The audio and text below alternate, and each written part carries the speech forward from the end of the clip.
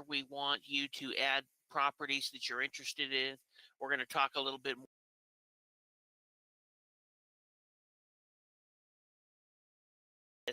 But this gives us all the opportunity to look at what you're interested in. So we take screenshots of properties that we're interested in investing into or looking more into, and then we add them to our Google profile. And it saves us a lot of time from needing to go back and try to research the same property again. Plus, we can all look at it and add notes to it. So we're going to teach you how to do this. This is going to be a good way for you, your coach, the hotline, all of us to be able to track the properties that you're interested in, the properties that you purchased, and the properties that you've sold. Yeah, it really does. It kind of helps us all stay on the same page, and so we don't have to worry about that. Sorry, I just saw something here. Let me get this current here. All right, there we go. Okay, so we're going to be talking today about the first 3 stages of due diligence. We're going to be covering that here for a bit this morning before we move on here to other topics. But one of the reasons is because the due diligence process is such an important part of buying and investing. It's research that we do. It's really all about being able to perform due diligence properly so that we can weed out properties that are problematic or that have risks or reasons that would cause them to not work very well as investments. And so the stages that we have of due diligence here are really something that have evolved over time for Steve and I, and it's about how we do the research on our own, and it's about the system that we tend to go through with every single property, as we're checking things that will either work for it or won't work. And so yeah, we're going to start off talking here about this. Now, stage 1 due diligence is what we're going to begin with. This is what we consider to be basic research. And we call it basic research because this is the information that we're going to obtain to figure out whether the property has the potential to work or not as an investment. And so we're checking basic things like what the property is, what the property value is versus what the taxes are, so that we can see if the fundamental numbers are going to work, because there's no point in moving on to more complicated research until you know that the property is going to work on a more basic level. Yeah, definitely. After we get through basic research, then we're going to talk about stage 2 and stage 3. Now, we're going to be going through these pretty quickly, but we want you guys to have a record or a place you could go back to as far as the replay of this. If you have any questions about, what is the next step, what do I need to do next, you can go back and refer to this. Now, there's really 3 different departments that as tax sale investors we become very familiar with. The taxation record, tax collector treasurer, the assessment record, the assessor or appraiser, or the recorder or the clerk's records. Essentially, these are court records, but it's who holds those court records. Whoever's in charge of the mortgages, the deeds, the judgments, that's going to be the person that's going to be able to essentially hold those records, and that's where we're going to go search. Now, each one of the stages, stage 1 and stage 2, each have 6 steps, and we start with verify the availability. Now, this is, a bigger deal before online auctions, because a lot of times when a property gets redeemed now, it goes off the online auction list. But if we're looking at a hard list, me and Shade had to learn this the hard way, where we were spending time researching property. Maybe I spent, 20 or 30 minutes on each property and spent several hours, and then went back to the list, realized that I didn't go check the list and see the updated list, and I spent hours researching property that we couldn't even bid on. So that's one of the very first things that we're going to do when we're, getting started, is make sure the property is still available so that we're not wasting time. Each one of these steps is meant to weed out properties that aren't going to fit your investment objective and to save you time. Yeah, we always want to make sure we go back to the original source of lists. So like Steve was saying, sometimes they're online auction lists now and they're updated regularly, but if not, we need to go back to the source of the list. So wherever the county is providing the list at, to get the most updated information. Some areas only post like properties that redeem. So, in addition to having the main list, you've got to basically take the properties off the list there that have already redeemed. So it's worth it to check and make sure, just because it's an easy way to be able to cross properties off your list and not waste time doing more research on them. Now, once you know that they're available for certain, then we can start the research, and we're going to start it with the county records, because there's usually a link to the assessment record on the list. If it's not a link, then we can look it up. But for the most part, though, we can usually locate linked right off the tax sale list. If not, we can do a Google search for the parcel search tool within any of the counties and be able to find the records as well. But if anything, counties are doing anything they can to make this easier for us rather than to make it more complicated or to add steps. They're trying to take away steps, if anything. Yeah, yeah. I mean, really, the reason why the county's adding information and why it makes sense for them to do that is because it saves them a huge amount of time. When me and Shade first got started, tax sale investing was really local, and the books that we talked about, there was only 2 books when me and Shade first got started. There wasn't all this information that's available now, and there was an infomercial, the John Beck infomercial, and that program was, not very good. It almost confused you more than it taught you. But you had to go down to the county records to be able to actually do any type of research. And so if you needed something as simple as a deed, they had to go ahead and go back, find the book and page number, open up a big book to where your deed's located and print it off. Now they have all this information online. Now, when we go to the assessor for stage 1 due diligence, we're really looking at the assessed value. We're looking at the address. We're looking at the zoning. We're looking at any type of improvement information, year built, lot size. When we go and we look at the sales history and the ownership, we're going to talk about that in stage 2 due diligence. But what we're trying to make a determination in the assessor records is this going to be an investment that makes sense to look more into, to take to the next step, the next step through stage 1 due diligence. Yeah, we can usually determine that pretty quickly if we are looking at the assessment record and can figure out what the property is. So once we have the assessment record up and we kind of see this information, we can see the property's value, its location, and how it's zoned. Then from there, we usually have a direct link to the GIS mapping. And this has been another game changer. I mean, the county records in general have absolutely made this far easier to do than it ever was before. But GIS mapping saves us as much time as anything, because the alternative to this would just be plat maps, which is what we used to work with, and it was far harder to figure out a lot of things there when we were dealing with plat maps. Sometimes part of the struggle was just trying to figure out which property within the plat map was yours. So everything they're doing is kind of minimizing or taking away the work that goes into figuring out a lot of this stuff. So pulling up GIS allows us to see the property location, its accessibility, by public roads. We can see what its current use is right now.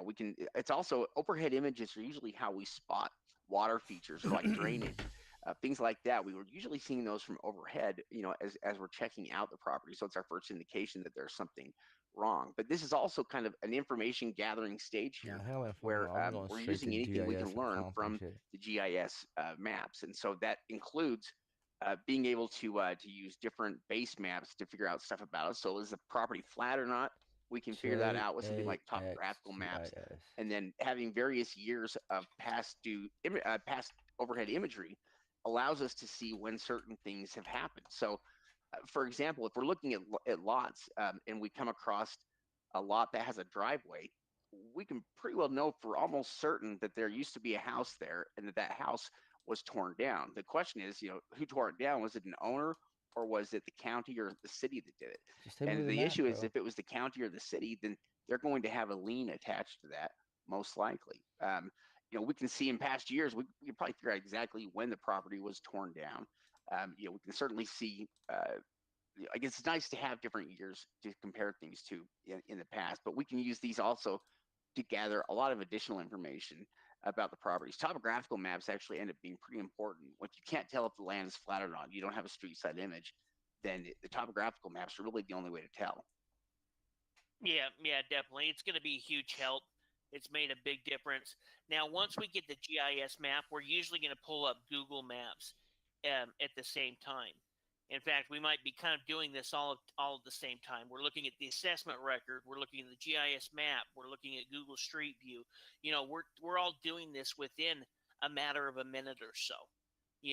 We're trying to get through properties as quickly as possible to make a determination. Is this something I'm going to spend some more time on or not? Now, one thing that's been a huge change, all of these things have made it so much easier. If you guys could even understand what it was like 20 years ago, it took a ton of work.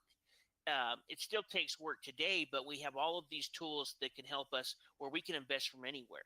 doesn't matter where you're sitting today. We have students from all over the country here today, and it doesn't matter where you're at. You can use this strategy. Now, when we're looking at the Google Street View, I know that if you've been here, you've heard me say it a ton of times. You judge the book by the cover in this case. We're looking at the outside. We're trying to make a determination of what the interior condition looks like. So we're looking at the photo date. We can see that this was from 2024, so it's a couple years old. We're looking at the roof. We're looking at the exterior of the property. We're looking at the windows. We're looking to see if it's occupied. If it's vacant, we're looking for open windows, holes in the roof, anything that's going to say, you know what, we're going to go ahead and disqualify the property right now. In this condition, we're looking at a trailer, but the yard looks pretty good. It looks like it's occupied. If we're looking for, affordable housing, this could be a great type of property. So at that point, we'd go ahead, and even though it's older, the condition looks good enough. It looks like it's currently being lived in. We're going to, send somebody out there to view it as we get through the stages. So at this stage 3, if we like it enough, we'd go ahead and send somebody out there to take a look at it. Yeah. What the Google Street View allows us to do is it allows us to be a little bit more specific about the properties we're actually going to send somebody out there to take pictures of, and that's because we can tell, based on the age, what's going on with the property. And what we're really looking for with different properties is signs that the property has been loved before, that it's had an owner involved. So in this case, the fact that it's currently occupied tells us that it's usable. That's great. That actually tells us everything that we kind of need to know. But at a glance, looking at other things that we can see, the roof on it has to be new. It's a metal roof that looks like it was added. So you've got somebody that's involved there. It looks like handicap accessible entryway and a handicap accessible van in there as well. But the yard itself is pretty well cleared up. The property, again, it's not great. It's a manufactured it's home. not the nicest house in the world, but that's not really what we're looking for in this. With a lot of times with these investments, what we're looking for is for affordable housing. That's what there's always going to be a market for affordable, for entry level housing. You're always going to be able to find buyers for that, and that's what we're looking for here, is for good affordable housing. And something like this is absolutely something that people would live in, and you could make good money on. Yeah, in fact, I think if you were to repaint the outside with the new roof, it would probably give it a lot newer feel to it. Yeah. With step 5, this is where we're going to do a quick check of the comparables. We're not going to spend a huge amount of time doing this. We're just going to check to see, do the values match up? Does it look like it's going to be worth it to continue going through this process? As far as doing a full comparative market analysis, we're going to wait till stage 3 due diligence. So we're really going to check a couple of different records. We're going to check the county's assessed value, see what the county thinks it's valued at. Now, in some cases, that could be close. In other cases, that could be far off. We're going to check Zillow values and Redfin values on any type of structured property. If it doesn't have any type, but let's say it's a piece of land, then we're going to use a site like Redfin and look in that area for property values. If we see a bunch of land for sale at $1,000, we're going to say, you know what, I think we're going to go ahead and stop. If the cheapest properties in the area start at 5 to 10 grand, well, maybe we'll look a little bit more into it. And so that's really kind of what we're going through. We'll go through and show you it more live today. But we're not, it's really just kind of a quick check of value at that point. Yeah, and while we're checking the value of the property itself, we can get an idea or a snapshot of the health of the real estate market there locally by checking out the sold properties in the area and current listings. We can get some idea about what kind of how much current inventory is listed. So how many properties did they sell last year? How many properties are currently listed right now? We can get some idea about how active their sales are and how many, whether they've got a year's worth of inventory currently on the books or whether they've got a month worth of inventory currently on the books. Can all tell us a lot about the area and what's happening with real estate sales there. But beyond that, the final step here in stage 1 due diligence is to check for risks, obvious risks and holding costs. So what we're going to be looking for here is, obvious risks are going to be things like liens. against the property. Property taxes are also going to be a cost for us. So that's something that we need to consider and think about. Anything that's going to take money out of our pocket is something that we need to consider or think about at this stage in the process. So HOAs or POA costs would be a fee that we would want to be aware of and be able to calculate into the deal when we do it. But besides this, we're just looking for signs that we think the property could have a lien or not. We're not going to know yet about liens, in this stage in the process. That's what we're going to figure out here in the next stage. Will be where we look for things that are under the surface, like liens. So we're looking for any other obvious risks from the outside, and then risks in terms of cost or fees to us. I think you're muted.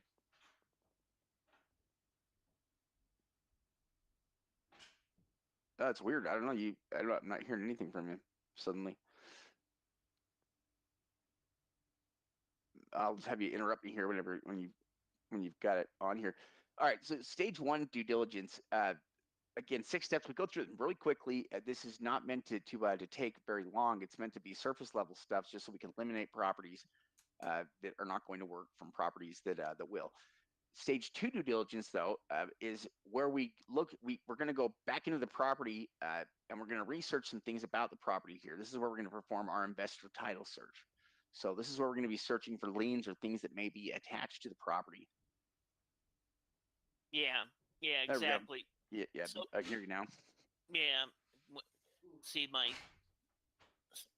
kind of popped off there for a second. So with stage 1 due diligence, we have 6 steps. With stage 2 due diligence, we have 6 steps.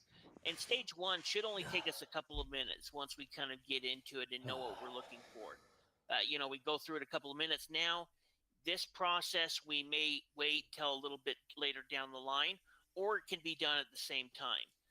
Sometimes if we're kind of going through and looking at properties, maybe 3 weeks in advance, then we just may go through stage 1 due diligence because some of those properties are going to be redeemed. If we're trying to crunch there at the last minute, then we'll go through and do, this full process pretty quickly before the auction date. Now, with the investor title search system, this was a strategy or technique that me and Shade had to come up with on our own. And we were able to pull from some good resources in talking with the title company and talking with one of these, somebody, a colleague I worked with as a realtor, where he was doing what was called notice of defaults, was essentially the pre-foreclosure strategy. He was doing a pre-foreclosure with mortgages, before it was even really a well-known strategy. Before pre-foreclosures was a thing, it was called notice of defaults. And so that's what this system is this is given us the ability to do it on our own. Now, a lot of times we had to do this in person. Now, in almost all cases, at least 90% of the time, you can do this online. What's also nice is we just went through stage 1 due diligence where we have the assessment records pulled up. This enables us to go from stage 1 directly into stage 2. So a lot of times we can go from one right into the other. And when we were in stage 1, we were looking at stuff like the property assessed value and its address, site location. We're going back into the assessment records, but for a different reason here with stage 2. What we're interested in this time is the current ownership of the property, and who owns it, when did they buy it, how did they buy it. Those are questions that we're asking ourselves here in stage 2 due diligence, because what we need to figure out here is in the past, is it possible the property could have had liens against it during different periods of ownership? And this investor title search is how we answer those questions. So if we're looking at an assessment record like this, we can see this property right here. It is, well, first thing we can see is it has 2 owners. It has an Angela Robinson and Equan West. It has the same address here for its mailing in physical address. So it's an owner-occupied property. We can see that immediately. So what we need to do at this stage is we need to figure out when Angela and Equan acquired the property and how. And so we need to get into the sales history. Yeah, definitely. So we're coming back here. We're looking at the sales history. We're looking at the deed types. So step 2 is find a deed. Now, in a lot of cases, those deeds are going to be connected directly to the assessor records. So as you're looking there at the sales information, you can directly click on a link that's going to take you to the deed. In some counties, you may need to look that up within the county recorder's records. But a lot of times it's going to look like this. You know, you can see that book and page number. You know, when we talk about a book and a page number, that's what it actually meant, was what I talked about earlier when we had to go into the county courthouse and they would go look in a big, huge book and you know, open to books 675, page 195, and that's where your deed's located. Now all this electronic, so we can see what type of deed is issued here. We can see what the dates are, and we can also see who sold the property. And it looks like we have a bunch of names from the same family. We see a Senior, we see an Angela Robinson, we see a West. So these all names are the same names that are connected to the current ownership. What does that tell us? Well, this must be some type of family transfer. You know, this was something that was sold or kept within a family. Yeah. Now, one of the things that we're always looking at, we're looking at the types of deeds that were used, but we're always going to start from those recent transaction and kind of work our way back in time. So we're assuming, you know, that that when Angela and Equan were put on the deed, it must have been in this most recent transaction. We can see that actually it's for year 2022. It's listed as a W, which would be a warranty deed. That's important for us. And essentially what it means is it means that in 2022, you know, the property had a warranty deed, so it was free and clear of any kinds of liens or encumbrances, and the county was willing to guarantee it. That acts as a backstop for us in the research that we're doing. We basically don't have to worry about searching for liens before 2022 because it wouldn't have had the warranty deed in 2022 if it had liens on it at the time. So you know, that can act as us as far back as we need to do research is to 2022. But like Steve was saying, this family, it looks like this family has owned this property since the 80s. In fact, if we look back at past transactions, we can see that the transactions in 2020, in 2008, and 2007 were all they were all changes made to the title, you know, or things they've done with quit claim deeds or different types of titles here. But essentially, you can see that, you know, they were done for no money. They were probably changes made within the family. So basically, the family has had this property. They bought it with a warranty deed originally in 1985. You know, so that's probably when they've owned it since 1985. But we don't have to look any further back than 2022 just because we know that it had a warranty deed. At least if we pull up this deed here, we can see that it had a warranty deed in 2022. So that this is the 2022 warranty deed that we're looking at right here. And we can see, of course, the Angela Robinson there and Equan West. And we can actually see that Equan is Angela's son. So, you know, it is a family transfer there in that way. And we can see that, you know, Equan was added to this and he's her son. Yeah, exactly. Now, the type of deed that's issued is going to depend on how many names we're going to need to research. Now, the fact that there's 2 names on the title means that we're probably going to research, or we're going to need to research both of those names. If there was 4 names on the title, we need to research all 4 of them. If there was 1, we need to research the 1. Now, once we see what type of deed is issued, that's going to depend on how far we've got to go back and research past owners as well. So if it was sold using a tax deed or a quitclaim deed or a probate deed or a sheriff's deed or a certificate of title or any type of non-warranted deed, we're going to need to go back and research more than one owner. So let's say that Cynthia bought a property here from an Arthur and she bought it using a quitclaim deed. And let's say that Arthur bought a property from Bob using a quitclaim deed as well. Well, in that case, we'd have to research all 3 owners, Cynthia, Arthur, and Bob, because when they sold it essentially as is, which means that liens or anything like that could still stick to the property. Now, let's say that Bob bought the property from Susan using a warranty deed. Well, then we wouldn't have to research Susan's name because when Susan sold it to Bob, it was sold using a warranty deed.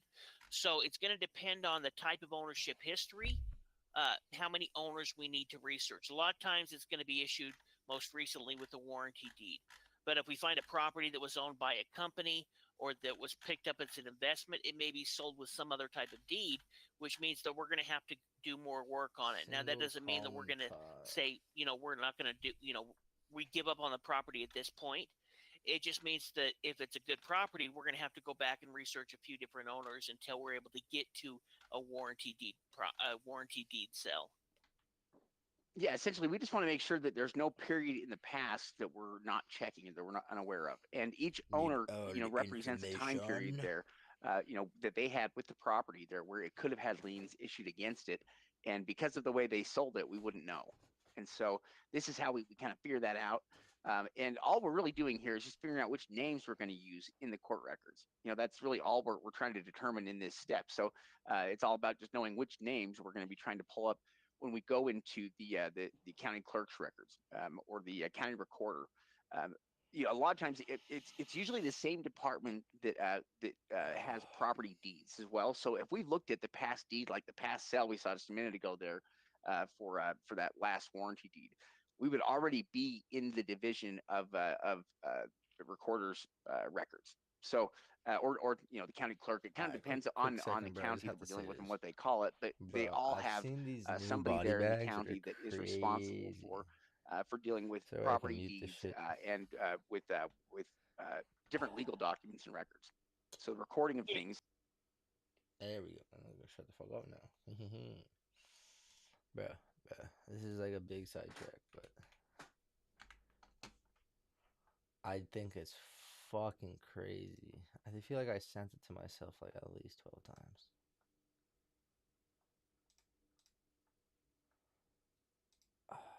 Yeah, bro.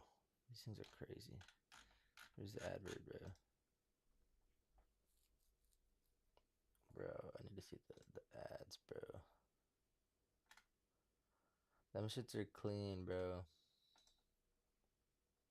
Todo esto es porque están molestos por nuestros bolsos antibalas. Hay un policía mexicano ahora en mi zona, lejos de México.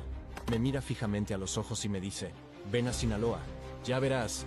Esta es la segunda vez que escucho una amenaza de muerte escondida en sus palabras. La primera vez no estaba seguro, ahora lo tengo confirmado. Ese tipo me ha amenazado 2 veces. ¿Qué opinan de eso? Déjenmelo saber. Pueden intentar lo que... Basically a bulletproof handbag, bro. I'm too gone for all these niggas. Nigga, I grab, put in time. This shit you owe me, nigga. When I drop that bag. It's like a cool 140 though. But like, look at that. Blick holder. Magazine hold. Personally, it doesn't have enough magazine holders for me. But like, hey, I can rock 20 instead of 30. I'll be straight. It's a sacrifice to make to have a small bulletproof shield on you, bro. Stops up to a 44 Magnum, bro. It's pretty good. You know what they call me, nigga? Oh, you a dope boy, huh? Oh, you poppin', you don't wear no but that polo, huh? You in the projects, you be hanging around with a bobo, huh? Got a two-door in the photo. Got no Facebook, no Instagram, nigga. Barely even take photos. You a little nigga. Maybe you can put more there, too. I'm a big nigga, you a follower, you a bitch nigga. I'm a big homie, I'm a rich nigga, I'm a wild and I'm a big bagger. Nigga better move, nigga better get low. How you a boss man and your bitch broke? If I want anything, I can't dog. When the dirt, boy, drop, nigga better get low. Why even have the gun in the bag if you're gonna pull it from your pocket? You just go on. Let's get some more detail, bro. Holster. Mag. Just one mag, I swear. Can't do 2. You can probably toss a mag in the pocket. I still think it's kind of clean though, brother. Look at that. Alright, that's enough glaze. That's enough glaze. That's enough glaze. Back to the webinar. Welcome to the webinar. You have entered as an attendee in listen-only mode. Closure process, and that's why we need to look out for them. So let's see what this lien is. Yeah, and it looks like. Oh, go ahead.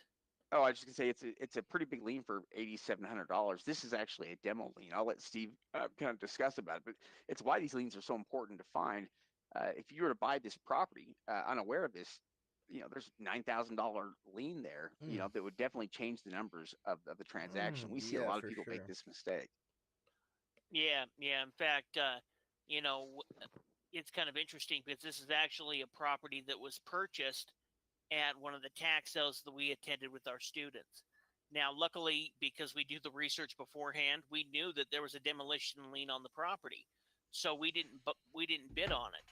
But it was interesting for our students to be able to sit there and watch other investors bid on this property and know that that investor hadn't done their due diligence, and maybe they spent, let's say that this lot is worth 10 grand, you know, and you know, they spent $3 grand for it.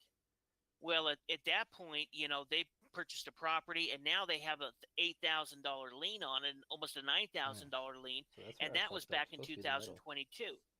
You know, there's going to be many times interest or payments or fees that are going to go in addition to that. So that $9,000 lien could be 12 grand now. And so, you know, they automatically picked up property like this, and there was probably 50 or 100 properties in that auction that had some type of issue like this. If we include properties, and I believe that this was actually a property that wasn't even buildable, because North Little Rock changed their law from being a 5,000 square foot lot to being a buildable lot to being 7,000 square feet. So if that lot was 6,000 square feet, not only did they buy a property that has a massive government lien on it, but then also it's not even a buildable lot. That's the reason we're going to talk about zoning today.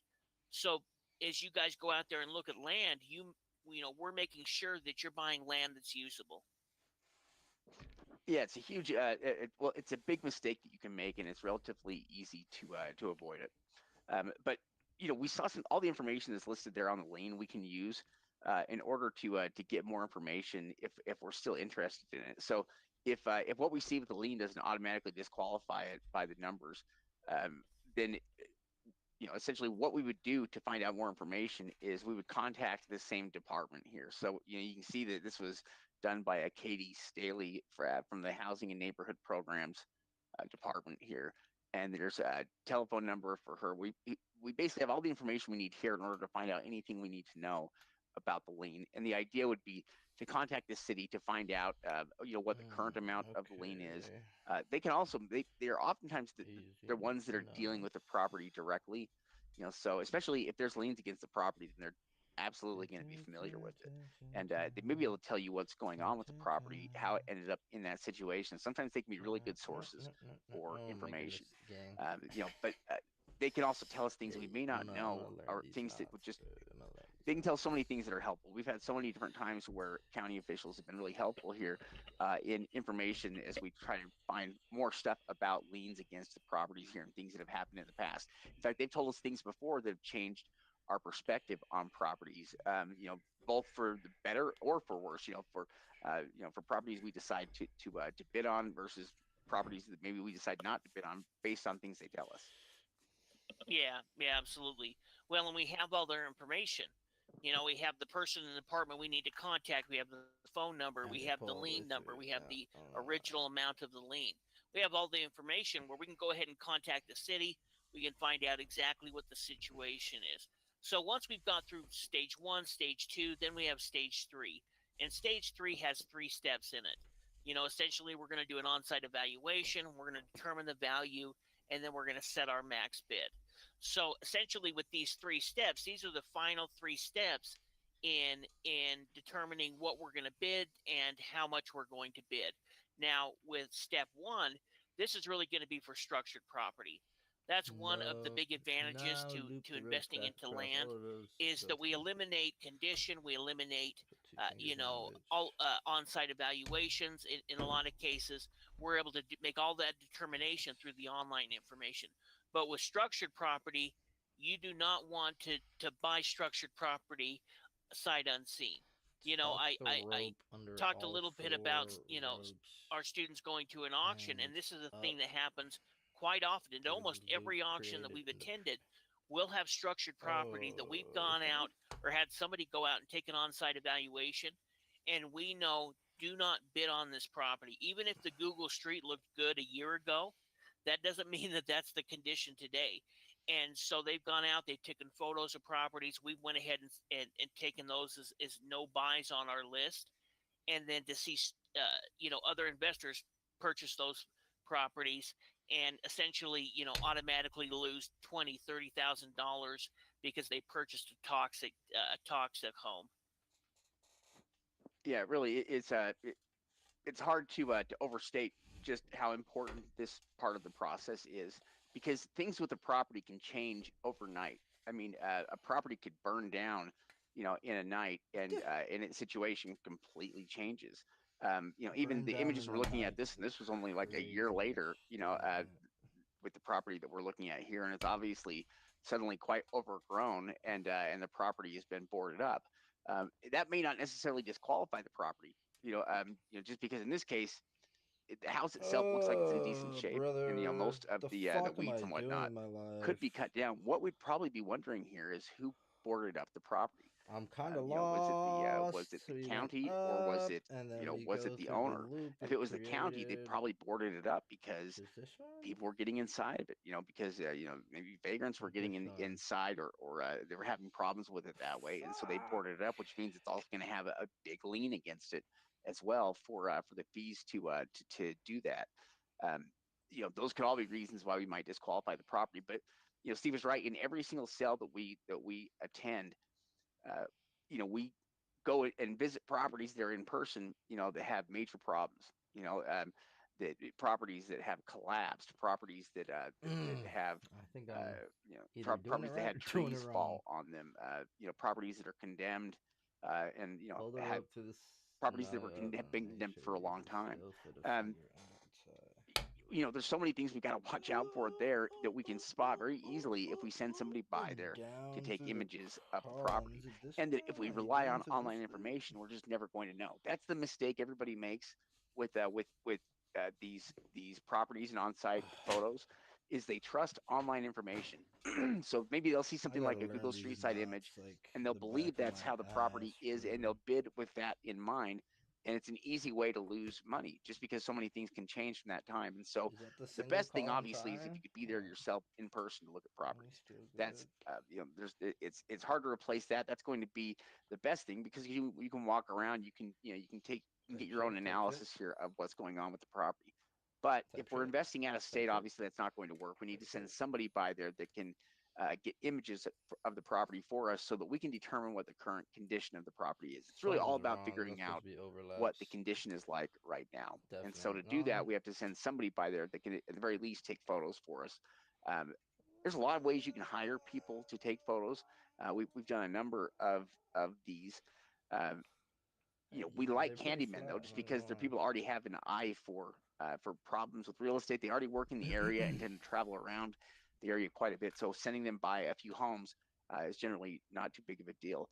But it's probably not the cheapest option with a handyman. Certainly, you can save money and do it cheaper, probably through classifieds, which we've had a lot of success with, because there's a lot of people they're looking for short jobs they can do for quick cash. Something that they can do over the course of a couple hours to earn money is very popular right now. And so it's not too hard to find people that are willing to do this kind of work.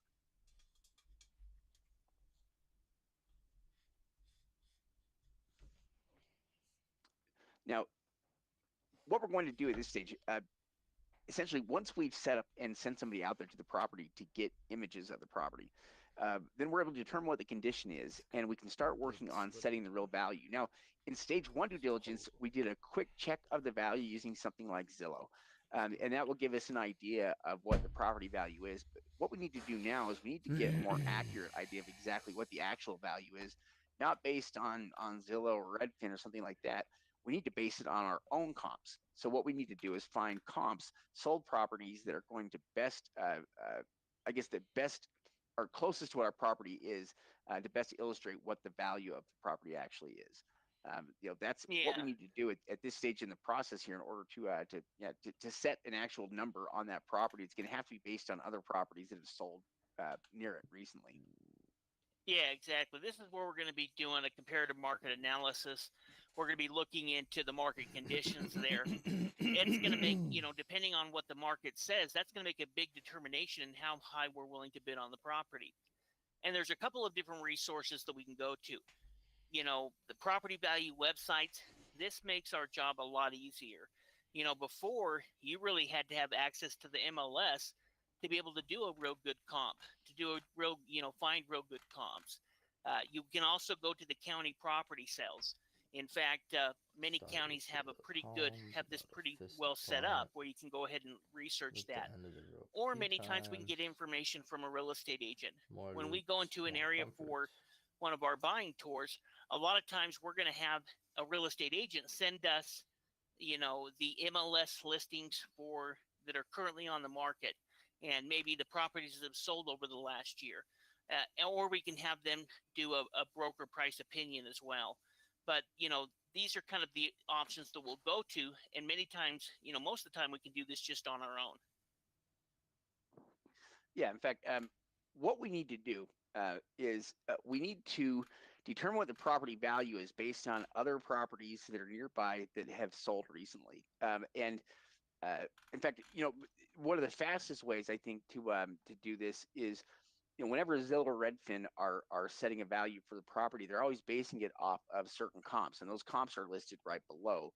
A little bit lower down in the information, you can see which comps that the sites are using in order to set that value.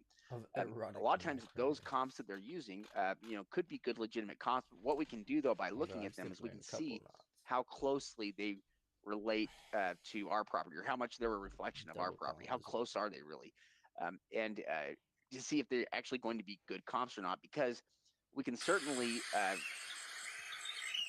this requires a lot of personal judgment, you know, when you're dealing with comps and you're trying to compare properties. So it's easy to compare properties that are not necessarily comparable if you're not careful. So we want to match up all of the characteristics of the property so that we can ensure that these actually are comps. So that means making sure that the properties are roughly the same size, that they're in the same you know, that they're in the same neighborhood, you know, is important, or how far the distance away from the properties is going to be important. But beyond that, we want it to be things like they're all 3-bedroom, 2-bath houses that are right around, you know, 1,800 square feet. You know, those are the kinds of comps that we need. And in terms of information, it doesn't have to be exact, but we want it to be, let's say, within about 10% on size. When it comes to the, you know, when it was built, that can be plus or minus 10 years.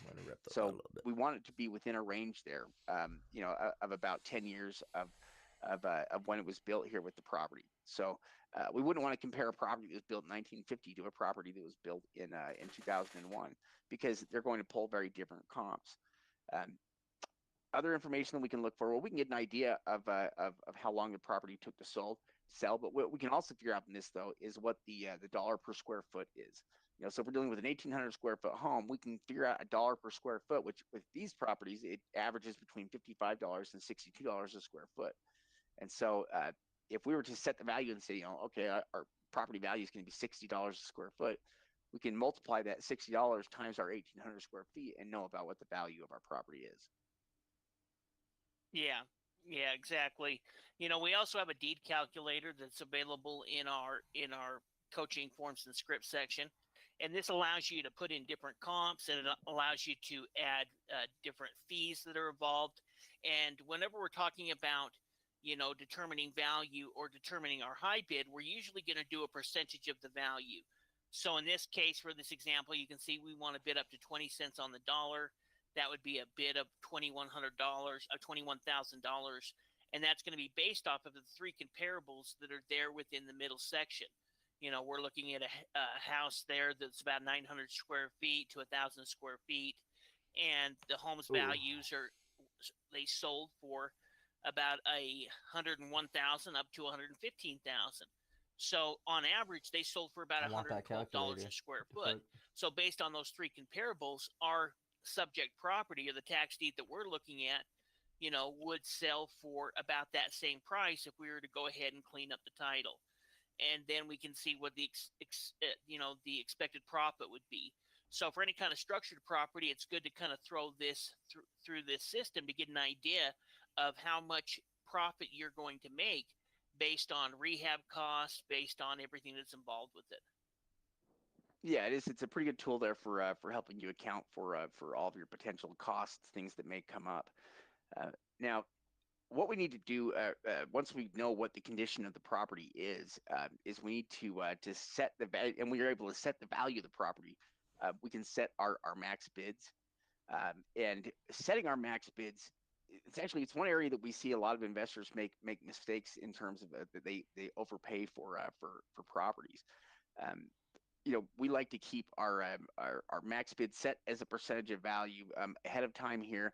And when we're talking about what we're going to pay percentage of value, it tends to, well, lower the property value is, the lower the percentage of value that we want to acquire it for. So if it's valued at $10,000, let's say, we usually want to get properties like that for 10 cents on the dollar or less. And as the value goes up, it can justify paying a little bit more for properties. So, if we're dealing with properties that are valued at $30,000 or $40,000, then we can pay more than 10%. We can pay a little higher percentage on those because there's more potential profitability there that we have to work with. And as the amount goes up, if we're dealing with properties that are highly valued, it can increase the amount. But even on that, most homes that we go to bid on, we're probably going to be bidding between 20 and 35% of value, unless it's something like a newer home, unless there's some reason that we would bid above that. As properties get nicer, or as we need to do less work on it, we can pay a higher percentage of value. But even then, we probably max out at about 50%. That's the most that we would pay, and even then, it would have to be on houses that we don't believe really need very much work. Otherwise, we're going to be at a lower percentage of value, closer to 30% or 35% for properties like that. And again, if it goes above, then we just walk away. Yeah, exactly. Well, and as you guys start building more and more capital, there's going to be, more profitable deals out there. In fact, we were looking and made a video recently on one of the webinars, which we ended up cutting it up during one of the podcasts, where we went and looked at a $150,000 custom home that was built in 2019 that sold for $150,000 and has a market value probably between $450 to $500. So, this property was in great shape. We're talking about a house that was less than 10 years old, custom home, beautiful. As you start building up more capital, there's these different type of deals out there. So what we want to do now is we don't have a ton of time, but what we want to do is jump on, and maybe we can look at a Florida auction. We want all of you guys to implement the strategies that we talked about today. Location-based strategy, an opportunity-based strategy, and a pre-foreclosure strategy. And then many of you will also be implementing a land bank or an OTC strategy as well. But what we want to do is take you through the process. And so we're going to want you guys to go ahead and pick a county in Florida or pick a county in Texas using realauction.com and get registered for it. The good thing about it is you only have to put down 5% of what you plan on bidding. So if let's say that I want to look at one of the Florida counties and see if I can buy land. Real auction. Well, in that case, if you wanted to pay $10,000, you'd only have to put $500,000 down. You could go to $20,000 and only put $1,000 down. And you can get that back pretty quickly.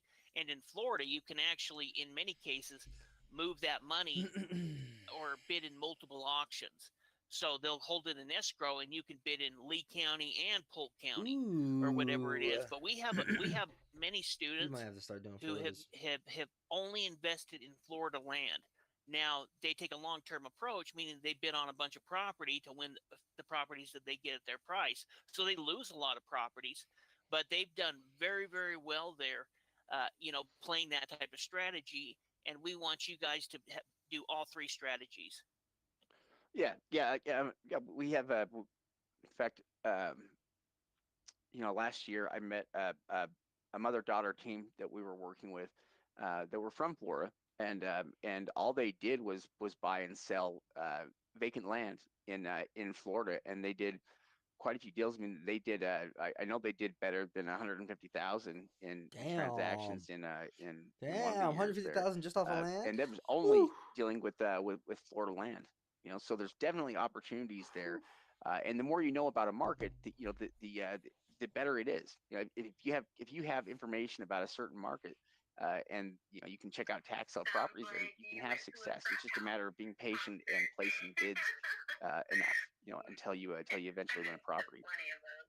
Yeah, well, and with the location-based approach, once we've done a deal there, we already have a realtor. We already have a title company. We already have the power team in place where we can keep going back there. In fact, it may be an area you're doing pre-foreclosures and bidding at the auction. Since you're already going to be doing a little research for the pre-foreclosure, why not go ahead and bid on some of these properties keep me posted, bro. I'm gonna go smoke. Especially if you need that deposit back, it's a minimal amount. You can get it back pretty quickly. So, what we're going to do is we're going to look at a property. We'll go ahead and look it over and see if it's a property that is worth bidding on or not, and kind of going through the. It's funny, their own records aren't worth. Let's see if we can get it to pull up here on the other ones here. If not, I'll just go to a different county. Eureka Hotbox chat. Holy shit! All right, good. That did work. Just put continue. For some reason, it didn't do anything. All right, here, let me click on that again. Let's get it to pull that up. There we go. Okay, so these records are great because they do provide us with a lot of information that we kind of see up front. So the first thing that we can see here about the property, if we're going through stage 1 due diligence, we can see the property address. It actually has a full address, I believe. We can see it's a vacant piece of land from the overhead image of the property. So all that's pretty easy for us to see. We can actually see the owner actually lives in Costa Rica. Our lands have the mailing address there is for Costa Rica. And if we want to do a pre-foreclosure, now we have the information that we need to send this person a letter and say, hey, your lot's coming up at the tax sale. You're either going to lose it or I could buy it from you. And that could be a great position where we could go ahead and buy that as a cash deal, and we'll see what type of deed it is. And if it's issued with a warranty deed, then we wouldn't even have to go through quiet title or anything. Yeah. So we can see here's the values here. So we can see property assessments here and values. It looks like it's up to about 36,000. Here's what they're saying here over the last 2 years. But what we want to do is we want to go in there and look at. Let's see any other information here we can obtain about the property here. We're not really going to go so much into the sales and the transaction history here until we're sure that the property is going to work. Let's also do this. We have an address on the property real quick. Let's grab that address and let's just pull the property up so we can check it out, because pulling it up on Google Maps is one of the, pulling it up from the GIS map and Google Maps are one of the things that we do. And a lot of times we have to do GIS map first because the property doesn't have an address, or so we can figure out exactly what the boundaries are. All right, there we go. And that looks just like our lot. And actually that looks ideal. Let's go down there and look at on the street level here with it real quick. And we have an image from April of 2022. So it's not a new image. You're talking 4 years old is what we're looking at. But this is clearly, though, an area that has new construction. That's a new house right there. That's just in the process of being built. And that's the next door neighbor. So this was probably built in around 2022, late 2021. The property right next door to it. So that's really good in that it tells us that that the area has building going on right now, and so building lots are a good thing to be able to sell. We can also see and get a really good image here of the property where we can see it's all flat. There's no issues there. It looks from the outside, it looks very usable. We would want to check things like the zoning here, obviously, to make sure, but it looks like it's the same size lot as the other ones around it. Everything from the outside seems to look pretty good with this. Yeah, it looks like it's a developed lot. Now, one thing that was kind of interesting, Shade, is if you go back to Real Auction real quick and look at the property, look at that opening bid amount. Now, what does that tell me? We'll have to look into it to verify this, but I would think that there must have been some tax liens on this property that sat for a long time. Because when we see that, usually that means that it was a homesteaded property. So in Florida, if it's a homesteaded property, it has to start at 50% of the assessed value, but this is a lot, so that can't be a homestead. Plus, we know it's from Costa Rica. So if we looked into the property taxes, I would bet that there were 7 years worth of back taxes before somebody decided to foreclose on this property. Yeah, that would be my guess. And we could probably look at the tax information in the assessor record. There's going to be a link that'll take you to the tax collector record, and we could probably see that. Let's do this. Let's look at the tax roll here.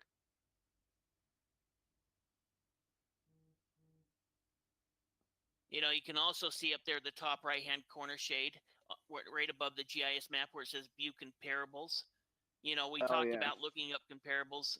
There's a link that we could click on that would pull up county record information. Up there at the top, you can see Shade clicked on tax bills. So, the records are going to take us to more records. Yeah, and what's nice about this is that we can see. Oh, that's weird. Yeah, that is weird. Yeah, Especially for Florida. Yeah, yeah. Normally, I wonder if it's because because it's somehow in a tax deed.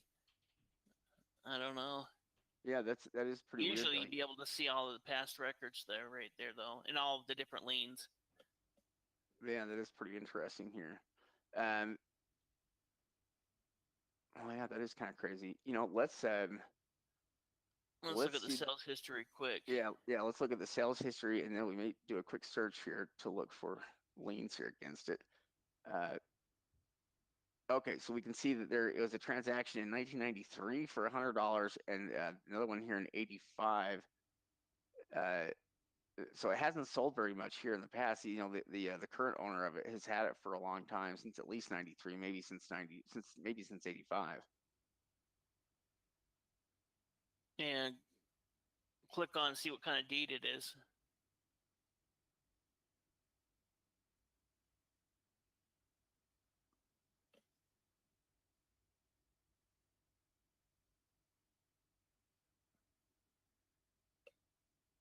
I'll see what type.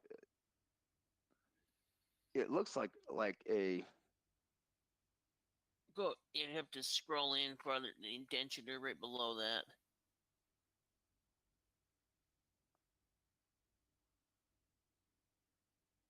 Oh, it's a warranty deed. See up there at the very top left-hand corner. Oh yeah, right there. Warranty deed statutory. Yeah. Yeah. Okay. So, yeah, we can see who the parties were that were involved here. Yeah. So they've owned it since '93. Yeah. From Miami International. That was probably the developer. Yeah, that would make it pretty easy here for us. All right. So we know who the owner is. We can see. We can't see the tax history, which is a little bit weird here for us. But yeah, we can see though. And we know that those two individuals have owned it since that time. They live in Costa Rica, and let's say that this property didn't have $16,000 worth of debt, but only had $2,000. Well, we could say, hey, you're losing your property here in the next 45 days to the tax sale. I'm interested in buying it from you, and they go ahead and contact you back. Let's say you give them an extra $3,000. So you pay $6,000 for it. Maybe you're all into it $7,000. We've determined that it'll sell for $40,000 really quickly. Then you could go ahead and buy that property from them using your own cash and make a quick return on it, and then have that warranty deed where you could turn around and sell it very quickly because anyone can buy it because it's got that clear title. Yeah. Now what we're going to do now is that we grabbed one of the names here of the owner. We're going to enter that name in right here,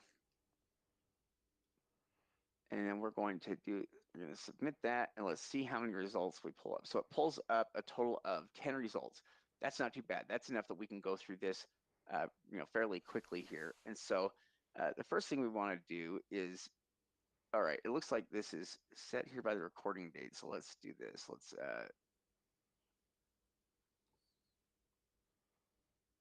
all right, there we go. Now we're looking at it from most recent transaction here and working our way back in time chronologically. So let's see, our most recent things here, we have our notice, which is probably going to be our notice here from for the property going to the tax sale. We've got a judgment, notice, release. One thing about those notices is I'm looking at who the notice is. And you can see at least the ones down there at the bottom from 2018 are from the city of Cape Coral. So even though that doesn't say lien, the fact that it's from the city is automatically going to mean something I'm going to look into. So, a lot of times it will, it may not be something that's needed. Slacking, bro. But the fact that I see it's from the city, well, let me go ahead and check to make sure that that's not a lien and that they put it underneath a notice versus a lien. Yeah, that one did not look like a resolution. Yeah, let's see what this one right here is. Oh, another resolution here. Oh, let's see. Well, let's see what this one is right here. It's the Lee County Clerk of Courts. All right, so we know the property is gone, nearly gone to the auction before here. It looks like in 2022, it almost went to sale as well, but paid off last minute. There's probably where it released. And I notice again here in that same year,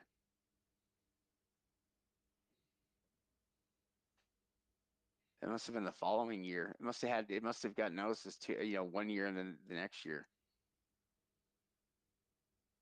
But what that kind of tells us, though, is that even though this person is like late with their property taxes, they always end up paying them off here last minute. That might mean that it's not going to actually go to sale. And that's a tax deed application as well.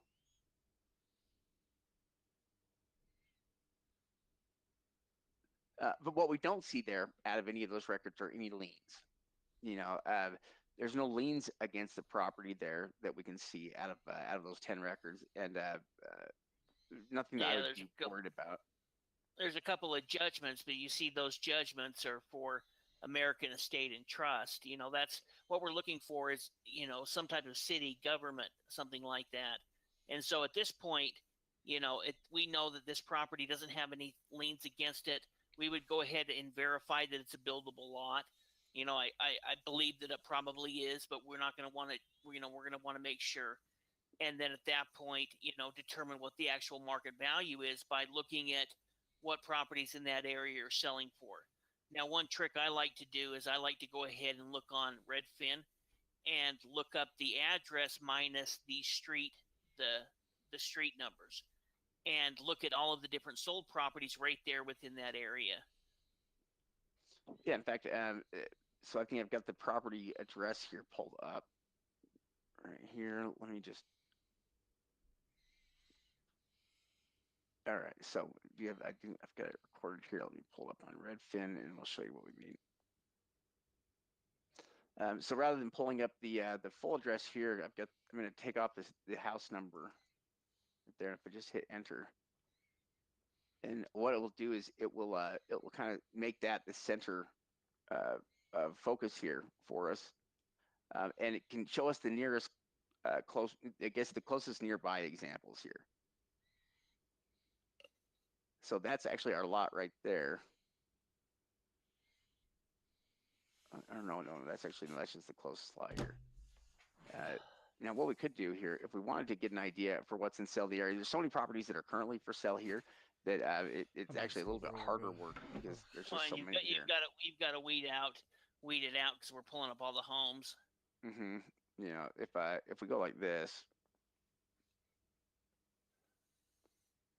and they estimated at $47,000 there.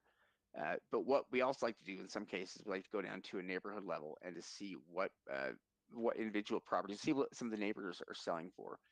The other thing that we can check though in a sale like this is we could look for it based on an area. So if we were looking here and we were in, I think we're still looking at Lee County stuff, right?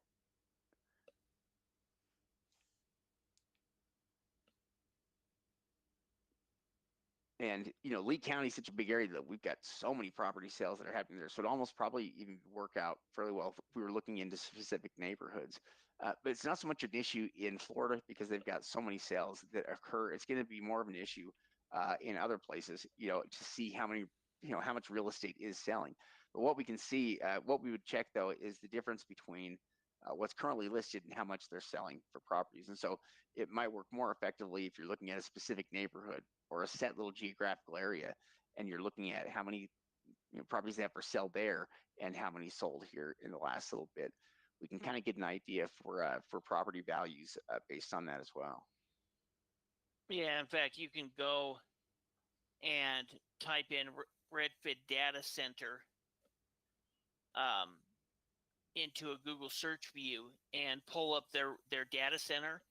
And then at that point, you can go ahead and, even look into Lee County and get a better idea of, what they're actually selling for. So they have these different tools down here that you can go ahead and research into. Yeah, we can look into specific types of things here with the housing market. We've got a lot of tools here we can use.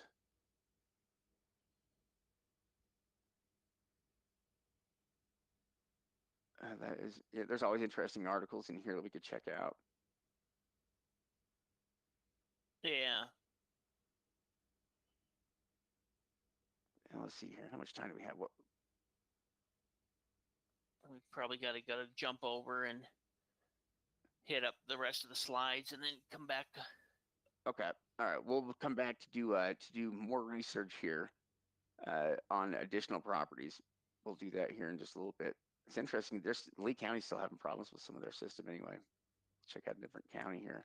But yeah, let's jump over here and let's get into the next stage here of the process. Stage 1, 2, and 3 of due diligence. We hope that you guys understand how that works fundamentally. The information we're trying to obtain, just so we can make sure that we're avoiding making major mistakes. Yeah, exactly. So what we want to talk about now is we want to go over some opportunities where we can go ahead and look at getting property in the next 30 days. When we're talking about, buying a piece of land, we're talking about essentially taking you through the process. So what we want to do is over the next 30 days, we want every single person here to at least have one property coming in. There's all types of different properties we can help you purchase. And for some of you, you may want to go ahead and look at single family homes as well. But we want to help you try to pick up a piece of land for around 10 to 15 cents on the dollar. And, sometimes we're starting to call this kind of a practice property, that's very low risk, very low investment, high return. But more importantly, it gives us the ability to work with you and your coach and take you through the process of, finding, researching, buying, and selling. Part of what needs to happen as well, you can read about information a lot, but it's the buying and selling that is the hands-on application. That's where you're going to learn quite a bit about the process and how it works practically. It's also it allows you to get into it at a level that's not quite well. Obviously, we want to try to minimize risks. It allows us to simplify the properties, though, in some ways as well. So we can make the investment a little bit easier to do by removing some of the factors that can be more risky. So with improvements, there are all kinds of risks that we face with improved properties. And buying vacant land is one way to kind of bypass all of that and avoid it. Certainly there's opportunities in improved properties, but for your first investment or two, there's enough complications with that there's a lot of things you need to know and a lot more mistakes you can potentially make if you're buying improved property versus a piece of land. Land, if you get land at the right price, if you buy it for 10% of value or less, it's going to be a lot easier for you to sell because you have very little into it, and you're going to use the price as one of your main tools there for selling the property. So you can find somebody that's interested in buying it because it's such a good deal, and you're able to sell it for that price because you picked it up for such a low price in terms of your bid to value ratio. And so if you pick up those types of properties for good low prices, then they're going to be very easy to sell. And that's kind of what we mean by a practice deal. We want you to go through the process of finding, researching, buying, and then selling a property. And what that does is it's going to teach you, but it's also going to allow you to start to establish roots in a place where you have a team of people set up. So if you're buying property in a certain county, that's where you're going to get people that can help you through that process here. Like people like to take pictures of you of homes. That's a contact that you can keep and you can use anytime you go back there to the same area. And those are the kinds of people you start to build up your team with when you're investing as an out-of-state investor. You can get these people to help you do the work that you do, but the more you do it, again, the easier it gets. And that's the whole idea behind helping you do practice deals like this, is so you can see what it's like to buy and sell property without taking on the same level of risk as you might for something like a single family home. Yeah, if there's anything we can do, we want to help you do deals and minimize risk. And so in getting started with one of these practice properties, this is going to give you the ability to learn how to market a property, learn how to talk to a buyer, learn how to transfer the deed, all of these useful tools as you gain that experience and start bidding on more expensive properties. So we have a couple of different areas that we want to help you focus on. And if there's any other lists that you find interesting, you can incorporate that as well. We're going to start with the Illinois auctions and also the over-the-counter property.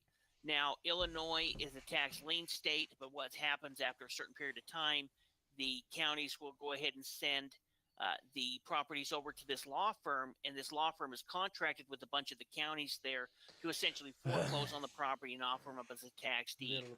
And so there's opportunity to buy properties at the auction, but there's also a number of available properties on their over-the-counter list as well. And, the opening bid starts at around $700 to $800. So these are properties that we can pick up for $800. And if we're looking at the over-the-counter list, at the auction, depending on what the bidding goes to. But a lot of these are properties you can pick up for under $1,000.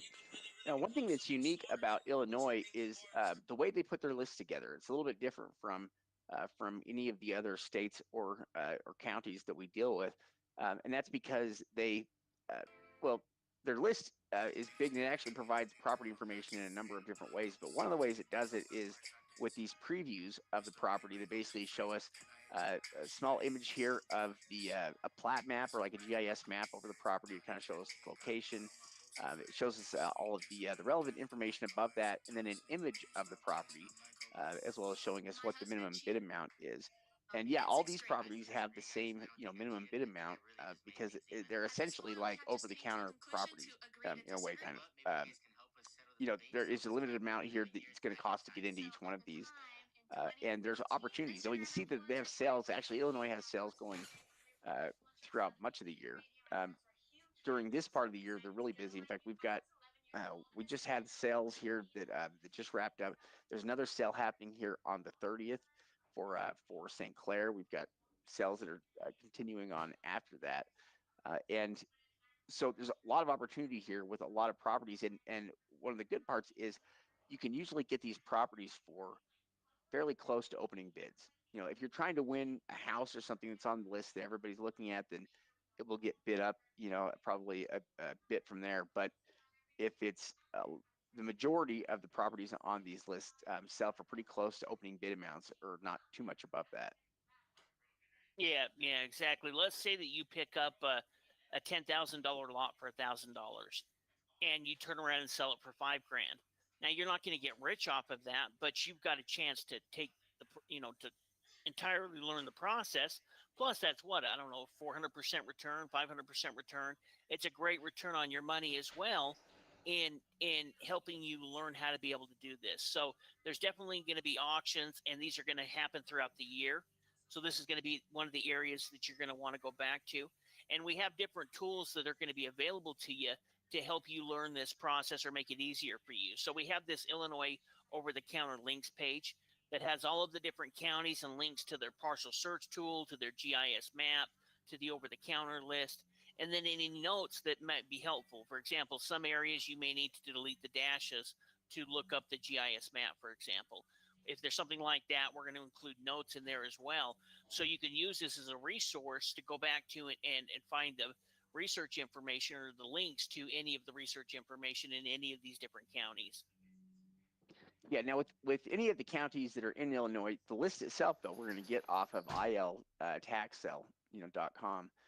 And the way we do that is we can look at any specific county. So from the last screen that we were looking at there, one before this, I won't go back there and show it.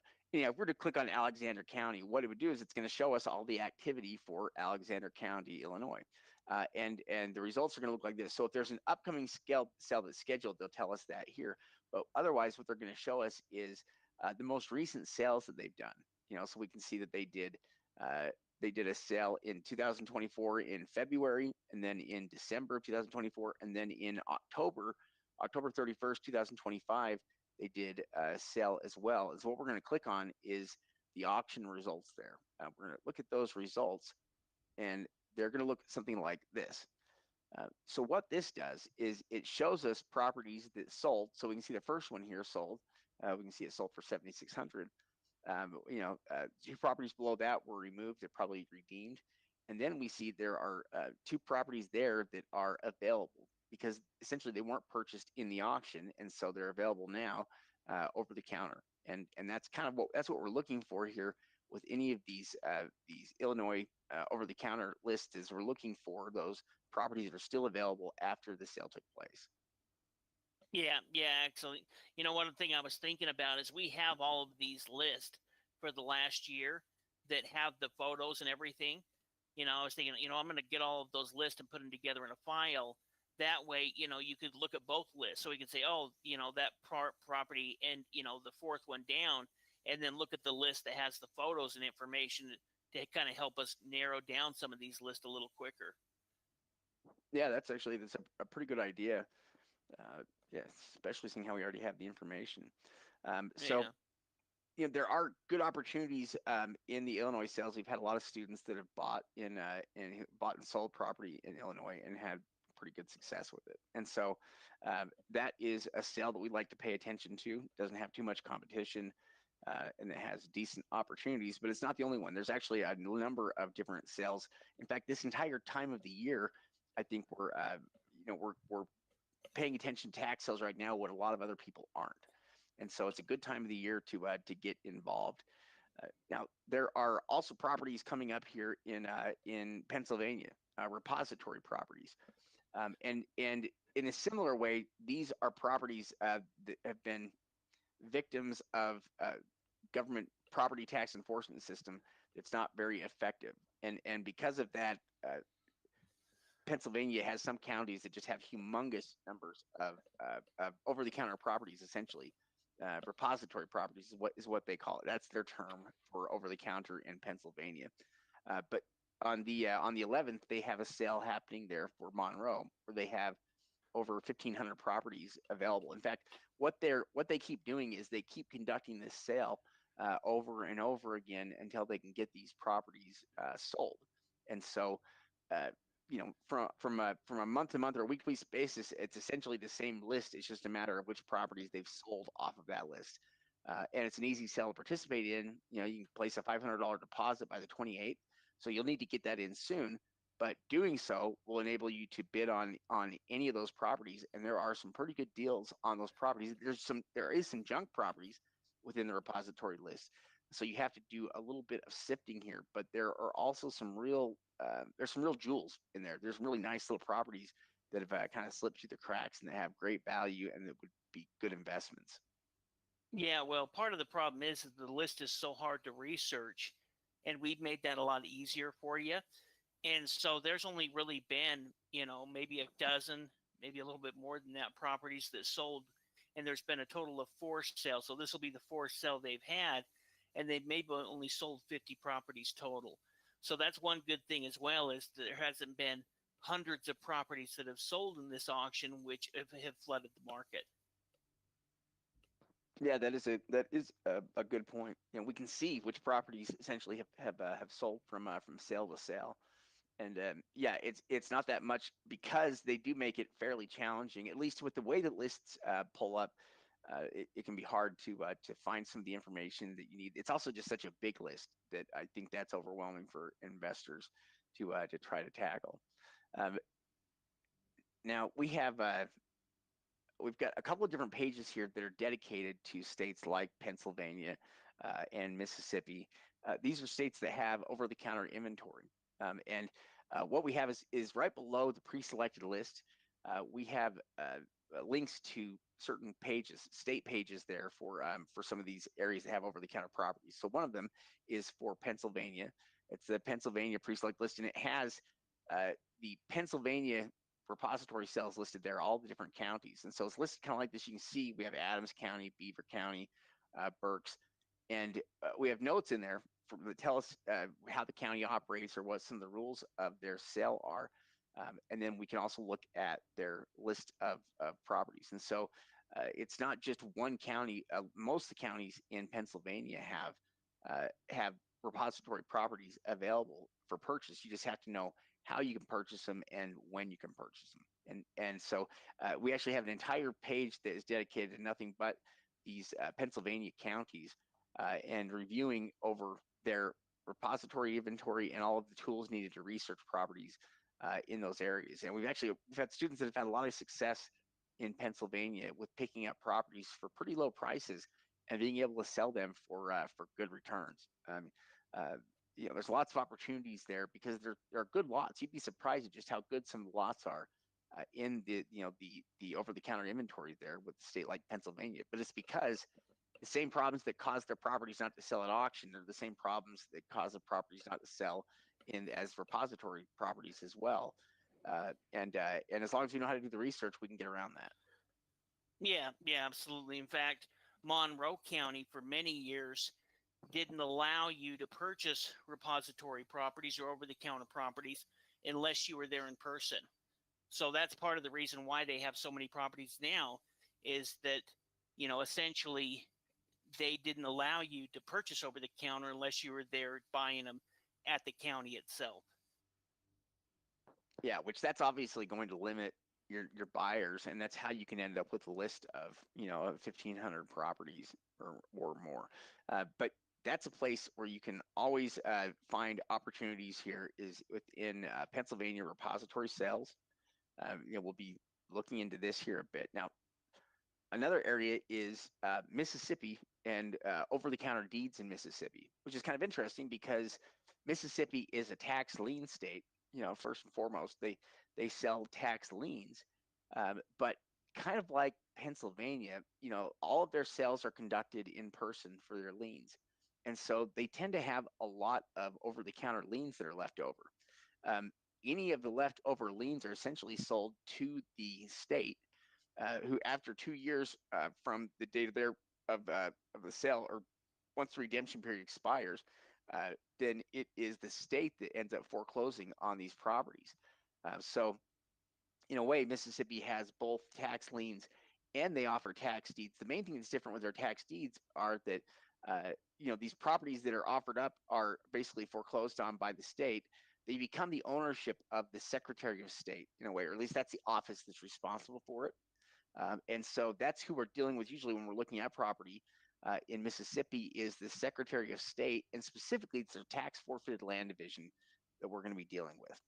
And so the way we would do this is we can go to the Mississippi Secretary of State's website, and then we can go into public lands, in the public lands division, and from the public lands division we'll see their tax forfeited inventory, which looks kind of like this. And this will have all of the tax forfeited inventory. So all the properties, all the liens that have been foreclosed on by the counties are going to be available on this site. And so we can check out and see what some of that inventory is, including, they used to have these buy it now sales that they do. We haven't seen them hold one of those for a long time, at least for a year or two. But there are thousands of properties though in their tax forfeited inventory that you can place bids on to win. And so these are good properties to pursue, especially as over-the-counter investments. There are some great properties in here, and there's junk properties. So you have to, it's really a matter of doing the research and checking each property for risks. Yeah, well, one of the advantages of Mississippi is we're not going to have to pay anything unless our offer is accepted. And so it kind of goes through an offering system. Usually we'll go ahead and submit a lower offer. Then they may go ahead and counter offer us at maybe 25 cents on the dollar. And then we may counter offer them again and try to work out a price. They actually have, some of these properties already have people in front of us. So some properties you may get a response. If we can look and see how many people are ahead on it. Some properties may have 10 people. And so, it may be 2 or 3 months down the line before you even get a response to it. If there's only one person, maybe you get a response, or 0 people, maybe you get a response in the next couple of weeks. So it's an area where we can go ahead and put in offers on good property. Also, because it's going through the Secretary of State, it's a land patent, which means that, it's actually a higher form of deed than a tax deed. which means that there's not going to be any government issued liens on the property. So we don't have to look at that. The only thing we need to determine is it buildable, and what is the market value? And then from there we can make a determination. Also, the assessed value that they show was the assessed value back when that property first went through the tax sale. So a few years ago, we bought a bunch of properties that only had a $2,000 assessed value for about $200 a piece. But those properties assessed value, if it was in today, because they were using that assessed value from 15 years ago, would have been $8,000. And the market grand was 10 to 15. So in that scenario, we didn't mind that the assessed value was only $2,000. It just meant that we could pick the property up for cheaper. Yeah, which that's one thing to consider here in Mississippi is the price that the Secretary of State's their office will decide to sell properties for. It depends on a couple of different factors. It depends on the property's last recorded value. It's going to be one of the factors. The other factor is how long the property has been on the books. The older the property the longer the property is set on the books, the lower the percentage of value that they will be willing to accept. And the reason why we don't have to pay anything is because initially, we can create an account on their website. But what we're going to be doing up until then is basically we find the properties that we like, and that we can start an application process on. And it's in this application process we're going to kind of go back and forth with offers. And so we might throw out an initial offer here for an amount, and they will counter offer us with a higher amount, and we may just decide to walk away at that point, or we may decide that's a good price and that we can do that. Yeah, and you could find and put 10 offers on property, because some of them may be 30 days down the line, some of them may be 60 days, 90 days, 120 days, and chances are they're not going to just accept whatever offer that you send in, especially if you're putting in an offer of, let's say, 10 cents on the dollar. Because through their state law, they have to first offer them at 50 cents on the dollar for a certain type of property that have been delinquent for just a couple of years, and then 50 cents of assessed value. But even then, we're still looking at that market value, and then after that, they can negotiate it down. So it'll kind of depend on the property and what other type of offers have come in. But you can go ahead and at least assume most of the time. I would say all the time. I just don't want to say all the time, because you never know.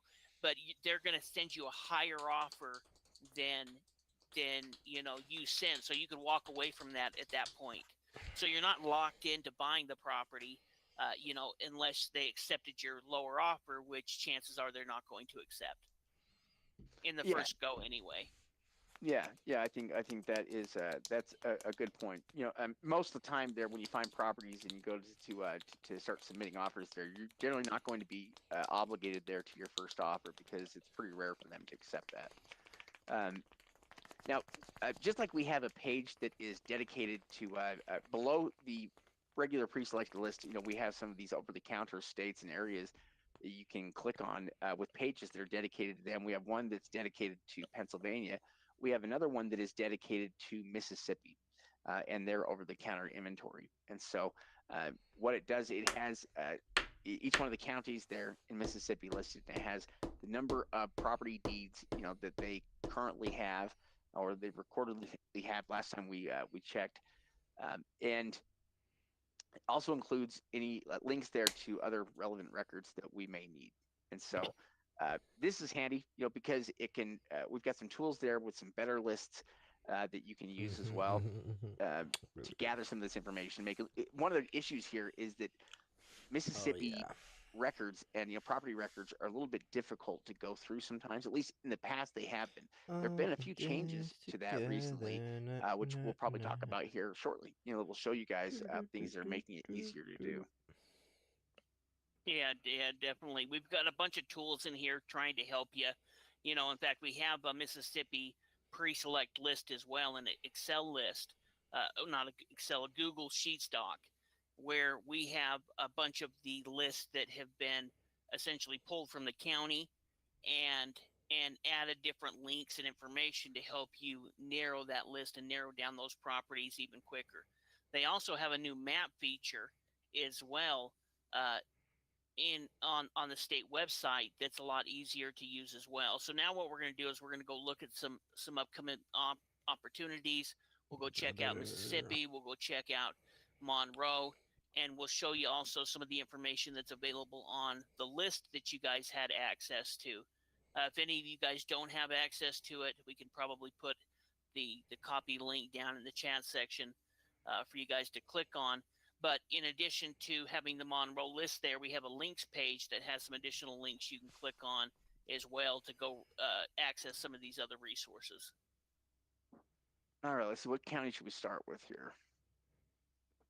Let's go ahead and pull up the Monroe list real quick and kind of go through that. I swear they'd be asking us questions, and I'm auction, like, dang, you have to be registered you by don't the even have 28th. chat So that's, on, bro. Like, we're just in here listening. 26th, maybe.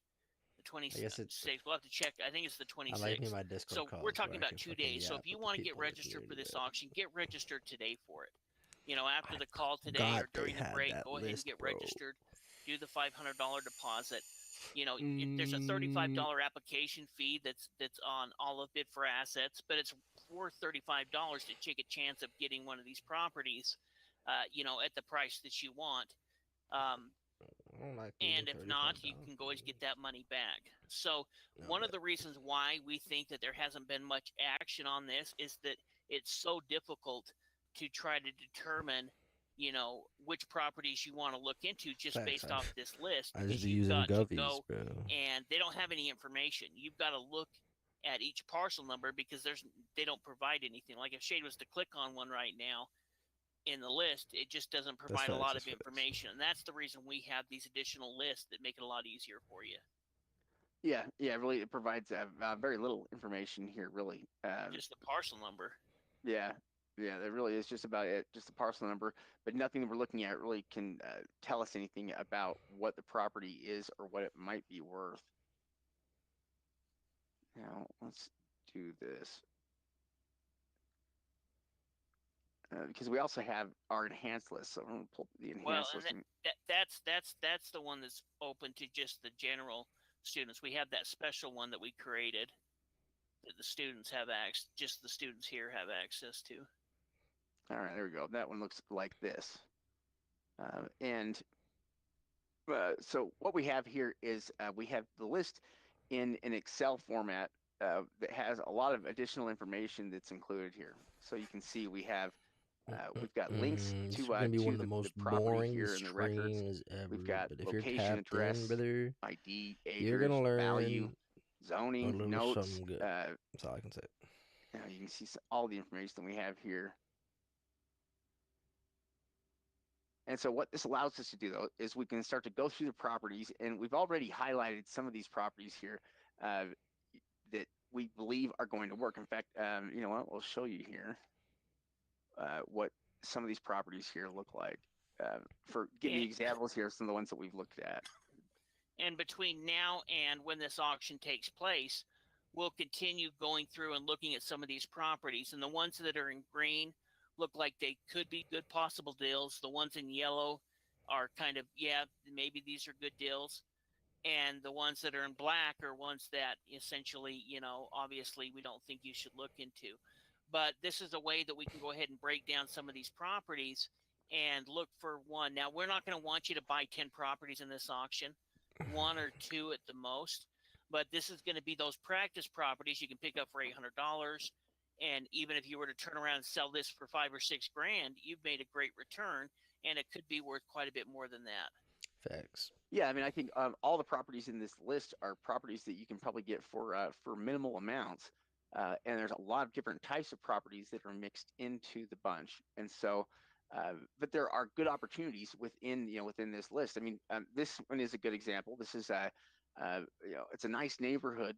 You know, it's a property that's over an acre in size, and obviously the neighboring properties are about that same size as well. It's off of a road that we can see, and the value on it, appears pretty good. So we would start to do a lot of research here from this point forward. Does they but just a lot tell of the you numbers value here, right the there? basic information looks The good thing I don't here get from is a where's the glance. price? They're out here like, oh, you could get. And we'll Oh, look at it just a starts couple of at these. zero. This one's kind of the Okay, same way, where you have again I got it pretty now. good What the properties, fuck? accessible, with good value, and would be worth pursuing or submitting an offer on. That one right, that one right there that you were just looking at, I could see mobile homes within the area. Mm-hmm. So that one might Vision be a type property shit. that you You gotta could lock put a in. mobile home on, and I see some that. of these I see that properties are now. going to have HOAs. Now this one may not be in an HOA. Fuck a HOA. And some of the, even if it's in an HOA, it could still be worth buying. Some of the HOA fees are $7 a month. Some of them are $50 a month. So we want to check the HOA and that'll help us determine, based on the property value, how many properties are selling in that area, if it's worth it to pay the HOA fee for 6 months or a year. Or depending, you sell it quicker, obviously quicker, but we always plan for a year's worth of holding costs, like we talked about in stage 1 due diligence. Worst case scenario, it's going to take us a year. We're going to have to pay this much in holding cost over the next year. Yeah. Now, the properties within the list, that range in size. There are lots of properties that are about a quarter acre or so, and up to maybe an acre of size. This one's about a half acre property. We can see in a cul-de-sac, valued at about $20,000 again. Now, something else you'll find with this list is that there are a lot of properties on it, and so in some cases you'll get properties that are right next to each other. And that can create some unique opportunities by themselves. So we have cases like this one here, where you have a couple properties that are valued at $17,000, $18,000 each. One of them is 0.29 acre, one of them is 0.54 acre, and so to combine the two together, you deal with property that's about 0.90 of an acre or so, or something along those lines, and being able to do so would also potentially make it more desirable. Yeah, absolutely. Especially if there's a minimal HOA fee on those properties or no HOA fee, then there's a good chance that somebody wouldn't mind picking up both of those properties. You're into them $1,600, and now you're selling almost an acre worth of land there together, and you could sell them as a package deal. Let's say that you sell it for $8,000. You've made a quick return on it, you've made a good profit, and you've gone through and done one of those practice properties that are going to help you know what to do as you get into, more complex, I don't think we're totally more fucked complex up on my deals. property, but yeah, in fact, if you'll notice with some of these properties, so we've just got random properties here, that look like they have the potential to work. This one is this is good too. Now this one's kind of weird because it was listed as 3 acres, but that's not 3 acres. And so sometimes we find things that are kind of weird with the records, and they tell us that there's something off with it. And this could be one of those cases there where things are somewhat off. Let me just pull up a couple others here that we have, and really this is more than anything just to give you an idea of what some of the properties are on the list that might be worth pursuing. Oh, the other thing I was going to say is you can see the zoning here, and so this last one here before this one and this one have zonings of R3. We could probably look into and figure out exactly what that entitles, what exactly that means for this area. We do have a full address here on the property, though. We'll pull up a couple others here, because obviously all the properties we've looked at here so far have been valued between about $15,000 and $30,000, which is a good range here for properties that you may be selling. Here's one that's valued at about $20,000 that we can see is a good lot between homes. It looks like a nice buildable lot in an area that's fairly well developed. Yeah, this looks like a pretty good lot to me. Yeah, absolutely. Well, and as we look into each one, we can get an idea of what the actual market value is. So there may be one that's worth 30 that the market values are closer to 15, and there may be one that has a market value of 12 or 15 that may be closer to 20.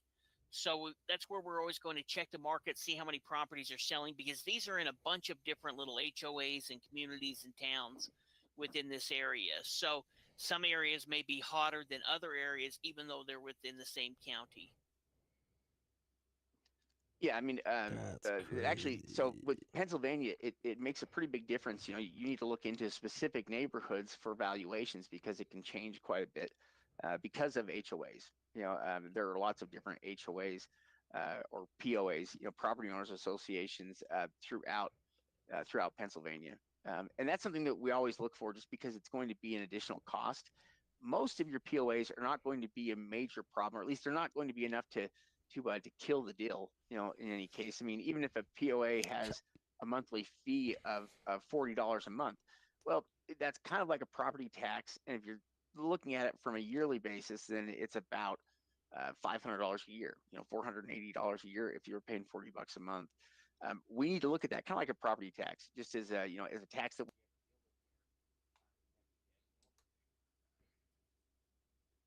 Chat, would you ever, right? Would you ever like hop on dating app and see like actual like 8-month pregnant woman and match? Like, would you match that? I'm just genuinely curious. I just saw some shit like that, and I was like, dumbfounded, bro. Dumbfounded. I'm out here just trying to network and get people to come to the podcast, and I see that, I'm just like, that's crazy.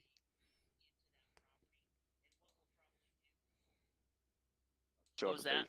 Oh, I can just go over here and kind of show everybody here. On this one right here, it's this column right here where the students can place their names. Oh, yeah, and what we'll have you do is just put your name in 2 to 3 right now. You know, that way, and as we start, you know, let's say that you say, okay, I like these 2 properties, and you'll put your name in there. That way we're not bidding against each other. And then as we add more property, maybe say, hey, I actually like this one more, and I'll go ahead and take my name off of that one and add it to this one. You know, and so that way we're not bidding against each other. If there's a property there on you like, go ahead and put your name there. And if we see somebody's student's name there, you know, we'll look into another property. That way you're not bidding against yourself. There's just too many properties on this list for you guys to get in a bidding war on any of them. We're supposed to get a house gang. That is absolutely true. All right, so you can access all of that from the website. I want to show you now really quickly here with just the Mississippi Secretary of State and how we use that site. So I ended up accessing it here through the Mississippi SOS, which is the Secretary of State's office here. We're going to go right into this main page right here, and then it's going to be listed under public lands. Now, a couple things here are relatively new, or at least haven't been around forever, or you know, for a while, and that would be a couple of these. So. This tax forfeited land map is a new thing. You know, we're going to take a look at that here in just a second. I don't remember the timber prices and sales that were up here before, but this is basically a comps tool for timber prices.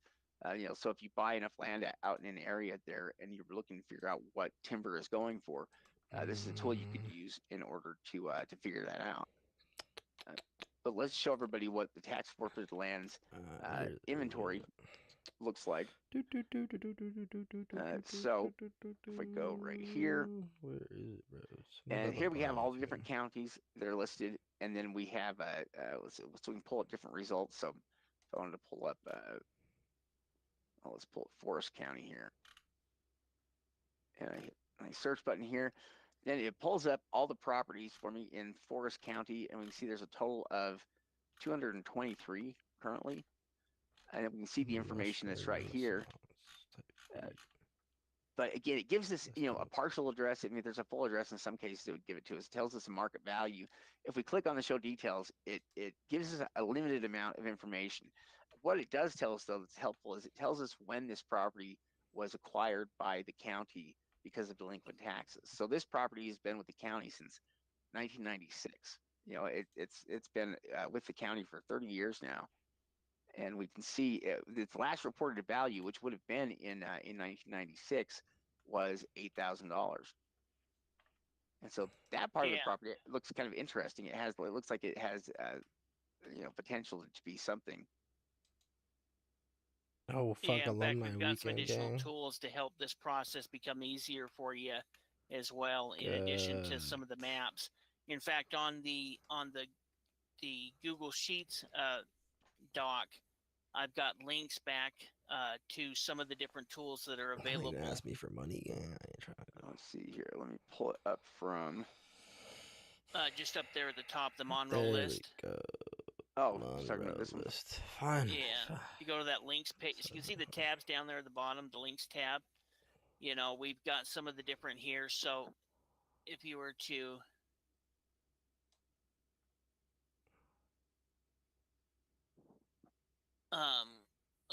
the Mississippi OTC state land, you can see the link back to our Mississippi page, to the state website, to the state GIS map, to our Google Enhanced map.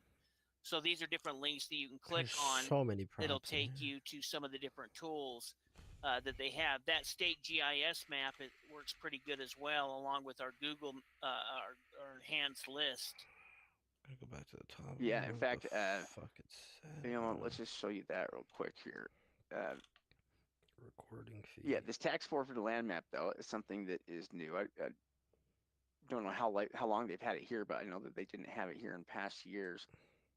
Okay, and then what you can see is it gives us the entire state outline here, and we can see, and these are all of the properties. What's nice about this is I think this is going to be the fastest way to go through Mississippi properties, far faster than using their using their software. Rudolph the Red. But what we can do though is we can scroll into to each one of these areas, and we can see the actual properties that are available. Now, the other thing we can do is we can set this up so that we have.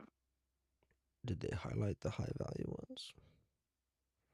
Oh, they did the work for me. There we go. Imagery hybrid. That's what I want. Okay, so here we can see the imagery. You know, we can see where properties are located at, and we can pick properties that way, or at least we can decide to learn more about properties. So we can tell if the property is landlocked here from looking at it overhead, or we can tell if it looks like it has the potential here for use. You know, so for example, we've got a couple of lots right here, and with the property details here, things that we can see. Well, we can see that it's 75 by 120. It says valued at 5,000 there. You know, we can see there's a couple of applications that are in, but none that are being reviewed. I forgot on this one. We can see this one valued at 4,500. Second. It's got one application that's currently in review. But you can get an idea, obviously, for just how much faster this is for clicking on properties and learning about properties. It's so much faster than I think using the property information and trying to look up individual records from there. This really helps us kind of pick them out based on where they're at and what they look like. Yeah, yeah, definitely. That, and along with some of the tools that we have on our Google Sheets doc there, where we have a bunch of the different states and broken down in list as well. It's just going down. These are going to be different tools that you can use to start looking at property, accessing property, and submitting offers. Again, some of these offers may take place, or you may get accepted pretty quickly. You're able to work out. Some of them are going to take a little bit longer, but it's just multiple streams of income, multiple ways to make money. Yeah, well, I mean, it's a matter of looking at all these sources to be able to find properties that you can pick up and buy that are going to be good deals. And what having a number of different sources does is it makes it so you don't have to rely solely on auction performance. You don't have to worry about I've got to acquire property every single month here through the auction. You can bid on the properties and see what you win, but if you have enough buying methods or methods for acquiring the property that you're utilizing, then you can get properties to come in other ways. It doesn't necessarily have to be through the same systems. But yeah, I love this this map. I must have spent an hour just looking through properties on it last night, because we've never been able to do that before. At least never been able to look at the properties quite this quickly. To see what they are, to see, what they're valued at, or to see how many applications, have been applied for on them. Yeah, and we're going to want to at least have most of you go ahead and get registered for this. It's real easy to get registered, to get set up, and then, and even submit offers on properties. In fact, if we get a chance, maybe today we can kind of take you through the process of at least showing you some of the steps that you're going to go through. But this is an area where we can bid on property. We're not committed to anything until our offer is accepted, and we're not going to be out of pocket anything unless it's accepted. So we can get some offers in, and over the next, let's say year, you're able to do 5 or 6 deals from this area, and each one of those deals profits you $5 to $10 grand. That's an additional, $40,000 or $50,000 doing a strategy with limited time and not a huge investment capital or very little investment capital unless your offer is accepted. Good. Yeah, let's see. Yeah, really, it's going to be using a combination of these things to make it a little bit easier for you to do the research you want to do. That's it. Interesting how they have tax forfeited land and tax forfeited inventory. What? It's like, where's the difference? I don't know if there's a difference there. Well, one just takes you. I think they were exactly the same. I was looking at that last night. Thought it was kind of weird. I think one just takes you to the search page, and one takes you to where you have multiple different links you can click on. Yeah, I think that's true. But show them the pre-selected list as well, real quick. Let's see here. You want me to go to click? Well, you can click on Mississippi. The links are also on the Google Sheets doc, the Monroe doc, on that links page as well. But links page, nice. As you scroll down a little bit further, we have this doc right here, and this is where we have gone through and created a bunch of different enhanced lists. And then right below that, we have some of the links pages as well on some of the different counties there, so that you have that information. But you can see how there's additional information on here. We can see the size, we can see the dimensions. So if I see a property like that that's 25 feet by 60 feet, well, that's probably too small for me to worry about anyway. I could go ahead and not worry about looking into that property. Yeah, we're looking for anything that can disqualify properties right off the bat. Yeah, and so if a property has an address, we'll just grab the address there and look it up, so we can get an idea of what the property is. Otherwise though, we can also look at things like square footage. Square footage is going to tell us roughly about what the size of the property is, but also dimensions. We do the same thing. So a 25 by 60. We know it's probably not going to be big enough to be used for something, and neither is 1,500 square feet. Just not big enough there for any kind of real use. But the way we would actually know that for certain would be in locating the zoning information. We gotta get this property. It was kind of bad. We gotta move on. But using most of this, though, we have everything we really need in order to determine value, in order to locate the property, in order to look into the history of the property as well. We pretty much have everything that we need on these lists. To be, Yeah, absolutely. Not so what we're going to do now is we're going to go ahead and take a half an hour break. Oh, you guys can kick back, grab some food, get registered for auctions, get set up on Mississippi, and we'll be back in a half an hour. Then what we're going to do is we're going to go look into zoning.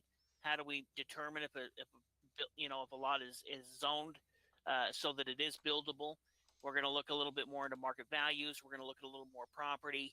Then we're going to talk a little bit more about pre-foreclosures and kind of go over the numbers and break down how this just makes sense as an investment strategy for every single person on the call. For the students that have a ton of capital, this makes sense. For the students that are working with a limited amount of capital, this makes sense. And so we'll go through all of the different reasons why and help you guys start implementing this strategy over the next 30 days as well. Yeah, you bet. So we'll be back here in 30 minutes from now. So 12:33, we'll be back and to get started again. Yep. Thanks again, everyone. 11. We'll be right back. For me, pretty much. 2:30 p.m. EST. Man. Wow. I'm gonna stream it because I gotta save a shit for my mother. I was just gonna record it, but I was like, why waste all that space? Because like I said, this is gonna be a long call. Why waste all that space on my computer when I could just put it on the YouTube servers? You know what I'm saying? And then I could be like, here, Mom, here's a link. Bada bing, bada boom. But then she does get my commentary. Oh shit, I'm gonna go smoke real quick. Fuck.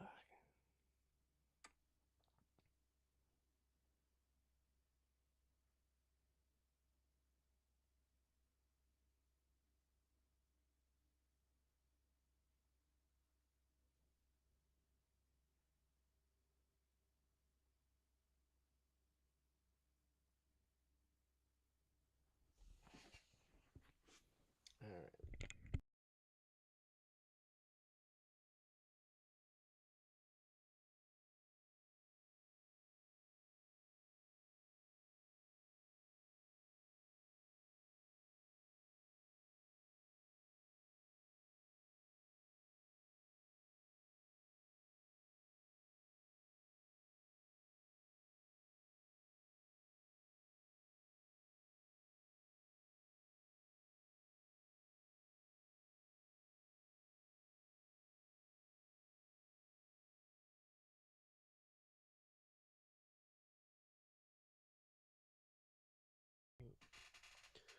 Oh, that's why. Oh, do I play art for 30 minutes? Old man back, bro. Woke up, showered, hopped straight to the computer, man.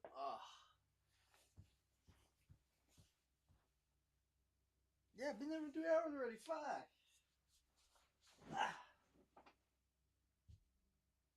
I spent like at least 20 minutes outside smoking. That is beside the point, though.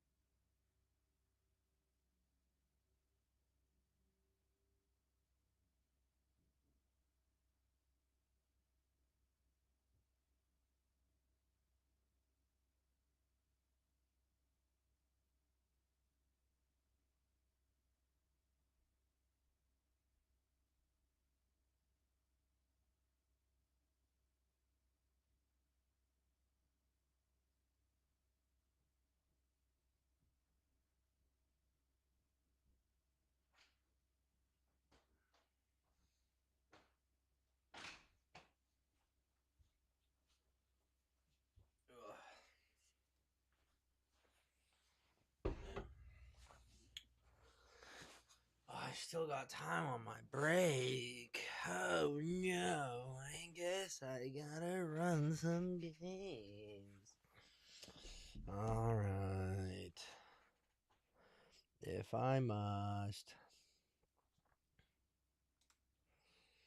If I must.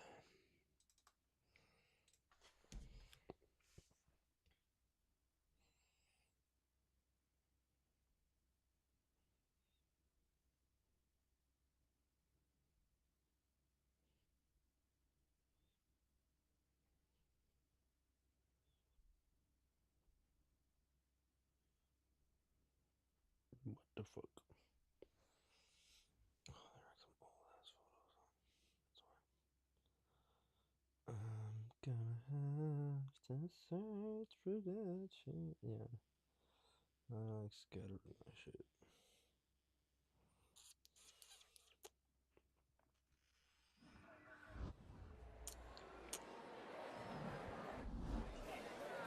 They be sending me them old photos. I'm like, nah, bitch. Brand new one. The fuck? I gotta look for those earrings, bro.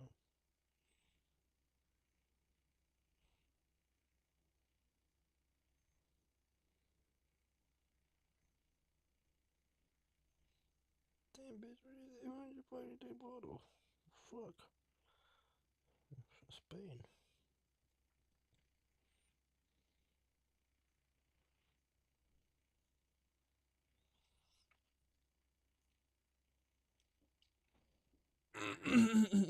Jesus.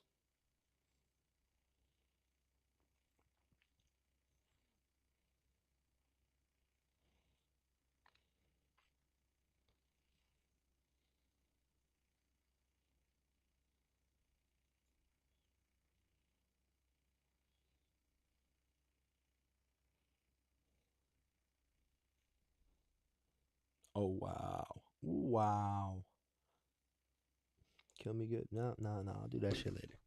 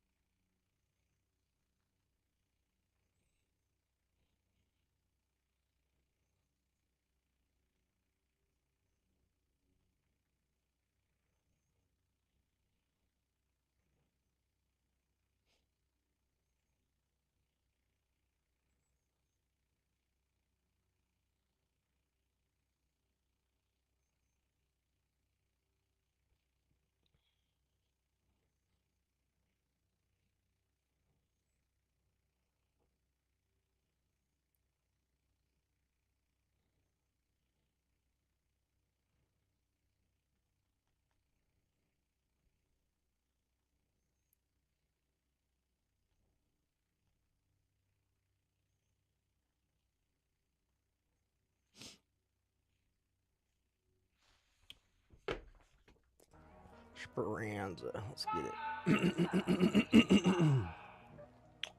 You know when you're gonna be seeing it. My mom's gonna be like, I have to tell her to skip 30 minutes, bro. A quick spaceport. On a free? Straight loot goblin today? Oh, I gotta text Matthew back. I went straight to sleep.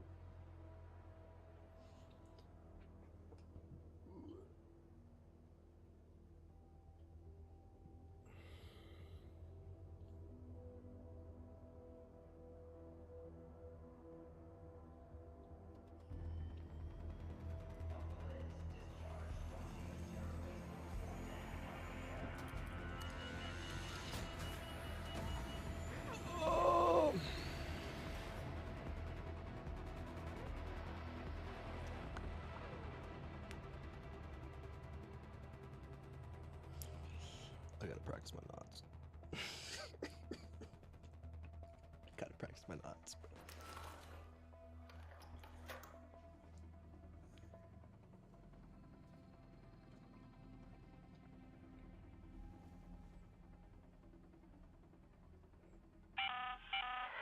Watch your backs, Raiders. The matriarch has been spotted near your chilling. location. I'm just Keep your chilling wits for a bit about you because if you they gotta decide to kill go him anyway. anywhere near, and always keep a close eye on her children.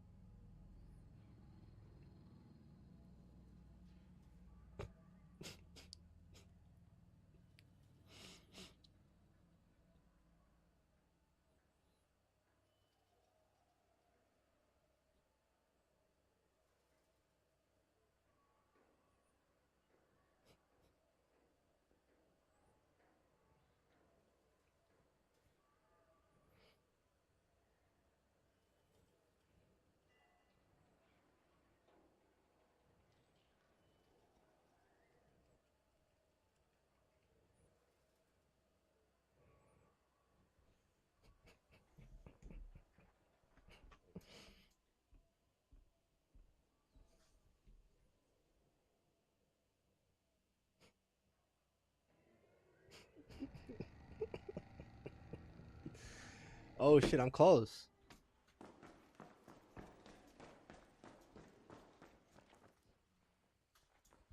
That's just like right here, no? Or Let's move to that location. it's always towards container storage, yeah. I have a few more minutes. He's still kicking. He's still kicking.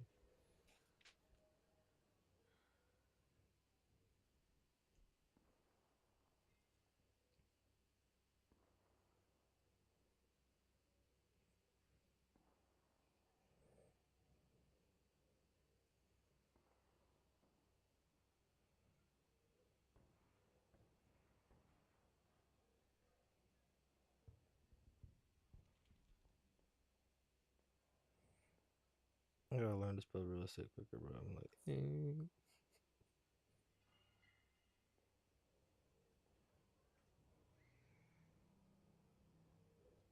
Just ask what she doing, lady. You talking too much, bro. What the fuck?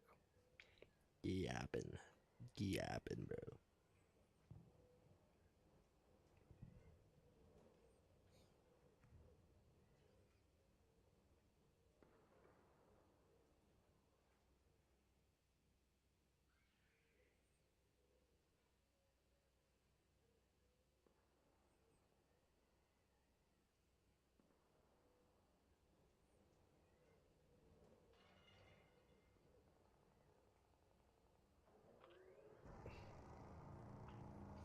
Yeah. Okay, let's go.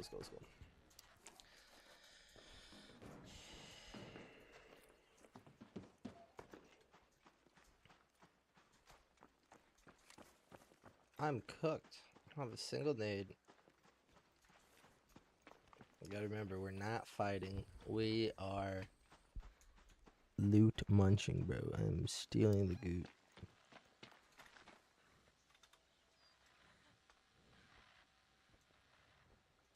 Go to that location. Sorry, sister.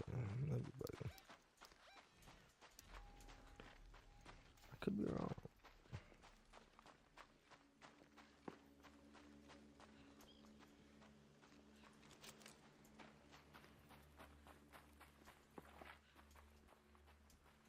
I was definitely right ahead this way, bro.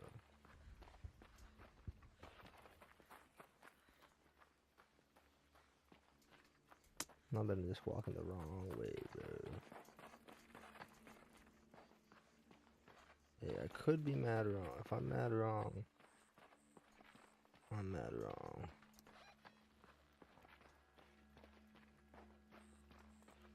I think I'm thinking of the wrong map, bro. I might be thinking of the wrong map. We've seen Raider flares go up over there. That's a good sign. That I'm going the wrong way?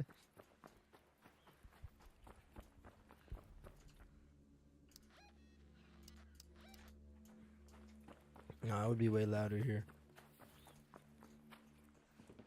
Be way louder.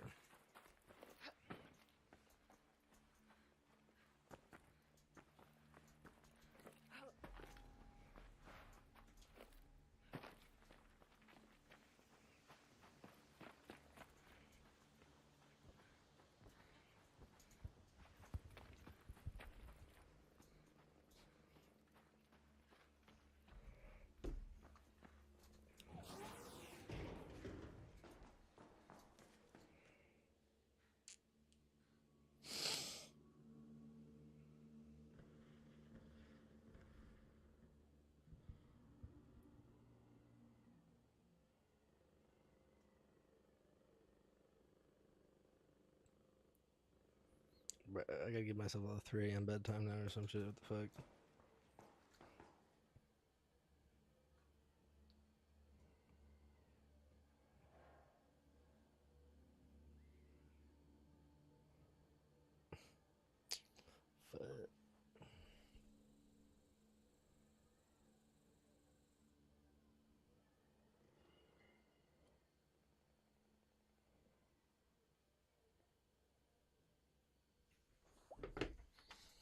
Fuck. Alright. Lock in.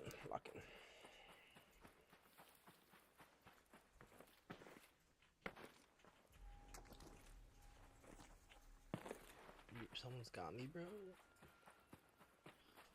Almost 11:30, man. Fuck. How can I do this? I can switch the shareable screen. I could switch my game to the side monitor, which would be a crazy word. 180 hertz on this game is kind of normal. It's my first time seeing it like this. Wow, I'll be honest. Believe it or not, I still hear gunshots from way over there.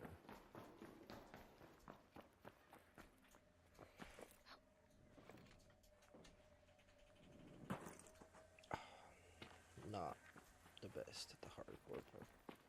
I swear I still hear shots that way.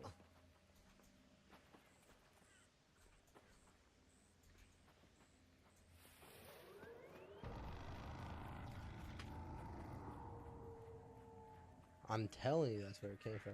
Do I have them on backwards? Is like my left, right, wrong?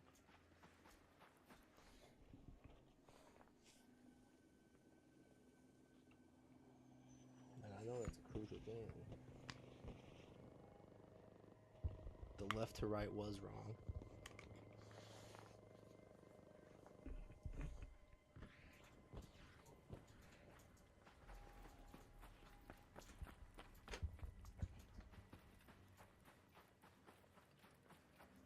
It's getting louder, so I have to be getting closer, right?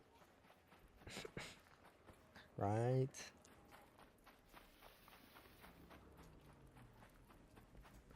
The housemaid.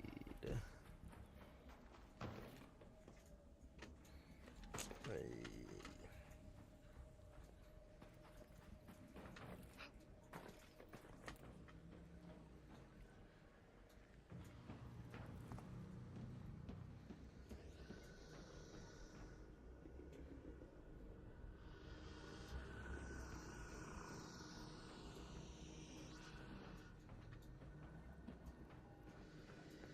Ooh, there it is. Matriarch, the launch pad. Let's get that clanker.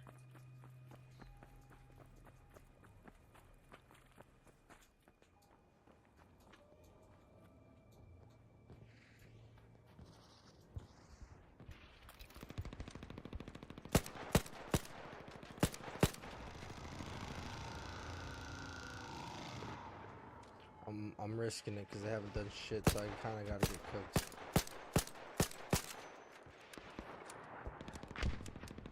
Watch the skies, watch the skies. Oh, bombardier over there too or something. No reason that should be shooting like that.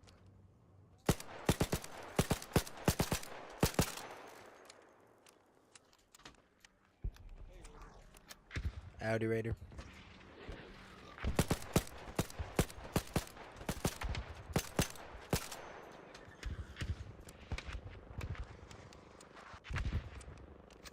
Hey, I really ain't doing shit from up here.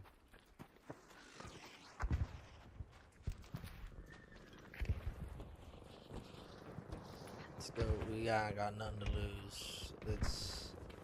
Let's go. Let's go help out the troops.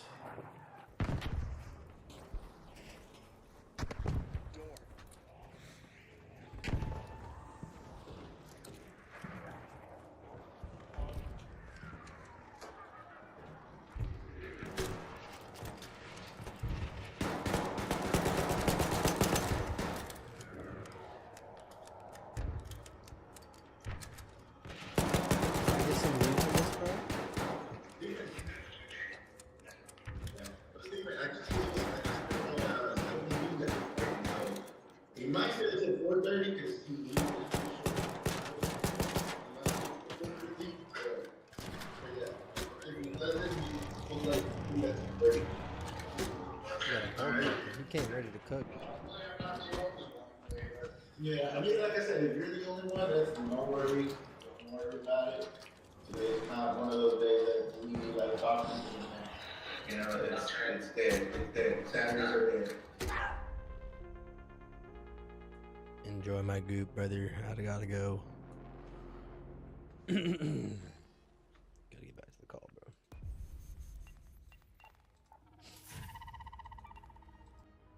I didn't have shit, but I got Band-Aid and some defibs. You know, I might be able to help bro survive a little longer, and that's really the important part.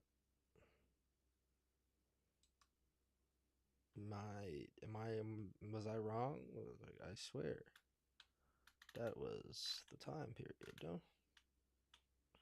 Killed myself for no reason? Alright, alrighty then. Is there a way to hide this shit? Like, full screen?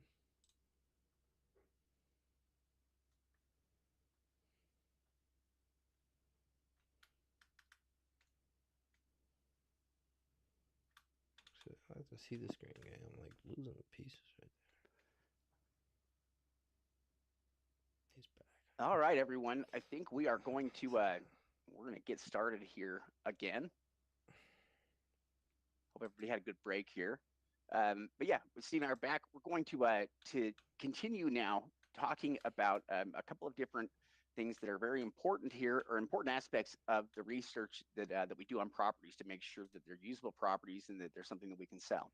So we're going to focus on that here for the next little bit, and also discussing property valuations. Now, zoning, because a lot of our students do focus on land, this is an issue that's very important with land. I mean, if you buy a home or something, the zoning is important for property use, but it's especially important with land because the lot itself has to meet a set criteria here in order to be usable. That's kind of what zoning ordinances essentially are. Property usability is not a factor of state law or even county law in most cases. It's usually a matter of what the local government there says. So we might be talking about a village or a township. Essentially, every city, village, town, any kind of entity like that is going to have its own laws, including zoning laws or ordinances, as they're often called. And these ordinances cover things from property. It really covers everything about in the area, from what is acceptable, what properties can be used for, what they can't be used for. And along with zoning ordinances, they have qualifications, or at least they have a list of what the requirements are in order to meet some of those classifications. And so we're going to be talking today about how we go through, find, and make sure that properties that we're dealing with are usable. You know, that they need to be accessible by public road. That's an obvious one here, or else they're landlocked. Accessible by public but road. Beyond being accessible, they need to be usable according to the local ordinances, and that's what we're going to be talking about here with zoning. Yeah, exactly. Kind of like I talked about there in North Little Rock, where they had changed their law and now required a 7,000 square foot lot to be a buildable lot. You know, it's going to make a big difference in buying that, if it's going to be a good investment or bad.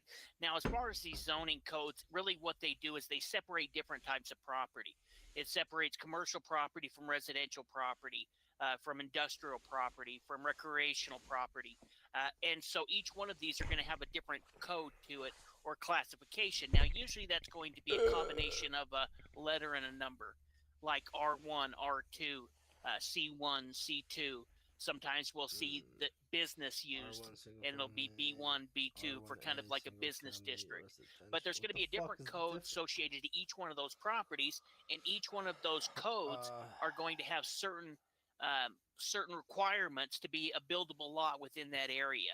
So, you know, an R1 code may require 10,000 square feet, where an R2 code only requires 7,000 square feet, where maybe an R requires 5,000 square feet. But one of the biggest and most important things that we need to do investing in tax deed land is make sure that the property has both use and value. That's kind of one of our mantras, so to speak, is the property needs to have use and value if it's something that we're going to be interested in. And so when it comes to buying land, if it's not a usable, buildable lot, in most cases, we're going to disregard that lot because it really limits who we can sell it to. If we buy one of these lots that needs to be 7,000 square feet to be a buildable lot, our only real choice is to try to sell it to one of the neighbors. And chances are we're going to lose money on it. So it's important we check to make sure that that lot is a buildable lot by looking at the city code and the city zoning map to determine if it is going to be a buildable lot or not. Research. Yeah, really, for residential housing, the numbers tend to go up with density of housing. So what starts off as R1 residential tends to go, as it goes up, you have more dense housing, which basically has smaller requirements for square footage and other things that are related to that. And so, yeah, we'll be able to talk about this here specifically as we get into some of the examples that we're going to show you. So who is it you can contact to get answers? Well, usually we can find the answers online. In fact, most of the time we can find the answers and we don't actually need to call anybody. But there's also cases that we've had lots of properties, and we do this a lot, and where we've struggled to find the answers. Sometimes it's not clear. There are counties that operate a little bit differently. We've had plenty of cases where we've needed to call into the city offices there, or planning or zoning, in order to get something answered, like a usability question, because it wasn't clear in what they had written out. And it turned out, I know in some of the cases that we've looked at where that's happened, the local area has used rules that we haven't really been familiar with or seen before. And so, it's something, a lot of times you just don't know what you don't know when you're, your first time in an area. And so it's something that you can learn as you start to understand the area a little bit better. But that's one of the things that we're trying to determine when we go into a new city or into a new area is, what is a usable property, so we have something to measure properties up against. Yeah, and when we're talking about these different type of properties, who's going to be in charge of the zoning is going to depend if the property is located within city limits or not. So a lot of the building lots that we are going to look at are going to be located within city limits. And if it's located within a city limit, there's a 99% chance that the city is the one that created the zoning. So for properties within cities, we're going to be looking to the city for the zoning information. And many times we're going to be able to find that online. Like Shade said, if we're not able to, then we can make a quick call to the zoning department within that city or send them an email to find out more details. If the property is located in a more rural area, outside city limits, well, then it's probably the county that's created the zoning, because the particular property is going to relate to whoever created the zoning for that. So if it's within a city, we're going to be contacting the city. If it's in the county, we're going to be contacting the county. But this is really the number one risk associated with tax deed land investing, is making sure that it's usable. I mean, even if we bought a property that maybe had a little bit lower value and it was an oversaturated market, if it's usable, at least we can hopefully find somebody to pick it up. But if it's not usable, then we're really limiting who we can sell it to. And so that's the reason why we've got to research the minimum lot size for any piece of land that we buy, so that we understand what the zoning is. Plus, if we win the property, this is going to be important information that we're going to be able to give to the buyer. So even though a lot looks like it may be the same size, that doesn't necessarily mean that that's going to work, because that may be an old zoning code from 1986 or 1975 when they actually made the lots, and now the city has updated that. In fact, I think cities have done a disadvantage to themselves. What some of these cities have done is they used to have a lot that was a buildable lot, and now they've made that bigger, thinking that, well, if we make the lots bigger, we're going to be able to improve our communities. Well, what happens is that means that those lots are no longer usable. And if somebody is going to put a new construction property on it, regardless if it's 5,000 or 7,000 square feet, that's going to be a new construction within the area. And so what they've done is now they are going to have more vacant lots that aren't being used. The city's going to go out and have to maintain and try to keep up. because they've changed the law. So it's important we check into it. Lot size, well, and by doing that, essentially what they do is before what would have just required one lot in order to build a house now suddenly requires two. And I suppose the goal in doing so is they're trying to bring up their property values, but I don't think it works to bring up property values, by doing so, because like Steve said, essentially they just end up with more useless land when they do this. So, if they do make all the properties in this, so if it was originally when it was subdivided, if this was a usable lot and they've got all these lots here in the area, if all of those suddenly become unusable, it doesn't tend to help property sales or development in the area. It tends to hurt it more than anything. But that's what we need to figure out.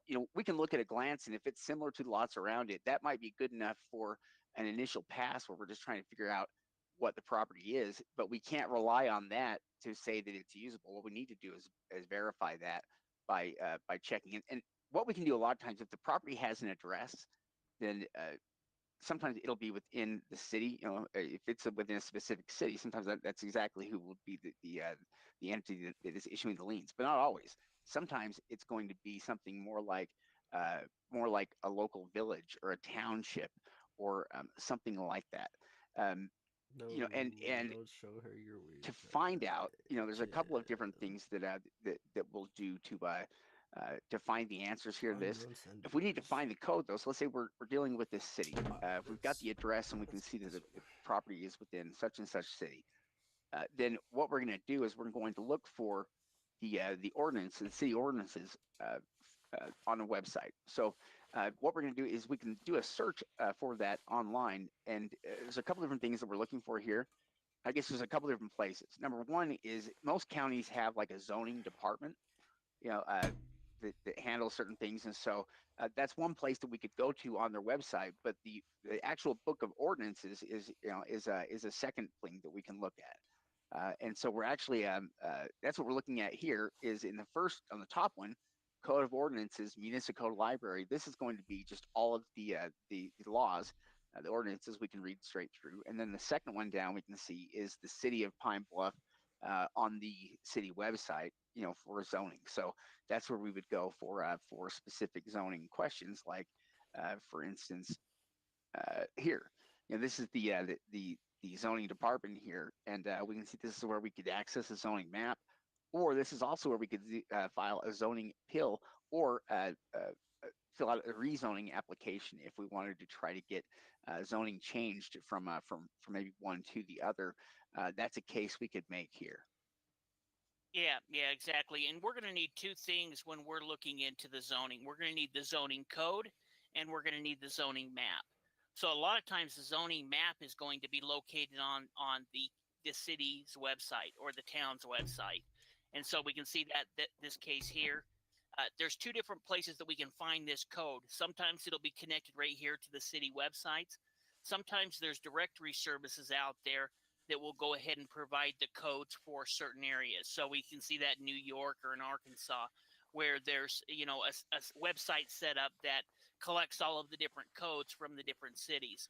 But we're going to need both of those information to be able to determine if it's going to be a buildable lot. So the code is going to look something like this. Every single city is going to have a list of ordinances. And within those ordinances, there's going to be a chapter that's on zoning. So if we look over here to the left, we can see all kinds of different chapters. There's administration, there's alcoholic beverages, there's animals, aviation. What we're looking for is that zoning codes, because the zoning code is where we're going to find that information. A lot of times it's going to be underneath district code. So we can see here, we can see the zoning chapter 29. And then down there, we can see the article district regulations. And then we have a bunch of different district regulations there, R1, R2, R3, R4. So this is where we would go to find out what the different requirements are as far as each one of those individual codes. Yeah, essentially they're providing definitions here, in these ordinances for what each one of these districts are. And so what we can do is we can dig into those and figure out what the one is for the one we have. So if our properties are R1, we can see what the requirements are for R1 residential. That can tell us it'll have a square footage requirement there. It may have a width or length requirement. it could have a utility requirement. You don't really know until you dig into that. Now, in terms of plat maps, you saw that we could access the plat map here from the city website, and I didn't do that right. What these allow us to do is they allow us to see all of the street names, property lines as well. And then they have, they use the coloring there to help us see, where zoning is and when it changes. I was doing good. And so essentially what we do whenever we find one of these is we're going to obviously zoom into where our property is located at on this map. So it's helpful if you've been looking at your property from a map, if you kind of know what part of the city or the county that it falls within, that can help you a little bit when it comes to knowing where you're going to zone it, zoom in into to locate your property.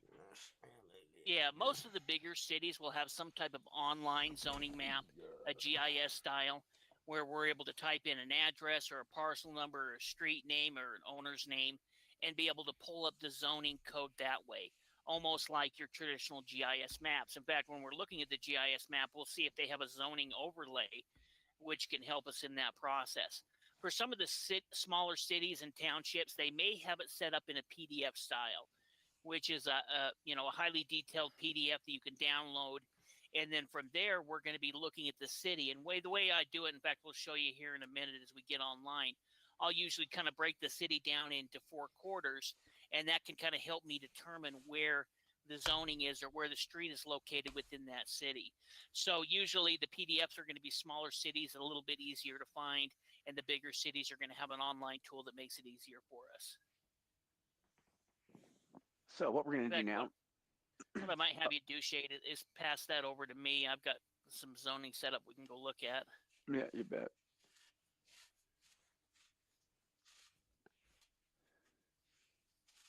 Okay.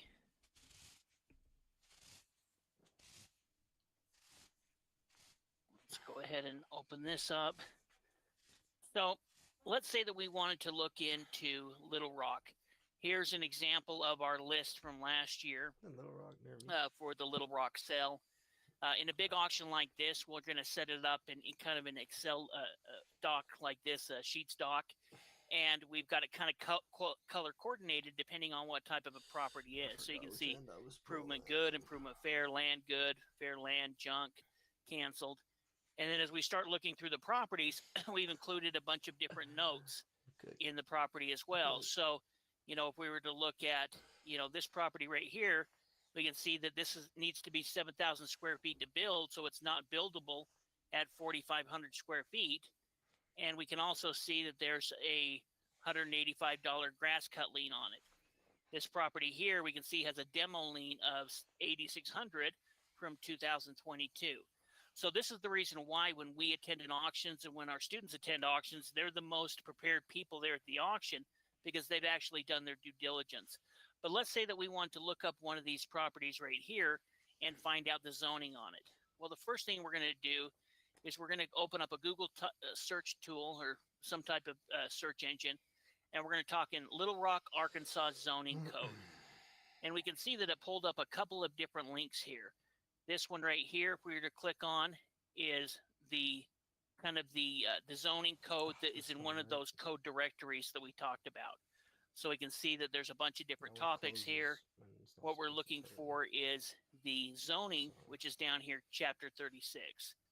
So we can click on that. We can also see a couple of other links here. Here goes back to the city. Here's a PDF. Here goes to the zoning within the city. Well, here's a PDF that kind of breaks it down a little bit easier for us with some of these different zoning codes. So here we can see in R1, so we're going to require 15,000 square feet to be a buildable lot. If we were to go here, look in this code, what we're looking for is we talked about kind of the definitions or the district regulations, excuse me. So as we're coming down here, here's the establishment of zoning districts and zoning map. And as we scroll down here further, we can see, okay, there's R1, R2, R3.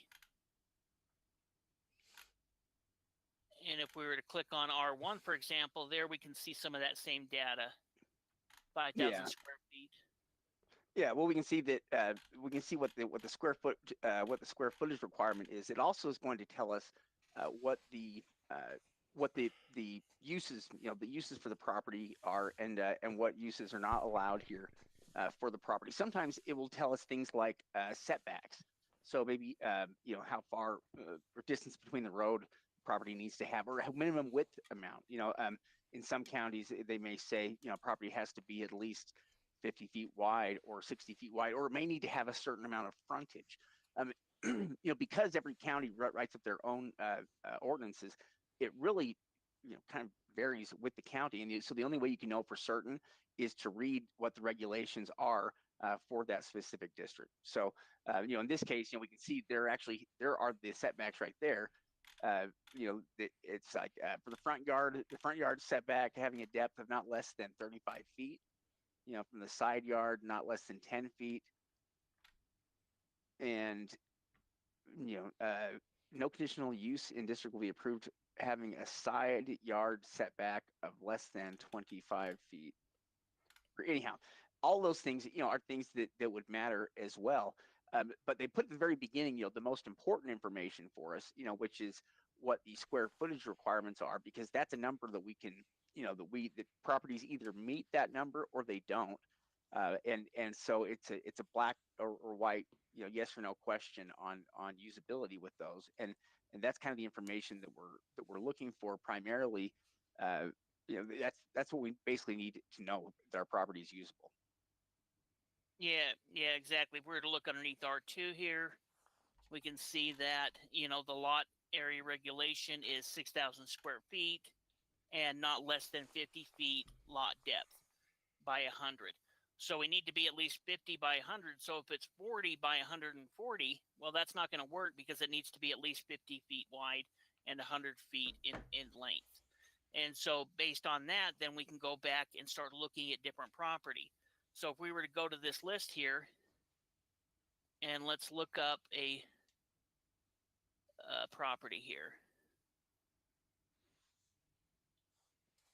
Now, what I'm going to do is I've got kind of the regulations here, so I know.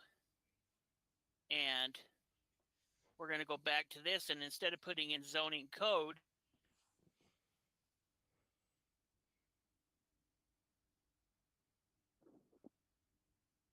Oh, you cut out for a second there. Let's see if it comes back. For some reason, I don't know why I can't hear you.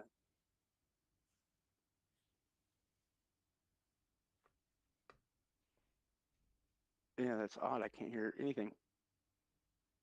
Let me just make sure here. I think people can still hear me. But yeah, I can't hear you. We should probably ask people real quick here. Oh, good. Good. You see here. Okay, so I think somebody can hear me. I believe I'm talking at least, or yeah, I'm pretty sure people can only hear me right now. Yeah, sorry about that. Are you starting to hear me okay again now? Yeah. Yep. Got you again. Sorry about that. So we're going to go ahead and type in zoning map. And here we can see, here's a PDF.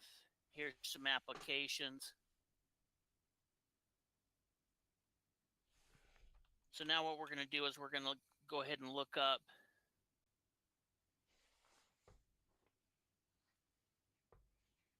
the zoning code here. So here we can see we come here to where we've got some different map applications. Here's interactive zoning data, official zoning PDFs.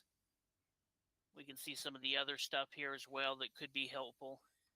We're going to go ahead and click on this link here, which will be the interactive map. And then we can come here to the search tool. I'm going to go ahead and type in that address. So there we can see it right there.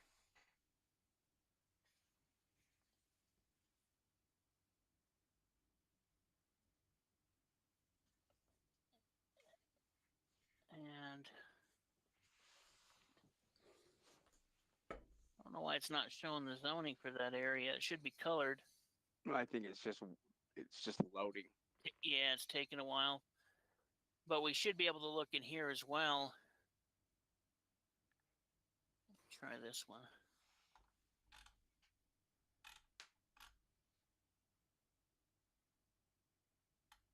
And if it's having any problem, just go to the PDF.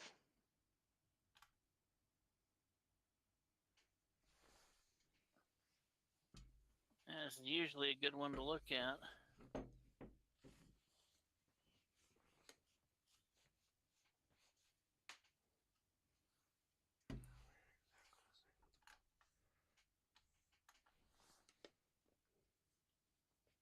I don't know what's going on with it today.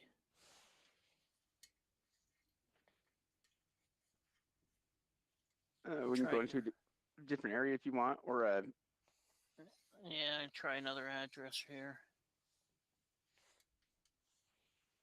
We could go into a different area too. It won't matter.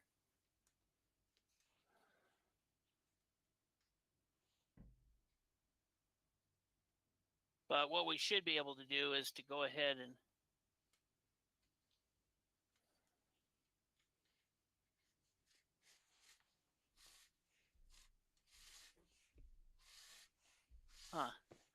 I don't know what's going on with that. We could try looking up North Little Rock.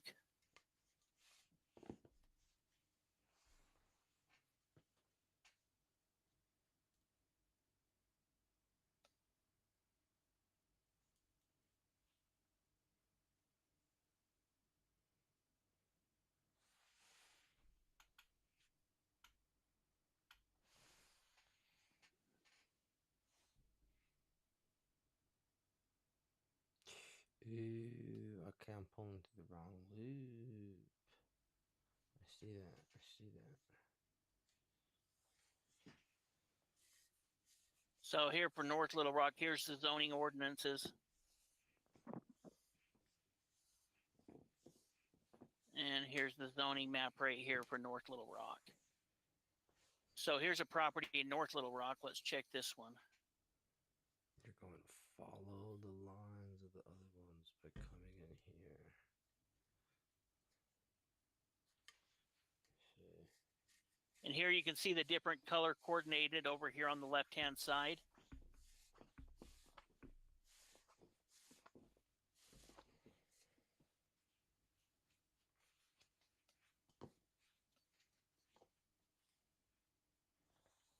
So as we scroll it out, we should be able to see the different colors of some of these different areas as it starts moving in. No, maybe. What the fuck? It's so dumb that they take this long to pull up sometimes.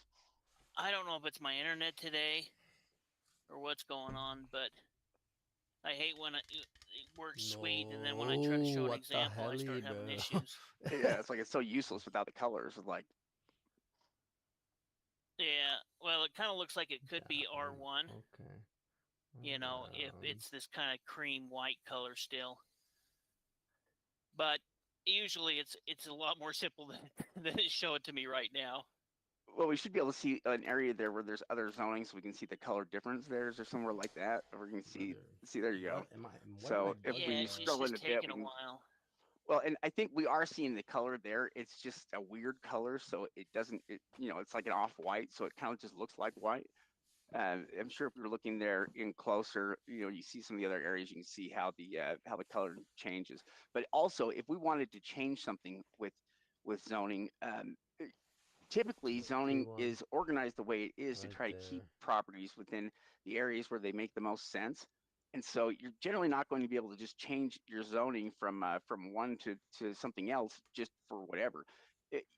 Generally there has to be some kind of a reason or an argument that you can make for it. Like, you know, like for instance, if properties nearby are commercial or something like that, if you're trying to make a change, or if you know, if you're trying to push for a different type of residential zoning, maybe you're trying to turn it into a duplex or something like that. Whatever it is, you need to make a case for whatever you know the zoning changes would need to be. Most of the time, we don't have to deal with any of that stuff, but it is something that's possible for people to do. You know, after they buy, it's also a way that you can increase property value in a lot of ways. Yeah. So here it's starting to look. So here we can see, you know, this property is on address for Timberline. It's this lot right here. you know, we can get an idea of the color of the property. So over here, it looks like it's going to be R1 coating. Looks kind of that cream. We can see that this property right here, this red, is R4 zoning. Or no, actually, this could be R4. Yeah. That's right. Yeah. So we've got R4 there in kind of the darker maroon, and then we've got C3, commercial 3 there in the red. Oh, and there's a lighter pink. There's also a commercial C2, I think, down there as well. Yeah, exactly. So in this case, we would need to look up R1 and see, is this a buildable lot, based on the size. Now, I already know R1 in this particular area is going to be a bigger lot than this one, so this one's going to be too small to probably be a buildable lot. Well, how big is that lot? Do we have square footage on it or size or anything? Oh, maybe not. This one actually may be buildable. Let's see. It's 12,000 square feet. So it's about a quarter acre. So it needs to be zoned 7,000 square feet. So it is a buildable lot. This is one that we had. There's also no liens listed on it. So this would have been one of the properties that our students would have bidded on at the right price because it is zoned R1. And based on the size, it is a buildable lot at over 7,000 square feet. Where are the ordinances for this North Little Rock? It seems like we saw this a second ago. Well, that was Little Rock, not North Little Rock. So I'd have to look up the coding right here underneath North Little Rock so that we can see. But I think it's 7,000 square feet and above for most of the residential. So if it's R1, R2, R3, they've kind of made it all 7,000 square feet or larger. So here's the zoning. See, I did it totally. And there looks like maybe that's the districts.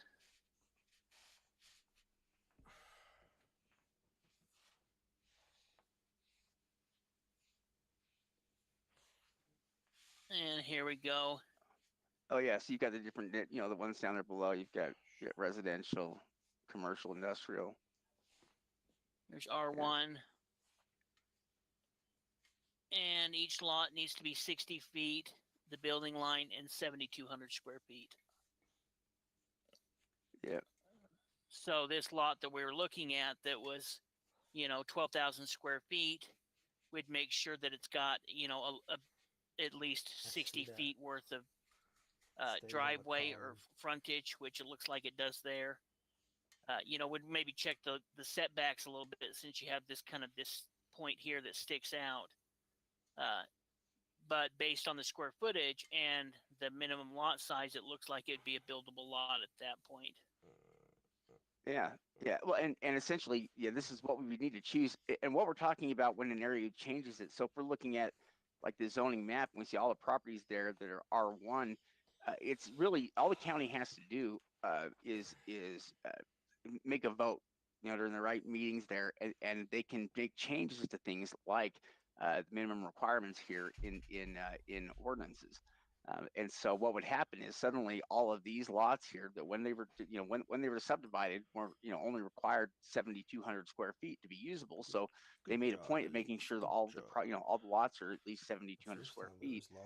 Suddenly require 15,000 square feet of space or 10,000 square feet foot lots. They may just increase it a little bit, but it doesn't matter because all the lots were subdivided for 7,000. So if 10,000 is required, then suddenly none of these lots that we're looking at are usable unless you buy two of them there next to each other. That's what it would take in order to make a property usable. Yeah. In fact, if we look at this property right here, we can see here's the address of the property. It does have some value to it, but and looking to the not, it's a nice lot, but the opening bid is too high. There's, we can see all of the different liens that are on the property. Yeah. And, it needs a minimum lot size of 7,000 square feet to be buildable. So it does look like it's buildable, but we do have quite a bit of liens on it. And we can see here, based on the yellow, I think it's R3 or R2. Well, and with $1,000 in liens against the property, the issue is whatever we cost to win the property at auction. You know, if let's say it takes $500 to win or $1,000 to win the property at auction, suddenly we're way over that 10% threshold or mark that we're looking for on properties that are probably valued right around that range. $1,000 in liens is enough to dramatically change the numbers on an investment that is valued at at $10,000. And so a lot of times, what we're looking at is what percentage of value the lien represents, and in this case, liens at 10% of value is a lot. Yeah, definitely. So that's kind of the process that we're going to go through in looking to make sure it's a buildable lot. We're going to go ahead and check the code, and then we're going to back that code up by the zoning map to make sure that everything looks good. Then at that point, we can know that it's a buildable lot, and we're going to go ahead and bid on it. Let's go ahead and go look at a couple of these lists, and then I'll turn this back over to you here in a second, Shade, and kind of go through some of the processes of looking at the value of some of these properties as well. Yeah. So in fact, we're looking at the Monroe, Pennsylvania properties. We're going to check out values on some of these. Yeah, and kind of go through a little bit of the process of doing that. So here, we do have some links where I've just kind of pulled up that area of where the property is located. But one thing about this is you can see all of this link here is going to take us to the county map information. So let's look up this property right here. So it takes just a second. It'll kind of pull up this heading here, but it'll log over onto the property map here in a minute, and then we can look at the profile and any of the other information right here.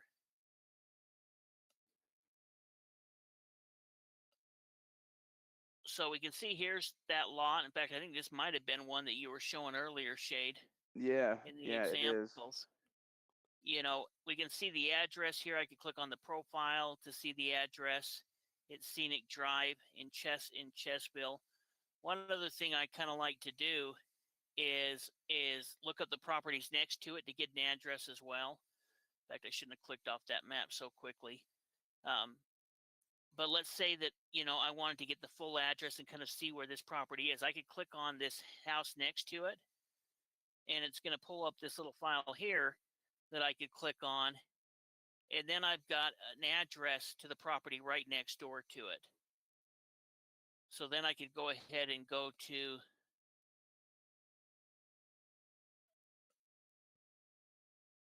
Google Maps.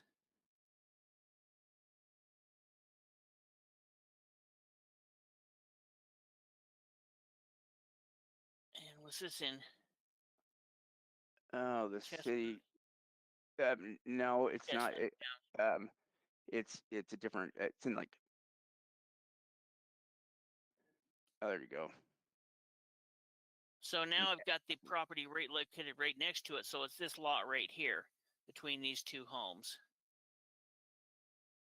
Now we can take that address and go back to Redfin. And like Shade showed you earlier, we're going to type in that address, but we're going to go ahead and take off the number so that we can pull up just that street. Now you can see here's where that street's located. And we can see all of the different properties that are for sale around here. Now we want to just look at land. So I'm going to filter out any of the other properties, just click on land. So we can see just in this area, there's about 9 homes for sale. Now we're looking at a pretty small area. We may go ahead and expand that a little bit to give us some more comps. Then we can look and see which properties are the lowest properties. So we can see that the cheapest one starts at $4,200, and this one here is at $69, and we can see kind of where they're located. So here's 69. Now we know our property is right around here, so the closest comps are one for 17, 30, and 25. Now also one thing we can do is when we're looking at the for sale properties, we can look at some of the other properties to get an idea if they may have HOA dues. So we can see up here in this area, it's $78 a month. That's one of the higher ones that I've seen. We'll check this one here that's close by. This one's $69 a month. So this particular area looks like it may have a little bit higher HOA, which may, may determine that we don't buy within this area depending on the property value. But then what we'll also do is check the sold comps and see what properties have sold for. So the closest properties here, and it's probably this Indian Mountain Lake. That's probably the HOA that we're going to have to look into. But what's kind of a little bit weird is some of these HOAs have kind of been a little bit different as far as what they're asking on the for sale. Usually I'll see them and they'll be pretty similar, but this one's showing us some different numbers. So we'd have to look into a little bit more of this Indian Mountain Lake area. But here we see a property that sold for 28, 28, 29, 46. And we can see that there's some cheaper properties out here around it, but at least the ones that are closer to where this one have a little bit higher value. Yeah, in fact, that's kind of what we're looking at. These are going to be our best comps.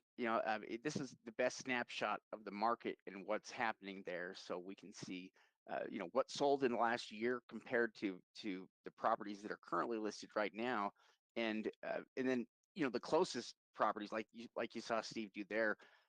We weren't just looking at necessarily the cheapest, although we always want to know what the cheapest properties are in the area, kind of what they start at, because that's going to tell us the bottom of the market. It can also help us identify markets that are saturated with too much cheap property. But these are going to be our most accurate comps of the properties that are closest to our property, and sold. The sold properties are just undeniable proof of value. And so, we can use any of these solds, especially if they're similar to our property, very similar, then they can be a very accurate indication of what the property's worth. Yeah, exactly. And when we're listing property, we may use similar type of photos in our listings. Now, the one thing that this listing doesn't have a lot of information on is the actual property outline, like the lot line or the GIS map or anything like that. We would include some of those along with some of this other information about the lakes and golf courses and parks or anything like that else that's near the area. Yeah, what's one thing that you'll find, and it's interesting, it's worth doing, especially when you're looking at investing in an area, is look at some of the other ads that are up there, property ads, and what you'll find is most of your property ads have tons of major problems, or at least the majority are not great ads. You occasionally have ads that are great, and those are the ones that you want to try to duplicate or kind of copy. They're going to be the ads that are the most appealing. They provide the most information. So images are really important with ads. If you ever see ads that don't have any images, they never get any attention. And the fewer images you have, generally the less attention you're going to get. So the more images that you can provide there, the better. But also, it needs to be information that images that convey information, like, for instance, property lines, like an overhead image of the property, like this would have been really smart to include in that listing, so that a prospective buyer knows where it's at. It's hard to it's hard to know how interested you might be in that particular property, if you can't identify where it's located at. I think that's one of the things that people have to be able to do is know precise location, precise property boundaries, and then some of this other information on top of that will be helpful. Yeah, absolutely. And we can kind of do the same thing with this property right here. This is this property right here that's listed. Include the link back to kind of where it's located, right around here. We can see it through the GIS map here. Yeah, and it's in a little cul-de-sac. Sometimes they can be hard to see. One thing I found that was pretty nice is that on most of these, the roads. Actually, which one was I using last night with the roads?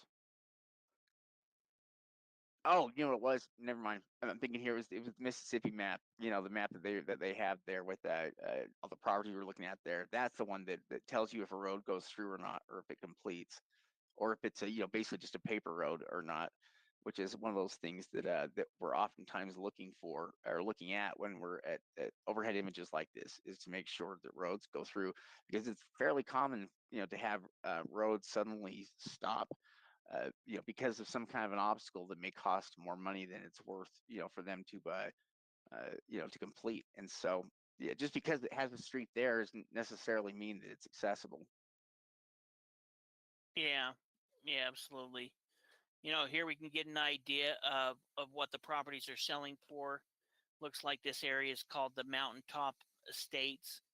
Here's some properties that are currently for sale we can look into. And what we're looking for is any kind of HOA information.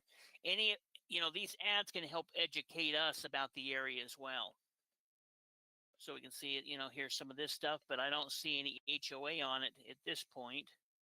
Let's look at another one.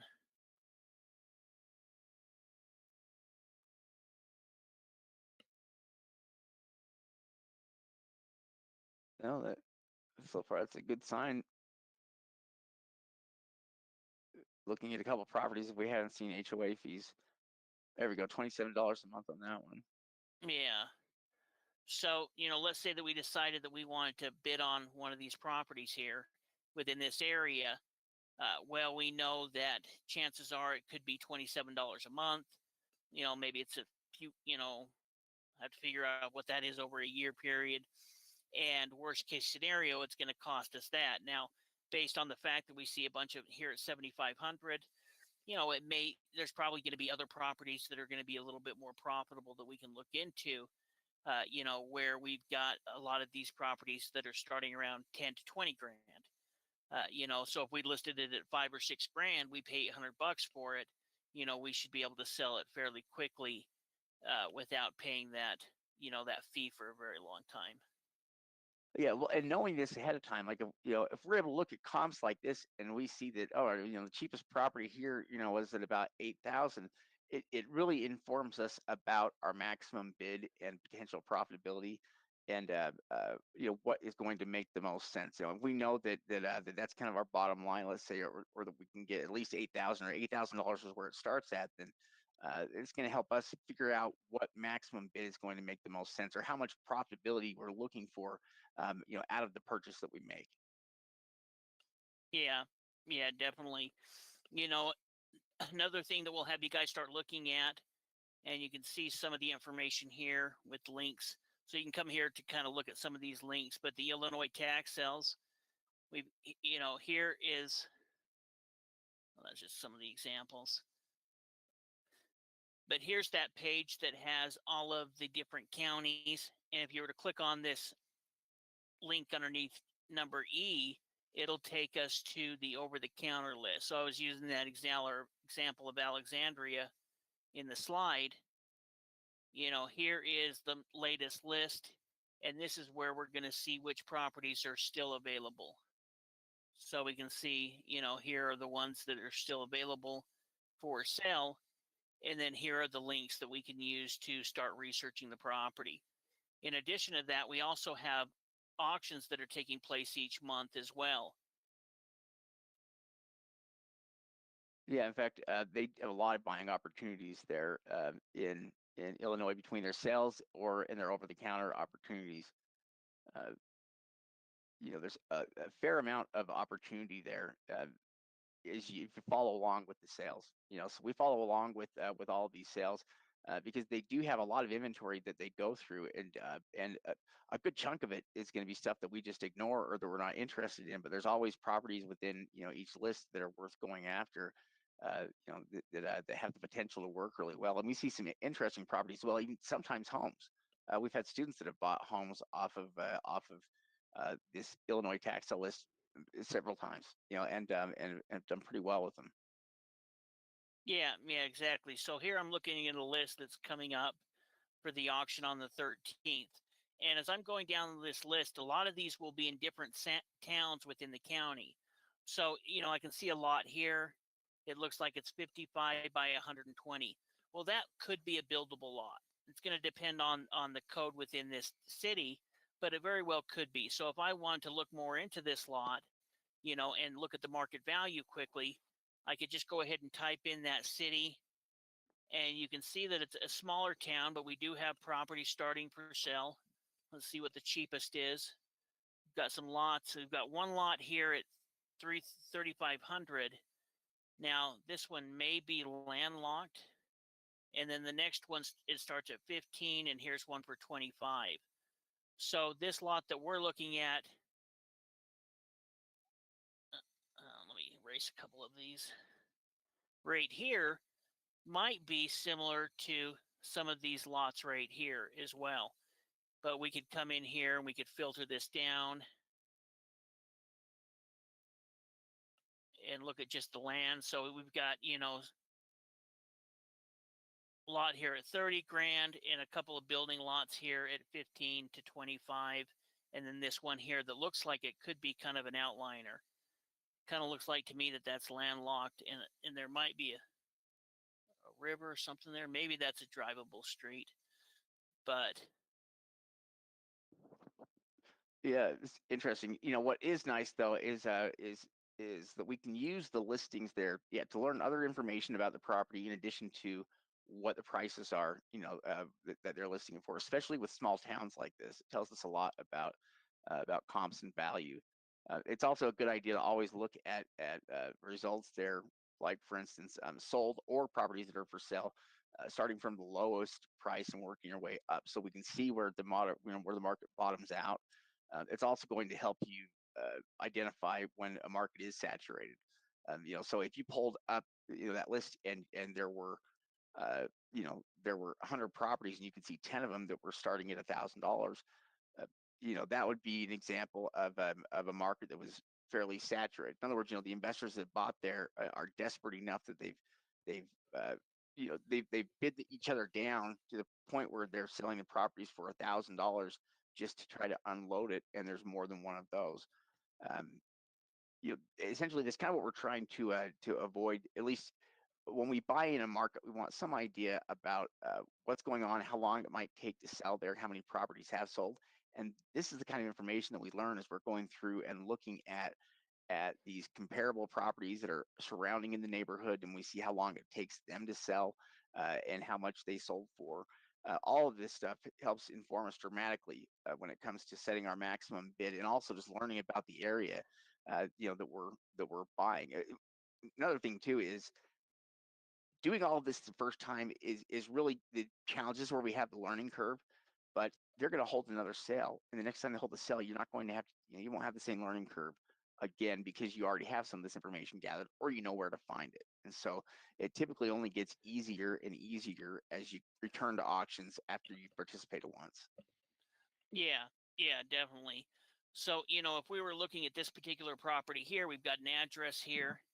You know, if we were to look up that address, we can see that there used to be a mobile home on the property. We can see the image when this was taken. Well, the fact that there's a mobile home, that tells us a few things about the property. It means that it could be connected to water and power. We can definitely see some power lines right here. Electricity, you know, maybe it's connected to a sewer system. Maybe it has a septic. Maybe it's connected to water or a well. You know, any of that information is going to be additional clues to it, but we can see that it used to have a mobile home on it. Now, a question that we would have is will they still allow mobile homes? We can figure that by looking into the zoning. So as we look at the zoning, let's say it's zoned R3. Well, R3 may allow mobile homes, which means that we could resell this as a mobile home lot.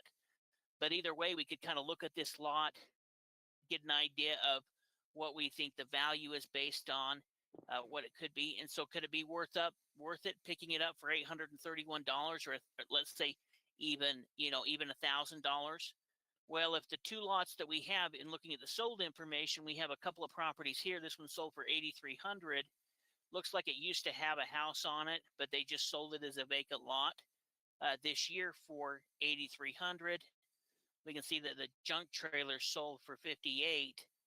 You know, that very well could have been a tax sale property, and then it kind of jumps up to 30, 40, 60 grand.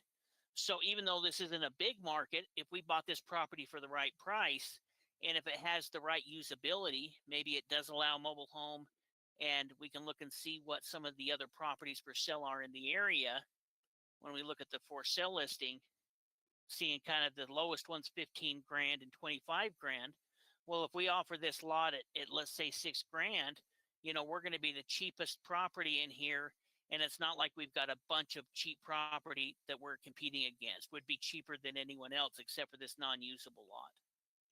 Well, and we'd be probably one of the very few properties in the area for a mobile home, that had all the setups there. I mean, people are always looking for lots that that they can place a mobile home on, so they can get out of the rental fees that they've had forever. And so that's very appealing. In fact, I would say that mobile home lots are highly desired and something you won't have a problem selling at all in most cases. Yeah, well, it looks like that there's a few mobile homes within this area. And so, even a lot like this, even though we're not in a major big city, if we get it for a cheap enough price, then it could make sense to sell it. And let's say that we had somebody who contacted us here and said, I've always wanted to buy a piece of property here, but I don't have the $8,000 to buy the lot from you right now. If I was to give you $2,000 down, would you finance the remaining? Well, in that case, that $2,000 down would cover your payment of, let's say you bought it for $1,000, plus give you some profit. Now you've got somebody who's paying on it monthly, and you're not going to transfer that deed until they've paid it in full. So, when we're talking about tax sale investing, we're talking about figuring out creative solutions where we can help ourselves, help other people, and we can make some money in the process. So, this is the reason why we want you to get a couple of these practice properties so that you can learn how to be able to do this without taking a massive risk on a property as a first-time investor. Yeah, I think that's also a good point that when you're doing wholesale deals, the deals that typically work best are the ones where everybody's winning, everybody's getting what they want out of it. So as the buyer, you're making a good profit on your property, but you're able to sell it quickly and for enough. But for the buyer picking it up, they're going to make money on it as well because they're getting it for a better deal, as a cash buyer. That's part of the appeal of buying wholesale. Is them getting it for a good discounted rate, and that works really well for finding buyers most of the time, because we can usually beat out the pricing of our competitors. We can usually go under them because we paid less on the properties, and so that can be a powerful tool if we're trying to get the property sold quickly. Trying to get a property sold in an area, pricing it cheaper than other properties is a guaranteed way to get to get a certain amount of attention. Yeah, definitely. Well, what I can do, Shade, is I can turn the slides back over to you, and we'll go over the pre-foreclosure slides and talk a little bit about pre-foreclosures, and then call it an afternoon here. Okay.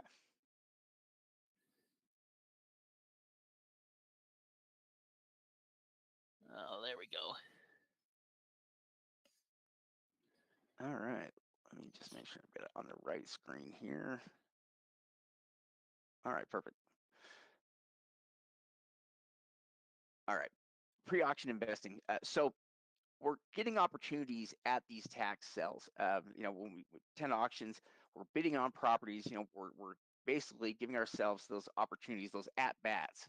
Where we have a chance to swing at properties here. That's what it takes in order to get a deal here eventually. But and we talk about looking at sales in both location-based areas that have regular sales that are happening and also opportunity-based sales. But we also need to extend that to try to get properties that end up redeeming at some point, because what we have when that list comes out, we have a list of buyers that are on the verge of losing the property to foreclosure, and it makes them highly motivated to sell. And we can take advantage of that as long as we act quickly here. Following when the list comes out, we can figure out deals that we can work out with people. This is very common with bank foreclosures, but it hasn't been common with tax sales, at least up to this point. Now we know that obviously this is a strategy that is being picked up, but in tax sales, it's pretty well been ignored for the most part. Yeah, in fact, we created our pre-auction profile. If you guys have got into our home study program and some of our membership program at all, we have 8 different investor profile types. And each profile has a certain strategy, whether that be like an online tax deed investor. And we have how that strategy works and a list where you can use that strategy. So we created this strategy a long time ago. We've been talking about it, but it's to the point now where we really think this year we're going to make sure that all of our coaching students are using this strategy. That way you have multiple streams of income. You have multiple opportunities to buy. We can do this on land. We can do it on homes. We can do it on commercial property. And it's really just a numbers game. If you send enough letters, we're going to get some of those people that respond. And those people that respond are possible deals. And so every single person that's on the call today, we want to make sure that you're implementing this strategy, because if not, you're essentially leaving money and opportunity on the table. Yeah. Yeah, and really it's about finding methods. I mean, ultimately tax sales themselves are really just a finding method for opportunities. And it's about trying to have many different finding methods that are out there for deals that come in. So that you're not completely reliant on what you can win from from the sale. You're also getting opportunities before the auction to pick up properties, which have a lot of benefits associated with being able to do that. There are a couple of different ways that you can go about trying to get properties coming in here. Yeah. Oh, go ahead. I was just going to say, so a couple of different things we can do. We like to take kind of a targeted approach to pre-foreclosure investing, meaning that obviously, if you wanted, you could just send out notices to all of the people that are on a tax sale list. But that isn't really how we want to operate. What we want to do generally is be a little bit more targeting than that, in terms of going after certain types of properties or properties that fit a set criteria. So maybe if we're looking for properties, maybe we send it out on homes, and maybe on land that's valued above a certain amount. Or maybe we're looking for specific types of property that we send them on, or we send it out to. It doesn't have to be all the properties on the list. In fact, it could also be with lots of different auctions here that you can be going through and looking at. The idea, though, is to be able to record some information. You can send out these letters to these targeted properties, the ones that meet the criteria of what you're looking for. That way, anybody that responds back is certainly a property that you want, and a potential deal if you can make the numbers work. Yeah, exactly. If we've already done a little bit of the research, we know that it looks like a usable property. It has value. We've done a quick search and we don't see a bunch of debt connected to the property or liens. Maybe it has a warranty deed. We know when they're contacting us back that there's a good chance they're going to want to be able to do a deal. And so as we do a more targeted approach, we're going to have more people that respond to us versus just sending it out to everyone and people that don't qualify. We might as well send it to properties that could actually qualify or that we could buy. Another strategy that we can use is we could buy land for cash. I don't think this strategy is being used by very many investors. The advantage of buying land for cash is we can do the deal quickly. When we're talking about doing a home, we've got to find a hard money lender if we're not using our own cash. We've got to find an inspector, an appraiser, all of these different things. With land, as long as the deal works out, then we can do it fairly quickly. We can get a title company to quickly do it for us. We don't need any inspections. We don't need any financing. A lot of times these properties, if we're talking about land, aren't going to have any mortgages or debt connected to the property. Many times they're going to have a warranty deed. Many times they're going to have an out-of-state investor. And so all of those strategies, instead of spending $5,000 on buying a piece of land at the auction, you could spend $5,000 doing a pre-foreclosure on a lot and automatically get a warranty deed, which will help you be able to resell it quickly. We talked about this before. We also want to implement multiple strategies. We want to be able to do location-based auctions like Florida and Texas, and we want to do opportunity-based auctions. We can also do multiple year tax liens. So not only can we look into tax deeds, but we can look into redemption deeds. This could be used in obviously Texas, in Georgia, in Tennessee. But then also we could look into tax lien certificates that are near the end of the redemption period. So let's say that you live in Arizona and you wanted to try buying some property in Arizona. Well, looking at tax liens that have 2 to 3 years worth of tax liens and are near foreclosure, that's a motivated buyer. the advantage of doing the pre-foreclosure is I think it could be argued that these are the most motivated property owners on earth, because they have a time set where they're going to lose their property to government foreclosure. This isn't a bank. This isn't anything else that they might be able to stop. If they don't pay the debt, they lose the property. And so we're targeting our approach to some of the most, the most motivated property owners in the country right now by doing this strategy. Yeah, well, what's nice is you can pursue pre-foreclosures in areas that you wouldn't be able to pursue anything with tax sales. So let's say that you're looking just for tax deeds, and redemption deeds don't really work for you. You don't want to have your money tied up for a year or whatever after you buy. Well, what's nice about it is you can use this strategy here in pre-foreclosures to try to work out a deal with property owners here ahead of the sale. And you don't ever have to worry about dealing with the redemption period, because if you work out a deal with somebody, obviously you're gonna buy that before the sale takes place, which also gives you the added benefit of not having been through foreclosure. So you get a warranty deed. That also is a huge deal. That's going to make it much easier. So not only are you getting this property at a deeply discounted price, but you're also getting it without the title issues that tax deeds generally have.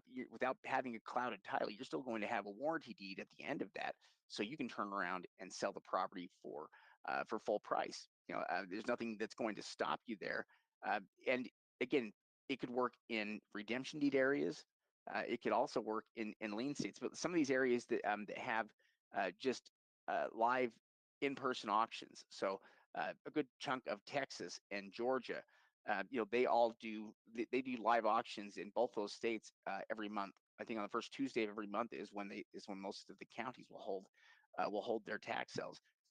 Pre-foreclosures would work well in any of those areas, and really just about any other state as well. I don't know that it has to be those areas, but I think the main point is just that it will work in areas that normally wouldn't work for you with tax sales. So it's kind of a way to open up additional areas to you, just because you could pursue this in places that you aren't doing any kind of tax sale investing in. Well, in some of these redemption deed states, you could do it even after the auction. So let's say that Georgia has an auction coming up next month, and there's properties that bid at the auction. Well, they have a year redemption period. So you could contact that owner and say, hey, your property sold at the auction. Looks like if you don't have this taken care of in a year from now, you're going to lose 100% ownership of it. Are you interested in selling the property? Now, you may have to pay the penalty. It's part of the back taxes. So let's say that it bid to 40 grand and they require a 20% penalty. Well, you may have to pay that on top of it. But if it's a $150,000 house, and we have to pay an extra $5,000 in penalty plus the back taxes, plus giving them some money, we could still pick it up for 30 cents on the dollar and be able to get a warranty deed. So, really, we can almost target any property that's delinquent on their taxes using this strategy. But let's kind of break down the deal a little bit. Let's say, and this is kind of the number that we all want you to target, is doing 100 targeted mailers each month. Well, even if we were to put in 5 minutes of research per letter, so, I think that as you got into areas that you knew how to do, you had system in place, I think you could do it in 2 to 3 minutes. But let's say it takes 5 minutes per property. Well, that would be about 8 hours a month, or around 2 hours a week. So, you're spending 2 hours a week. You're putting out 100 of these targeted mailers. Let's say that the stamps are, about $78 to be able to do 100 stamps. We're into this investment about $100.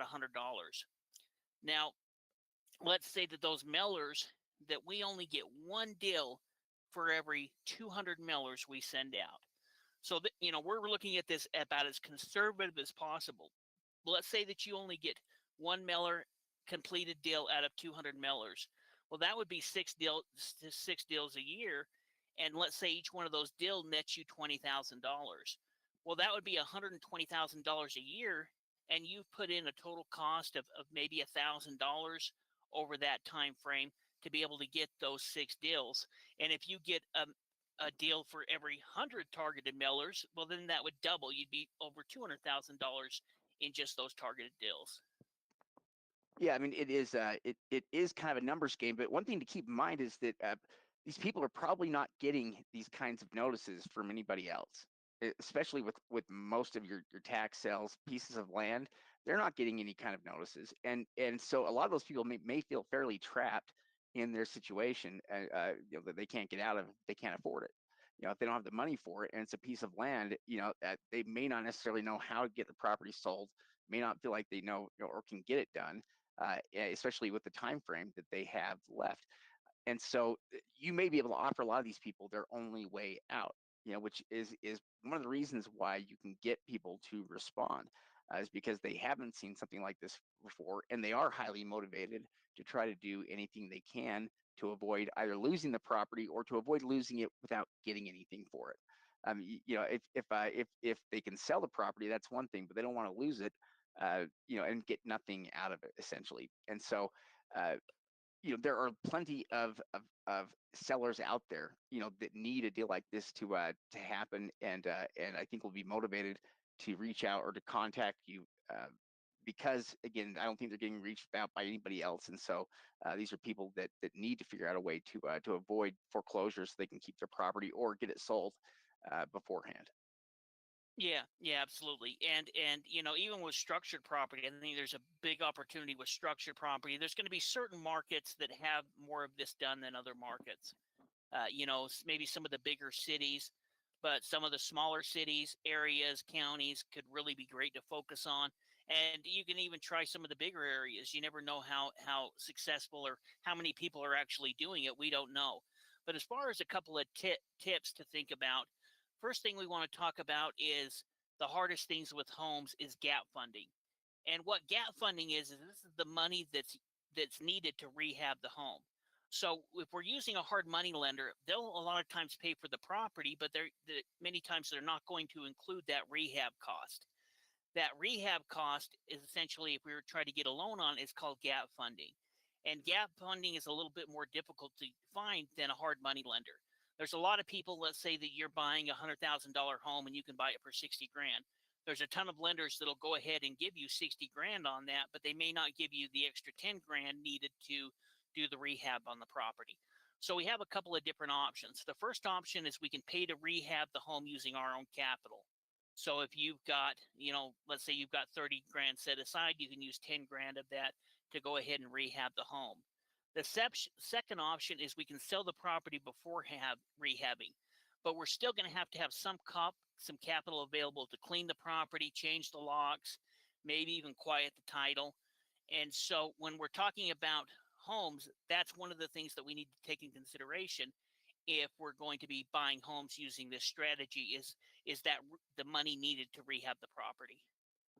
In fact, I think that it's an area where a lot of students, when it comes to improved properties like homes anyway, they get a little bit too hung up on things like the rehab work on the property, when in reality, most of the time, if we acquire something like a property, like that, usually our first inclination is to look for the fastest buyer that we can find and to get the property sold, as quickly as possible. And so that's oftentimes going to be the property, depending on what it looks like at the time, what we want to do is make it appealing to investors, but to some investors, a property that is, that is in need of a rehab and that has everything set up for it, sometimes that is more appealing to them because that's where they make their money. So if you try to sell your property as rehabs all the time, you're removing a certain pool of buyers that are trying to find a rehab deal that they can do. So just because the property needs a rehab doesn't mean that it's not going to be appealing to many investors. What we need to do generally is just to make it investor friendly. So that includes getting it cleaned up so that we don't have junk lying around, getting it secured, having some good images of it as well, on the interior. All of these things can help us when it comes to finding the buyer, and we may not need to do any kind of rehab on it. Most of the properties that sell are done. Students are able to sell these without doing full rehabs. In fact, it's generally something that the end result buyer is going to be more inclined to do. We're really more in a wholesale position where we're picking it up for a good deal, and it's about the speed of the transaction rather than than trying to do a rehab, which could extend the investment by months and months, could cost you a lot of money, and you could lose money, doing that as well. There's no guarantee that the stuff you're doing is going to be what buyers want, and automatically mean you're going to be able to sell the property when it's over. And so a lot of times, the best option is to keep things simple, to not plan on doing any major rehab on the property, but to look for a buyer who wants to do the rehab, who wants to do that part of the property, and so what they're looking for is exactly what you have. Yeah, yeah. In fact, there's a lot of people out there teaching, doing different types of mailers and flyers, and for our opinion, most of that is useless. You're going to be spinning your wheels. In fact, one of our students that we're working with, she had been doing that for a while, doing a bunch of. In fact, I think she even has printers and things that she was using to print off these. Well, the difference is we're targeting these to some of the most, some of the most motivated sellers in the country. Plus, we've already done some due diligence to make sure that a deal can be had. So there's really an opportunity for some of our students to do a full-time business using this strategy. In fact, you may do 60% pre-foreclosure and only 40% auctions, especially if you get systems in place, you're getting deals coming in. There's a lot of ways that we can make money doing this. We can do deals using our own cash, like land. We can do deals using private money and some cash, like a single family home. We can also wholesale the property. And let me kind of explain how this would work. Let's say that you were to have somebody contact you on a home or a property, and you don't have the capital to be able to do that. So maybe or the time, or for whatever reason, it's not going to work out for you personally. Well, what you could do is you could go ahead and get a contract on that home. Say, you know what, I really want to help you. The problem is this is just too big of a deal, or more, it's going to, whatever it is, this is too big of a deal for me to do on my own. But what I want to do, if you allow me to, and if you would like me to, I'll go ahead and see if I can find you a buyer. And then let's say it's 3 weeks before the auction, we could go ahead and get that property under contract at a price and all of that kind of stuff, and then give ourselves an out where, hey, if we don't find a buyer in time, essentially, it's going to expire. Our agreement is going to expire, and then put that out on Craigslist or Facebook Marketplace and see if you can find an investor that you could step in and essentially sell the contract to, doing kind of a wholesale, a traditional wholesale type deal. So, we would put up a Craigslist ad, homeowner is losing their home to tax foreclosure now. Ready to sell, need sell now, contact us today, and get the investors to contact you. You're able to go ahead and sell that to them and make a portion. So maybe you buy it for $40,000, you turn around and you resell it to the investor for $50,000, and you're able to make $10,000 off that deal by giving the deal to somebody else and having them do it, because maybe they have the cash on hand where they could go ahead and pay for that immediately, and you can do that in that time sensitive manner. Yeah, you can also do things like offering a special commission or finder's fees, to realtors, could be a way to get the property sold. I mean, on a deal like that, offering a 10%, let's say you offered, a realtor a 10% bonus, to get this property sold. That's such a large amount compared to what they make on properties that certainly you could have a lot of people that would seek to find you a buyer before they would find a lot of other people buyers, just because it'd be so much more profitable for them. And we can afford to pay 10% if we paid less for the property to start with. Yeah, well, and you can also refer it to other people to essentially start doing the deals. So you could set yourself up with a handful of investors throughout the country, and you're doing pre-foreclosures just to send the deals to them to be able to do the deals, and you take a cut of the deal. In fact, I think as we get this going and we have students that are doing this, if they can't do the deal themselves, maybe they can refer it to one of our other students and say, hey, I've got this deal, I don't have the cash, but we know of a student that does have the cash. We could refer it to them, and you could get paid a finder's fee for referring that deal to another student that is able to do it. So we're going to kind of go through and talk about how we structure this, but we have some different videos that we can refer you back to, one on how to be able to do land deals, and one how to be able to do structured deals. But the first thing we need to do is identify an auction list and pick some properties off that list. Yeah, I mean, really, what we do, we break the pre-foreclosure. I'm sorry, pre-foreclosure deals into two parts, because really, there's two different aspects of it. We have all the stuff that happens here, prior to the sale that we do, and then we have everything that happens after they contact you, or after you get a response back. So when we're looking for deals, again, that's just about identifying different auctions, then picking those properties and recording the information we need in order to send out these letters or mailers, anything that is that we want to send, whether it be a letter or some kind of a flyer, and we can send those out there to the owners, and basically sit back and wait for responses. Once we get a response, that's where we get into part two of the deal here, where we need to start gathering information about the property, about the owner, so that we can make sure that we're covering, we're getting all the information we need in order to calculate the numbers correctly. So, for example, this is where we're going to get the owner information. We're going to ask the owner as well about any liens that they may be aware of here, with the property, or anything that we should be aware of with the property. If there's anything connected or attached to it, we're going to have to know all of that in order to be able to work the deal. We have to have real numbers. We have to be dealing with all of the numbers as well. So things like liens against the property, we need to be made aware of.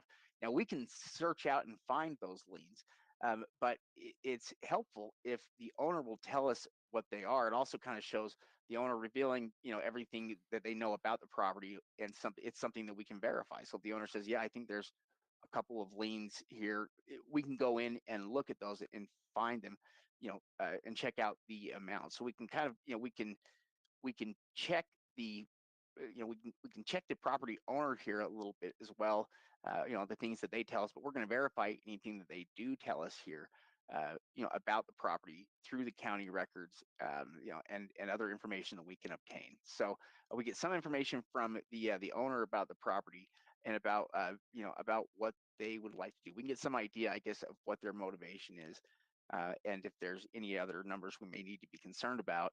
We can also start doing our information to validate or verify that information in the county records. Is kind of what we do next. Yeah, definitely. And as I mentioned, we have two different videos that can take you through each one of these steps. But when talking with an owner, let's say it's a structured property and it's their mother's home or something like that, and they're renting it out, or it's been vacant, we can find a ton of information from them. We can have somebody go over there and take an inspection of the property. We can look at the interior. We can get an appraisal done. We can do all of these things like we would with a traditional real estate deal, which is going to help us determine, what our profit margins are going to be. So there's a lot less guessing in doing these different type of deals. And if we're just flipping land, well, that's going to be pretty basic and pretty easy to do as well. So what we'll do now is we're going to go look at, maybe a Florida county or so, and kind of go through and just show you how easy it is to pull up this information, make a decision on a property, to see if it's going to be a good investment, and then we'll go ahead and call it an afternoon. All right, let's do this then. Let's jump over here.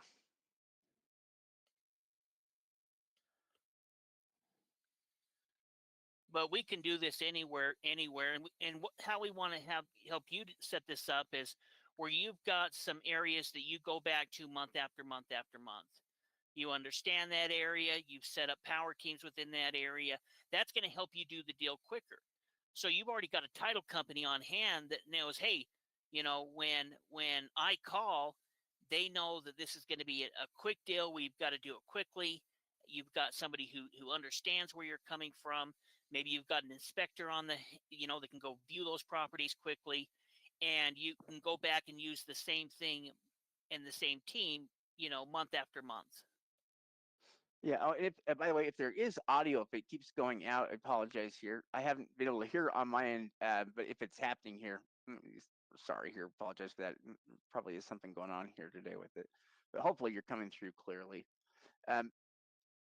All right, so we're going to go into and look at a couple of counties here, and the process we would go through. And then I know that Kathy also had a question about auction registration. Registering for auctions, and I was wondering if we could go through and talk about some of that when we get a chance as well, or if we're looking at any sales. So maybe we can do that as we're checking out sales, as we can go through some of the auction registration stuff. But let's first go through and talk about how we go through this process here of identifying the properties we're going to send out pre-foreclosure letters to. Is there a certain county? Click on a county that has some land, like maybe Lee County. In fact, I was kind of thinking about this. We took some students to Sebring, Florida last year, because they were one of the few counties that were still holding an on-site auction in Florida. And we were looking through and bidding on these different lots, and the lots, bidded pretty aggressively because, there was a lot of people building in that area. They were selling quickly. And I was just looking at all of these different pieces of land that were starting out at $2,000, $3,000, and it probably sold for close to $10,000 that were worth between 20 to 40. And, and so all of these owners that were out of the state, that they were the right type of deals to be able to buy that property before it hit the auction. Yeah, and again, these are not people that are being spammed with information, or most likely a lot of these people probably don't really feel like they've got many options, not really sure how to sell the property, and don't have the money to pay it off. And so, yeah, we can offer them a way out that'll put something in their pocket as well, rather than just losing the property altogether. So again, generally you're going to have a certain class here, or qualifications you want the properties to meet. And so, if it's land properties or if it's homes, we can figure those out pretty quickly here, just checking properties out.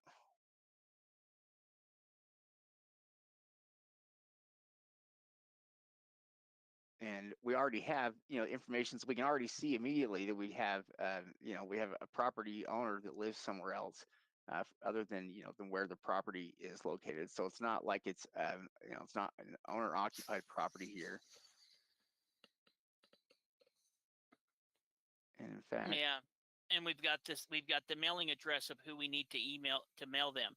So we send it to Juman there at Palm Beach Boulevard. If it's a company too, we can always look up and see if we can find that LLC or company, and maybe they have a more current address. So maybe the address is old. We could look up that, and then we're sending it to, to somebody that nobody else has done that extra step to see where they're at, and have a higher chance of them actually bidding on it. We can look at the sales history and see what type of deed is issued on it.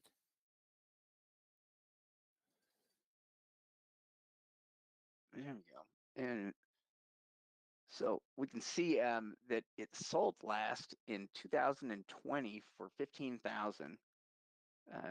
Yeah, as a vacant property. Oh, interesting. So it sold as improved property in 2016 and 1989. So between 89 and 2016, it was improved and it's vacating. And so it must have had, property on there that was demoed.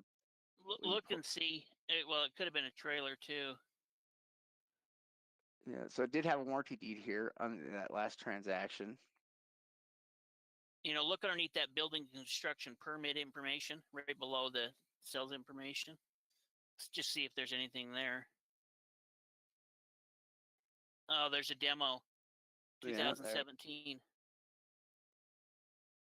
so we were able to access the demo information without actually even needing to look up the property owner. So automatically we know that there was some type of demolition on this house. We would check and see. This very well could have been done by the property owner, but it also could have been done through the city. But we know that, as of quite a few years ago, there used to be a property on it.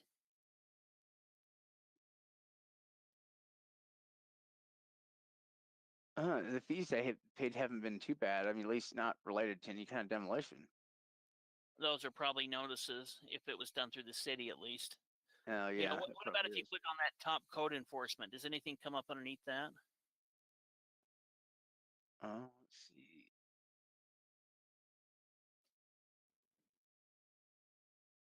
Oh, yeah, look at that. How nice. It allows you to find liens here for Lee County. Yeah. Yeah, there's all kinds of additional tools that the county will have that can help us. We might need to type in some of the ownership information there, or the legal description, but that's definitely the parcel number.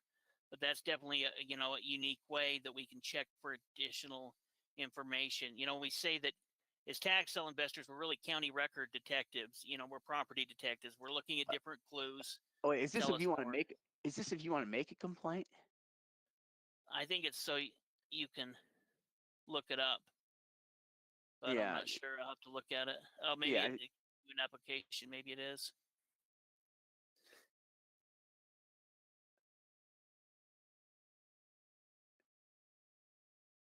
But either way, we know a little bit more about this property, and just based off the fact that it has a demolition on it, we could look and see if there's a lien against it. If there's not, then it could be worth bidding on, or we might just move to a property that doesn't have a structure on it from the past.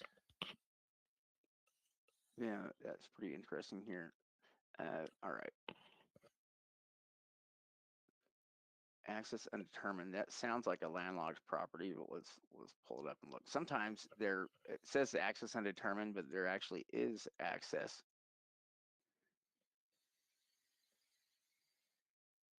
Oh, this looks like it's out in the middle of nowhere, though. It looks like it's right next to the ocean. Yeah, it does. But we can see the owner record up there. We can see it's a P.O. box in Chicago. And so if we did want to contact them, we have that information. We could copy that and put that onto an Excel doc or to a Google Sheets doc with the address, the property information, any notes that we have. Oh, it is like, it is kind of an extra leftover piece of property here. I wonder if you could build on that one side. Over here? Yeah. I don't know. Might not be able to. See how they've got valued. A lot of times, well, look at that. That's crazy. So the valuation on the property went from $8,000, which it's been since 2004. So they suddenly jumped up the value to 43,000 taxable value last year. I wonder what the reason is. I don't know. Maybe they're determining that it's more usable than they thought it was before. Or the property values in that area have jumped up significantly. So the homes and lots within that area have jumped up so much that this property, just as a result of the other properties around it being more valuable, this one has.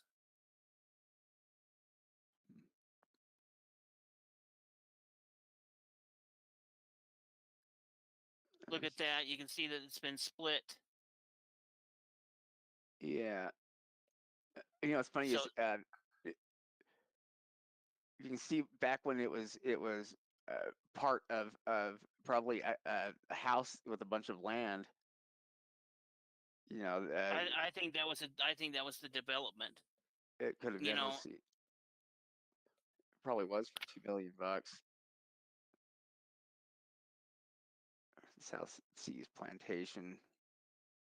I think it was probably a big property that they subdivided into lots, and that lot that we're looking at, it was kind of the junk land, so to speak, of what they. Oh yeah, yeah. In fact, you could go in there. You could see which ones they split off. But no, that would make sense.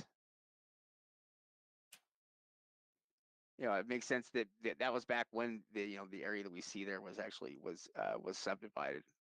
It was right around that time period there. Oh, that's an interesting property, although I don't know about its usability here. Most of your properties are probably going to be fairly straightforward, unless they just don't show up here. Yeah, that one's kind of okay. So we've got $2,500 opening bid amount here on this, $20,000 estimated value. So part of what we're always looking at, or what the bid to value ratio is on the property, and at $2,500, is this property really worth $20,000? Let's see. Let's pull it up and just see what it is really quick. Florida real estate's been really hot for a long time. Yeah, I'll bet it is more. And this would be a good example of the type of deal that we could do a cash deal on. So let's say that we determine that these lots are selling for 25 grand a piece. Well, they owe $2,000 in back taxes. Let's say that we give them 3 grand. We're into the property 6 grand. We turn around and sell it for 25,000. We make 19,000, 18,000 on the deal. Yeah. So here we have an image from March of 2022, and yeah, I love this. We have the properties that are here are going to be probably relatively new constructions, or they could have been built anytime since since the area was subdivided here in Lehigh Acres. But with each one of these properties here, each one of these lots, while we were out driving in this part of Florida, in different parts of Florida here, there are lots of these types of subdivisions out there, that were probably subdivided, years ago, and that had lots of vacant lots, but they're starting to fill up. And what you'll see is property owners will first get the land cleared. They'll clear their lot out for any work that needs to be done on it. Like you can see, they would obviously need to come in here and clear trees and everything, moving back a ways, and then they start bringing in soil, or sand, to try to increase or elevate the property up a bit, because they want to try to get it a little bit more above sea level here, if they can. And then also, most counties are going to have some kind of a fee that they charge, to take a property from being vacant to being able to improved and kind of using it. Those were some of the factors that went into it, but certainly there were a lot of really good deals on properties, and so much construction going on there. Lots like these ones sell really well because there are a lot of people that are that are building there and that are looking for land that they can pick up, or even land that they can hang on. In Florida, real estate's moving well enough that just holding on to property there tends to be profitable, because as it increases in value, you make money on it. So just holding Florida real estate right now, can be a profitable deal, and these kinds of properties are certainly highly desirable. Yeah, well, and then we could take that Paisley Avenue, Lehigh Acres, and we could search just that address on Redfin, and it'll take us right down to that street, and we can see what comps are located right there where the property is located. We can see what's currently for sale, what's sold, and from there, help us determine if it's a lot that we're going to look at all those sales happening. So many. And so we could go ahead and look for just land. We could, scroll out a little bit, so we have, maybe we're looking at about half a mile or a mile's worth of area, and kind of see what the comps are within that. So the property that we were looking at here is on this Paisley Avenue. It's one of these lots. Yeah, it might be that lot right there. Well, in fact, what is our number here? Let me. It's 316 is actually is the one that we need here.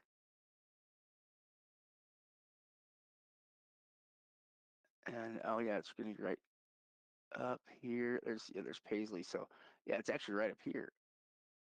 There's 320, and there is 316. So it's right across from this property right here. All right, so we can see where it's at there, and yeah, like Steve was saying, we don't have to back out very far. If we go back even just like a half mile here, we've already got a lot of properties there. We've got a lot of properties listed for sale. Let me switch. Look at all the new construction homes. So you can see that all of those are renderings of new construction. In fact, that one's just a digital one. Hold it down. Look at them all. So you can see that there's a ton of homes being built within this area. Then we can check and see just what land is available for sale to help us give an idea. But we can see there's a ton of new construction happening. What does that mean? That means that these lots are selling. Yeah. All right. So we've got 46 pieces of land in this area. And let's see. Let's price it from low to high. So the cheapest piece of property in the area is for $15,000. We've got 2 properties there. Let's see. Yeah, and then they jump up from there. None of these have been on the market for very long. 5 days, 20 days. Yeah, hardly at all. They're probably moving pretty quickly. And then we jump up into the $20,000 area pretty quick. Yeah. So if we're looking at 46 properties, pieces of land that are listed for sale here right now, and let's see out of what sold here real quick. Let's look for a 3-month period. Let's see how many we have here. And we've got 20 here in that same time period here. And let's look. So we're still looking at it from low to high. There was 1 lot sold for 11,000. Otherwise, 15,000 is kind of the bottom dollar here, and they go up from there. We'd probably look back maybe 6 months or a year or 2 to get it kind of a better idea. But definitely, these are worth. We have a couple that sold for cheaper than that. Those could also include tax deed properties. But probably 20 to 30 grand is what this property is going to sell for. Depending on exactly where it's located. And so if they were to contact us back, we were to buy it for a total of $5 grand. We pay off the back taxes. We're able to, give them a few grand. And now we've got this warranty deed that we can turn around and resell for 25 grand and make, 15 to 20 grand on it. Yeah, if we were trying to win this same property, like let's say that it went to auction and we were participating in the auction trying to win it there, Florida is competitive enough that there's a good chance that this property is going to bid up over 50% of what it's valued at, even though its value might be limited to 30,000. Which we don't generally pursue properties like that. We're not going to pay that high of a percentage for a property that has a limited value like that. And so usually we can't win these properties, or these properties, that we don't really have a real chance at when they go to auction sometimes in Florida because of what other people are willing to pay. So this also kind of gives us a chance to get the property there before it goes into that sale, because if it does go to that sale, a lot of times it's not going to be worth trying to win it for, compared to what other people are willing to pay for it. Well, and if you're already researching these properties in this county anyway, then it could make sense to go ahead and register for the county, put in a 5% deposit, and if the properties do come up and some that you're interested in, you can bid on them. Maybe you're going to get outbid on 90% of them, but you're able to win a few of those properties over the year in this auction at the price that you want. You already have the researching process down, so it's not going to take a lot of time.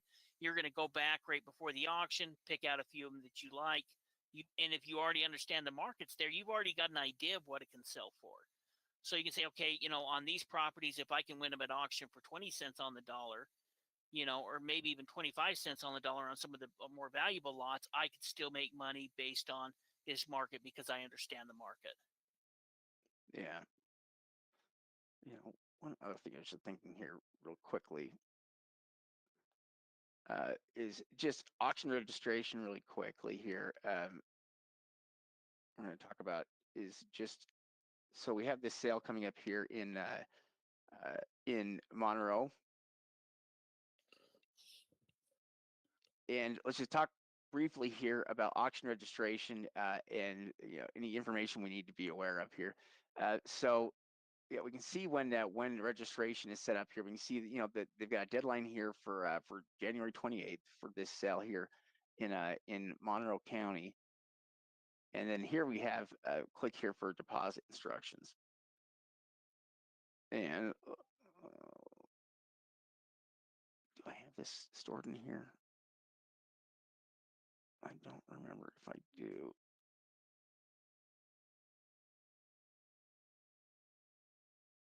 No, I don't. It's part of the reason we have you guys, any of the new students have at least heard this, that we want you to get registered for real auction, bid for assets. It doesn't cost anything to get registered for this system. It's like registering for eBay, and then if you bid on an eBay auction, then you're bidding on the auction.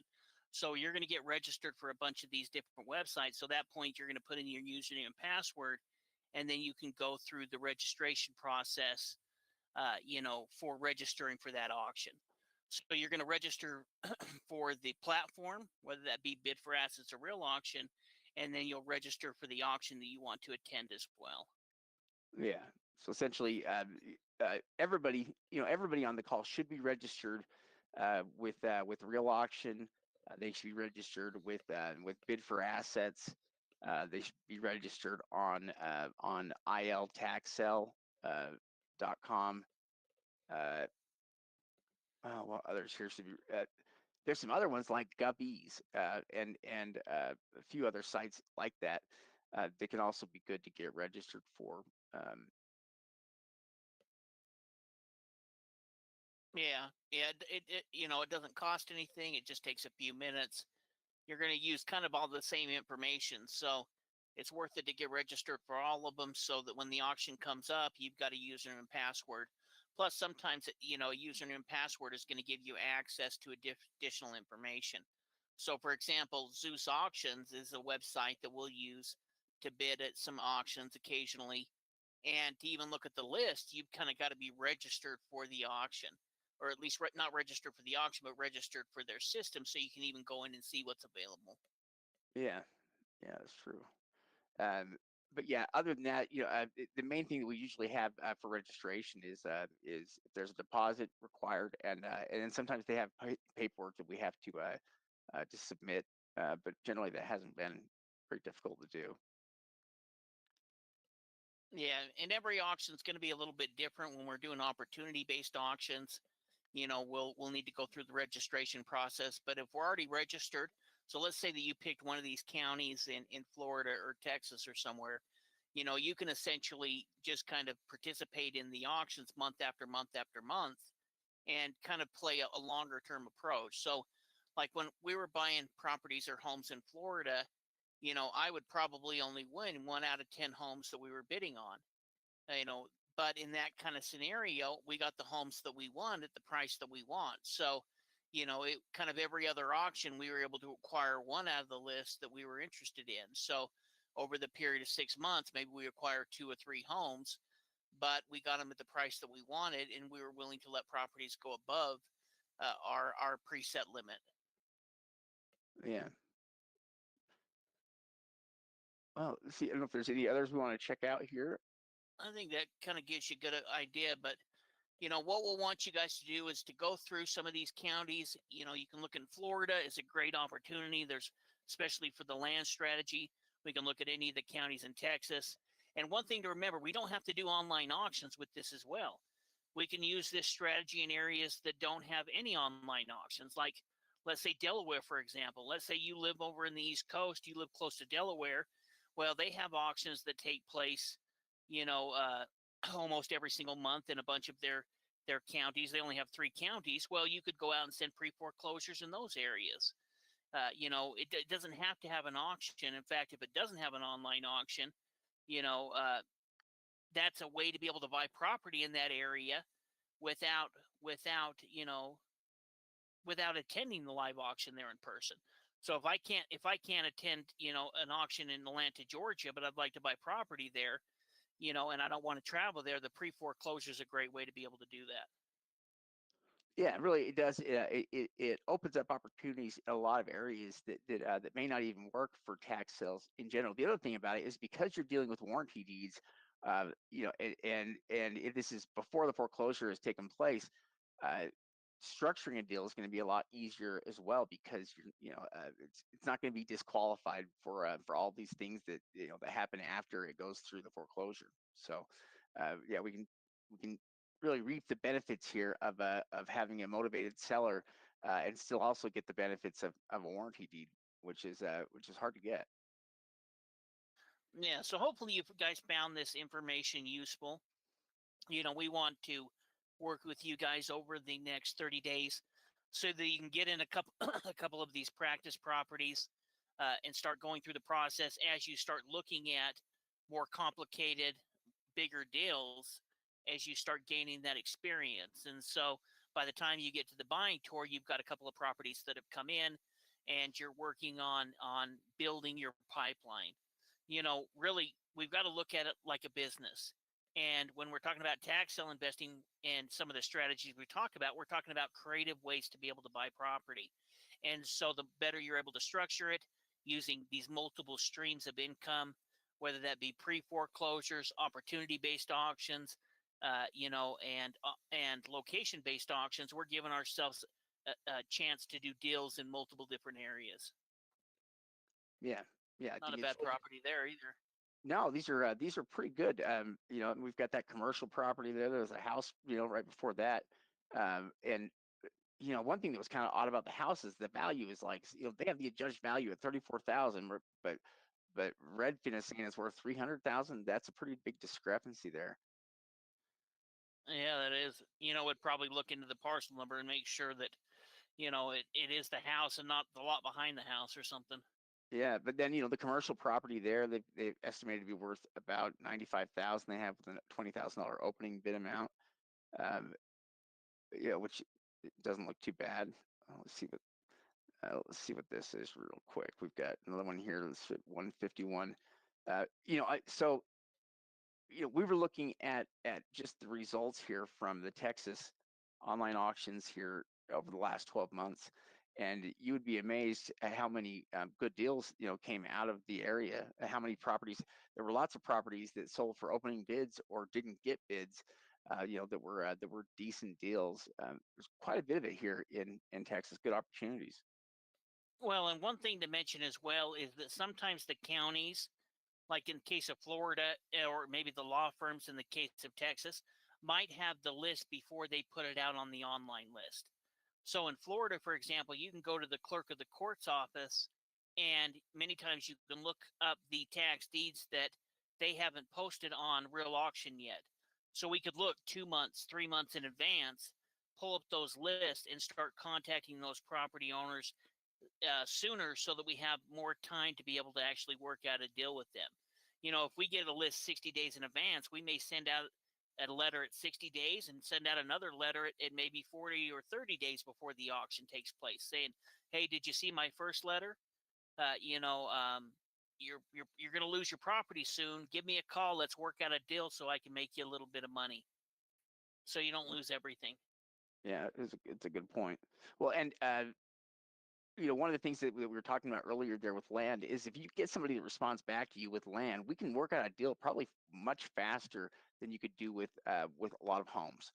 Just because it's going to be more straightforward with land. Essentially, all we've really got to do is make payment on it or get it paid for here, and so it's less for us to accomplish and probably a little bit easier here to do without all of the extra steps that the improvements have.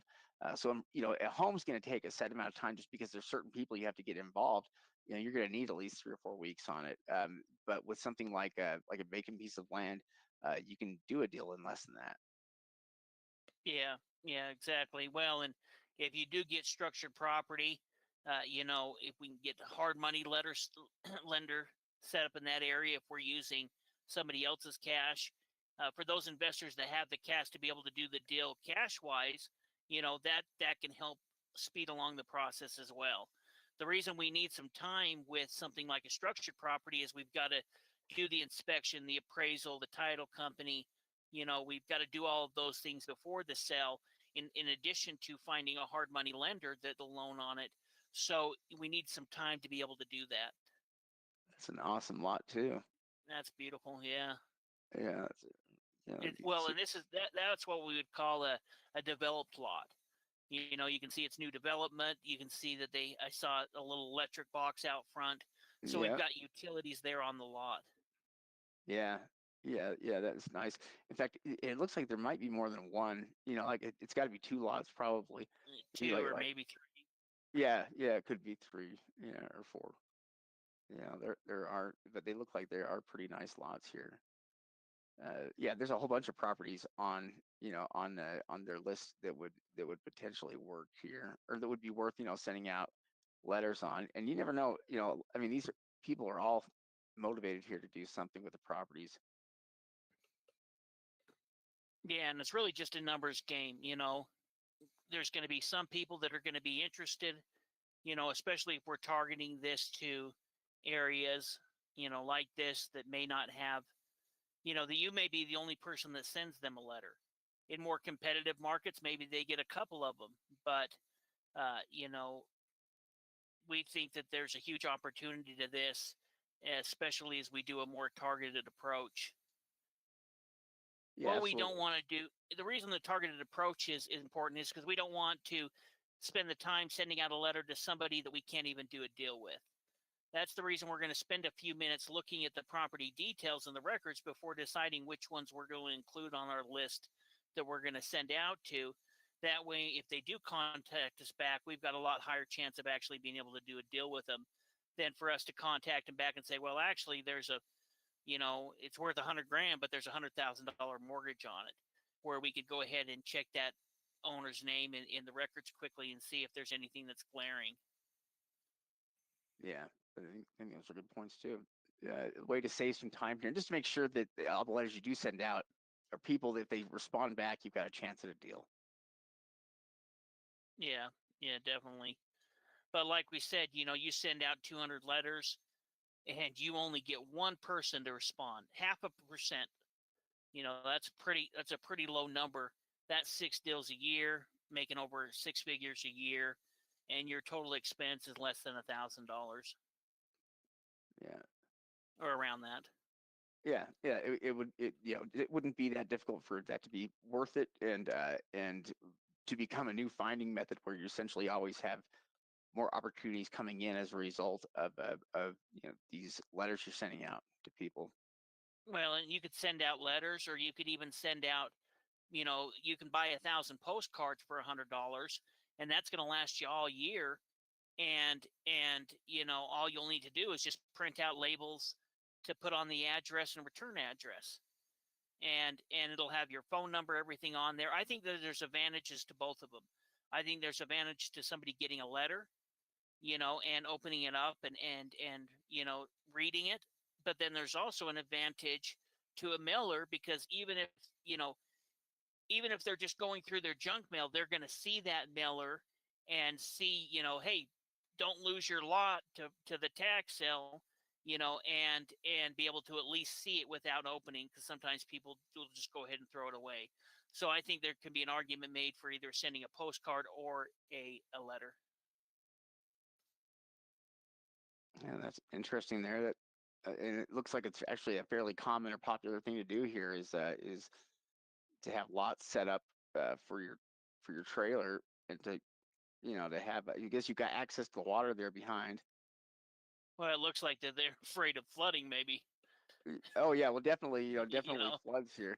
But yeah, I think there's a dock with each one of these, and so all these people basically can play.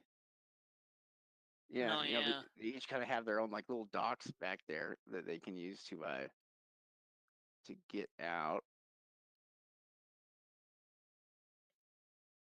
Yeah, they're pretty much, they can get out into the bay and then probably to the ocean. Yeah. Yeah, right there. A very cool area. But I'm surprised how many of these properties in Texas. Texas has a lot, because Texas has a redemption period attached to to the deeds when they go to auction. I think you see more nice homes that will end up going in the tax sale and selling. We just, in a lot of sales you don't tend to see so many, and a lot of the Texas properties are the kinds of properties that they're nice enough they could have mortgages on them.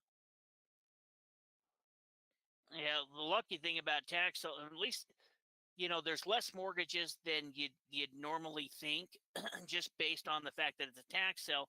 If there is a mortgage company, they should be stepping in and paying off the back taxes before losing the property. And a lot of people that get loans on their homes, the property taxes are going to be included within the loan. So the mortgage company actually pays the property taxes. So it's more likely that there's not going to be a mortgage, but if there is, that's where we can look and see if it is on there versus a pre-foreclosure. And if it does go to the tax sale, then that mortgage is eliminated.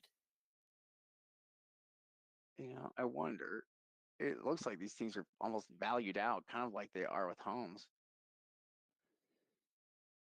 Well, it definitely looks like the location. Plus, it looks like it's an approved lot. even though, there's a trailer there, it looks like there's hookups. There could be, a septic system or sewer, power, that they can use and have right there for the RV. Oh. Yeah, they're having some issues there. But I think that gives you guys I'm hoping this was beneficial for you guys today. Going through this information. We'll go ahead and put this in a replay so that you can go ahead and replay it. You'll probably automatically get a replay link, but we'll put it to a YouTube video so it's a little bit easier, and just make sure that it's behind the scenes so you guys are the only one that has access to it. But, you can go back and refer to this if you have any questions and refer any of the steps that we're going to go through. But let's get y'all registered. We'll start working with your coaches over the next couple of weeks and, help you get a couple of these practice properties coming in as you're, going through and doing the research and the training to understand how to be able to do this effectively. Yeah, 100%. We want to see everybody get registered for some auctions, get set up so that you can place some bids, and it's going to give you the chance here to win properties. It is a numbers game. If you bid enough, you're eventually going to win properties, and you'll win them at the prices that you want, which is going to make them easier to sell. Which is also, again, important thing. You have to have property before you can really learn how to sell it. And so we want to help everybody kind of go through these steps here of learning how to do each one of these things, to build up your capital here. But more importantly, though, for you to learn the process, that's really where you're going to learn this, is in the process of doing these. So, thank you everybody for the Saturday morning here and time you've given us today. We'll be back again here next week, and I'm sure we'll be talking with many of you here next week. So look forward to that. Yep. Thanks again, everyone. We Thank appreciate you spending the day with us. Yep. We'll see you later.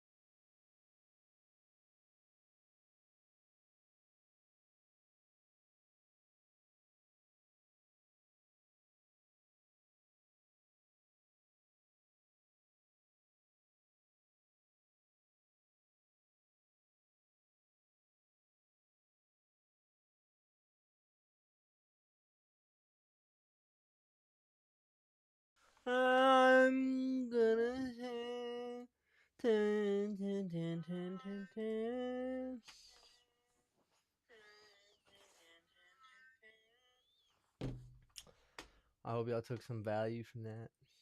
If anyone was in here, I was just watching it upstairs, bro. I just didn't want to be downstairs. I had to do some other shit while I was watching it. I'm gonna definitely watch the playback. Just wanted to help my mom out too, so she could look at it as well. So we're probably gonna switch over to some. Cause I play some games. I gotta chill. I gotta do something else today.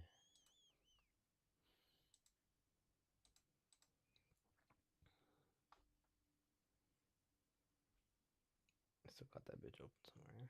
But just a bit. Just a bit. I gotta call those two people. Alright. Let's put that over there. Open up Arch Raiders.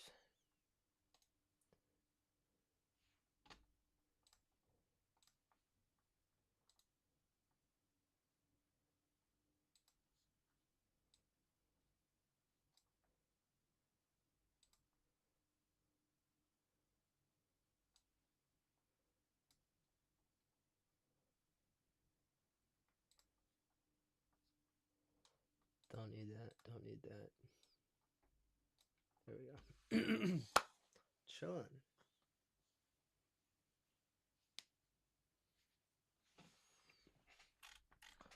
We got the single column tie down, chat. We got it down.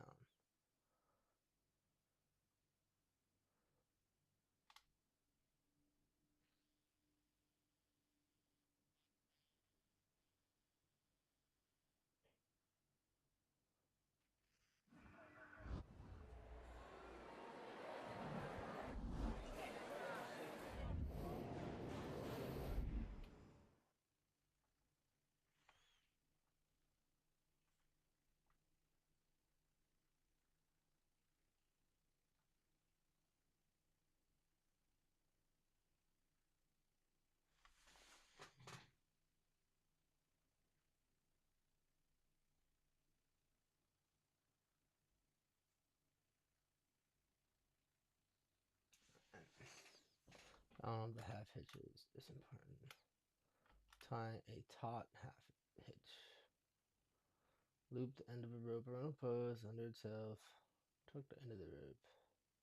Hold up, let me just end stream and start again.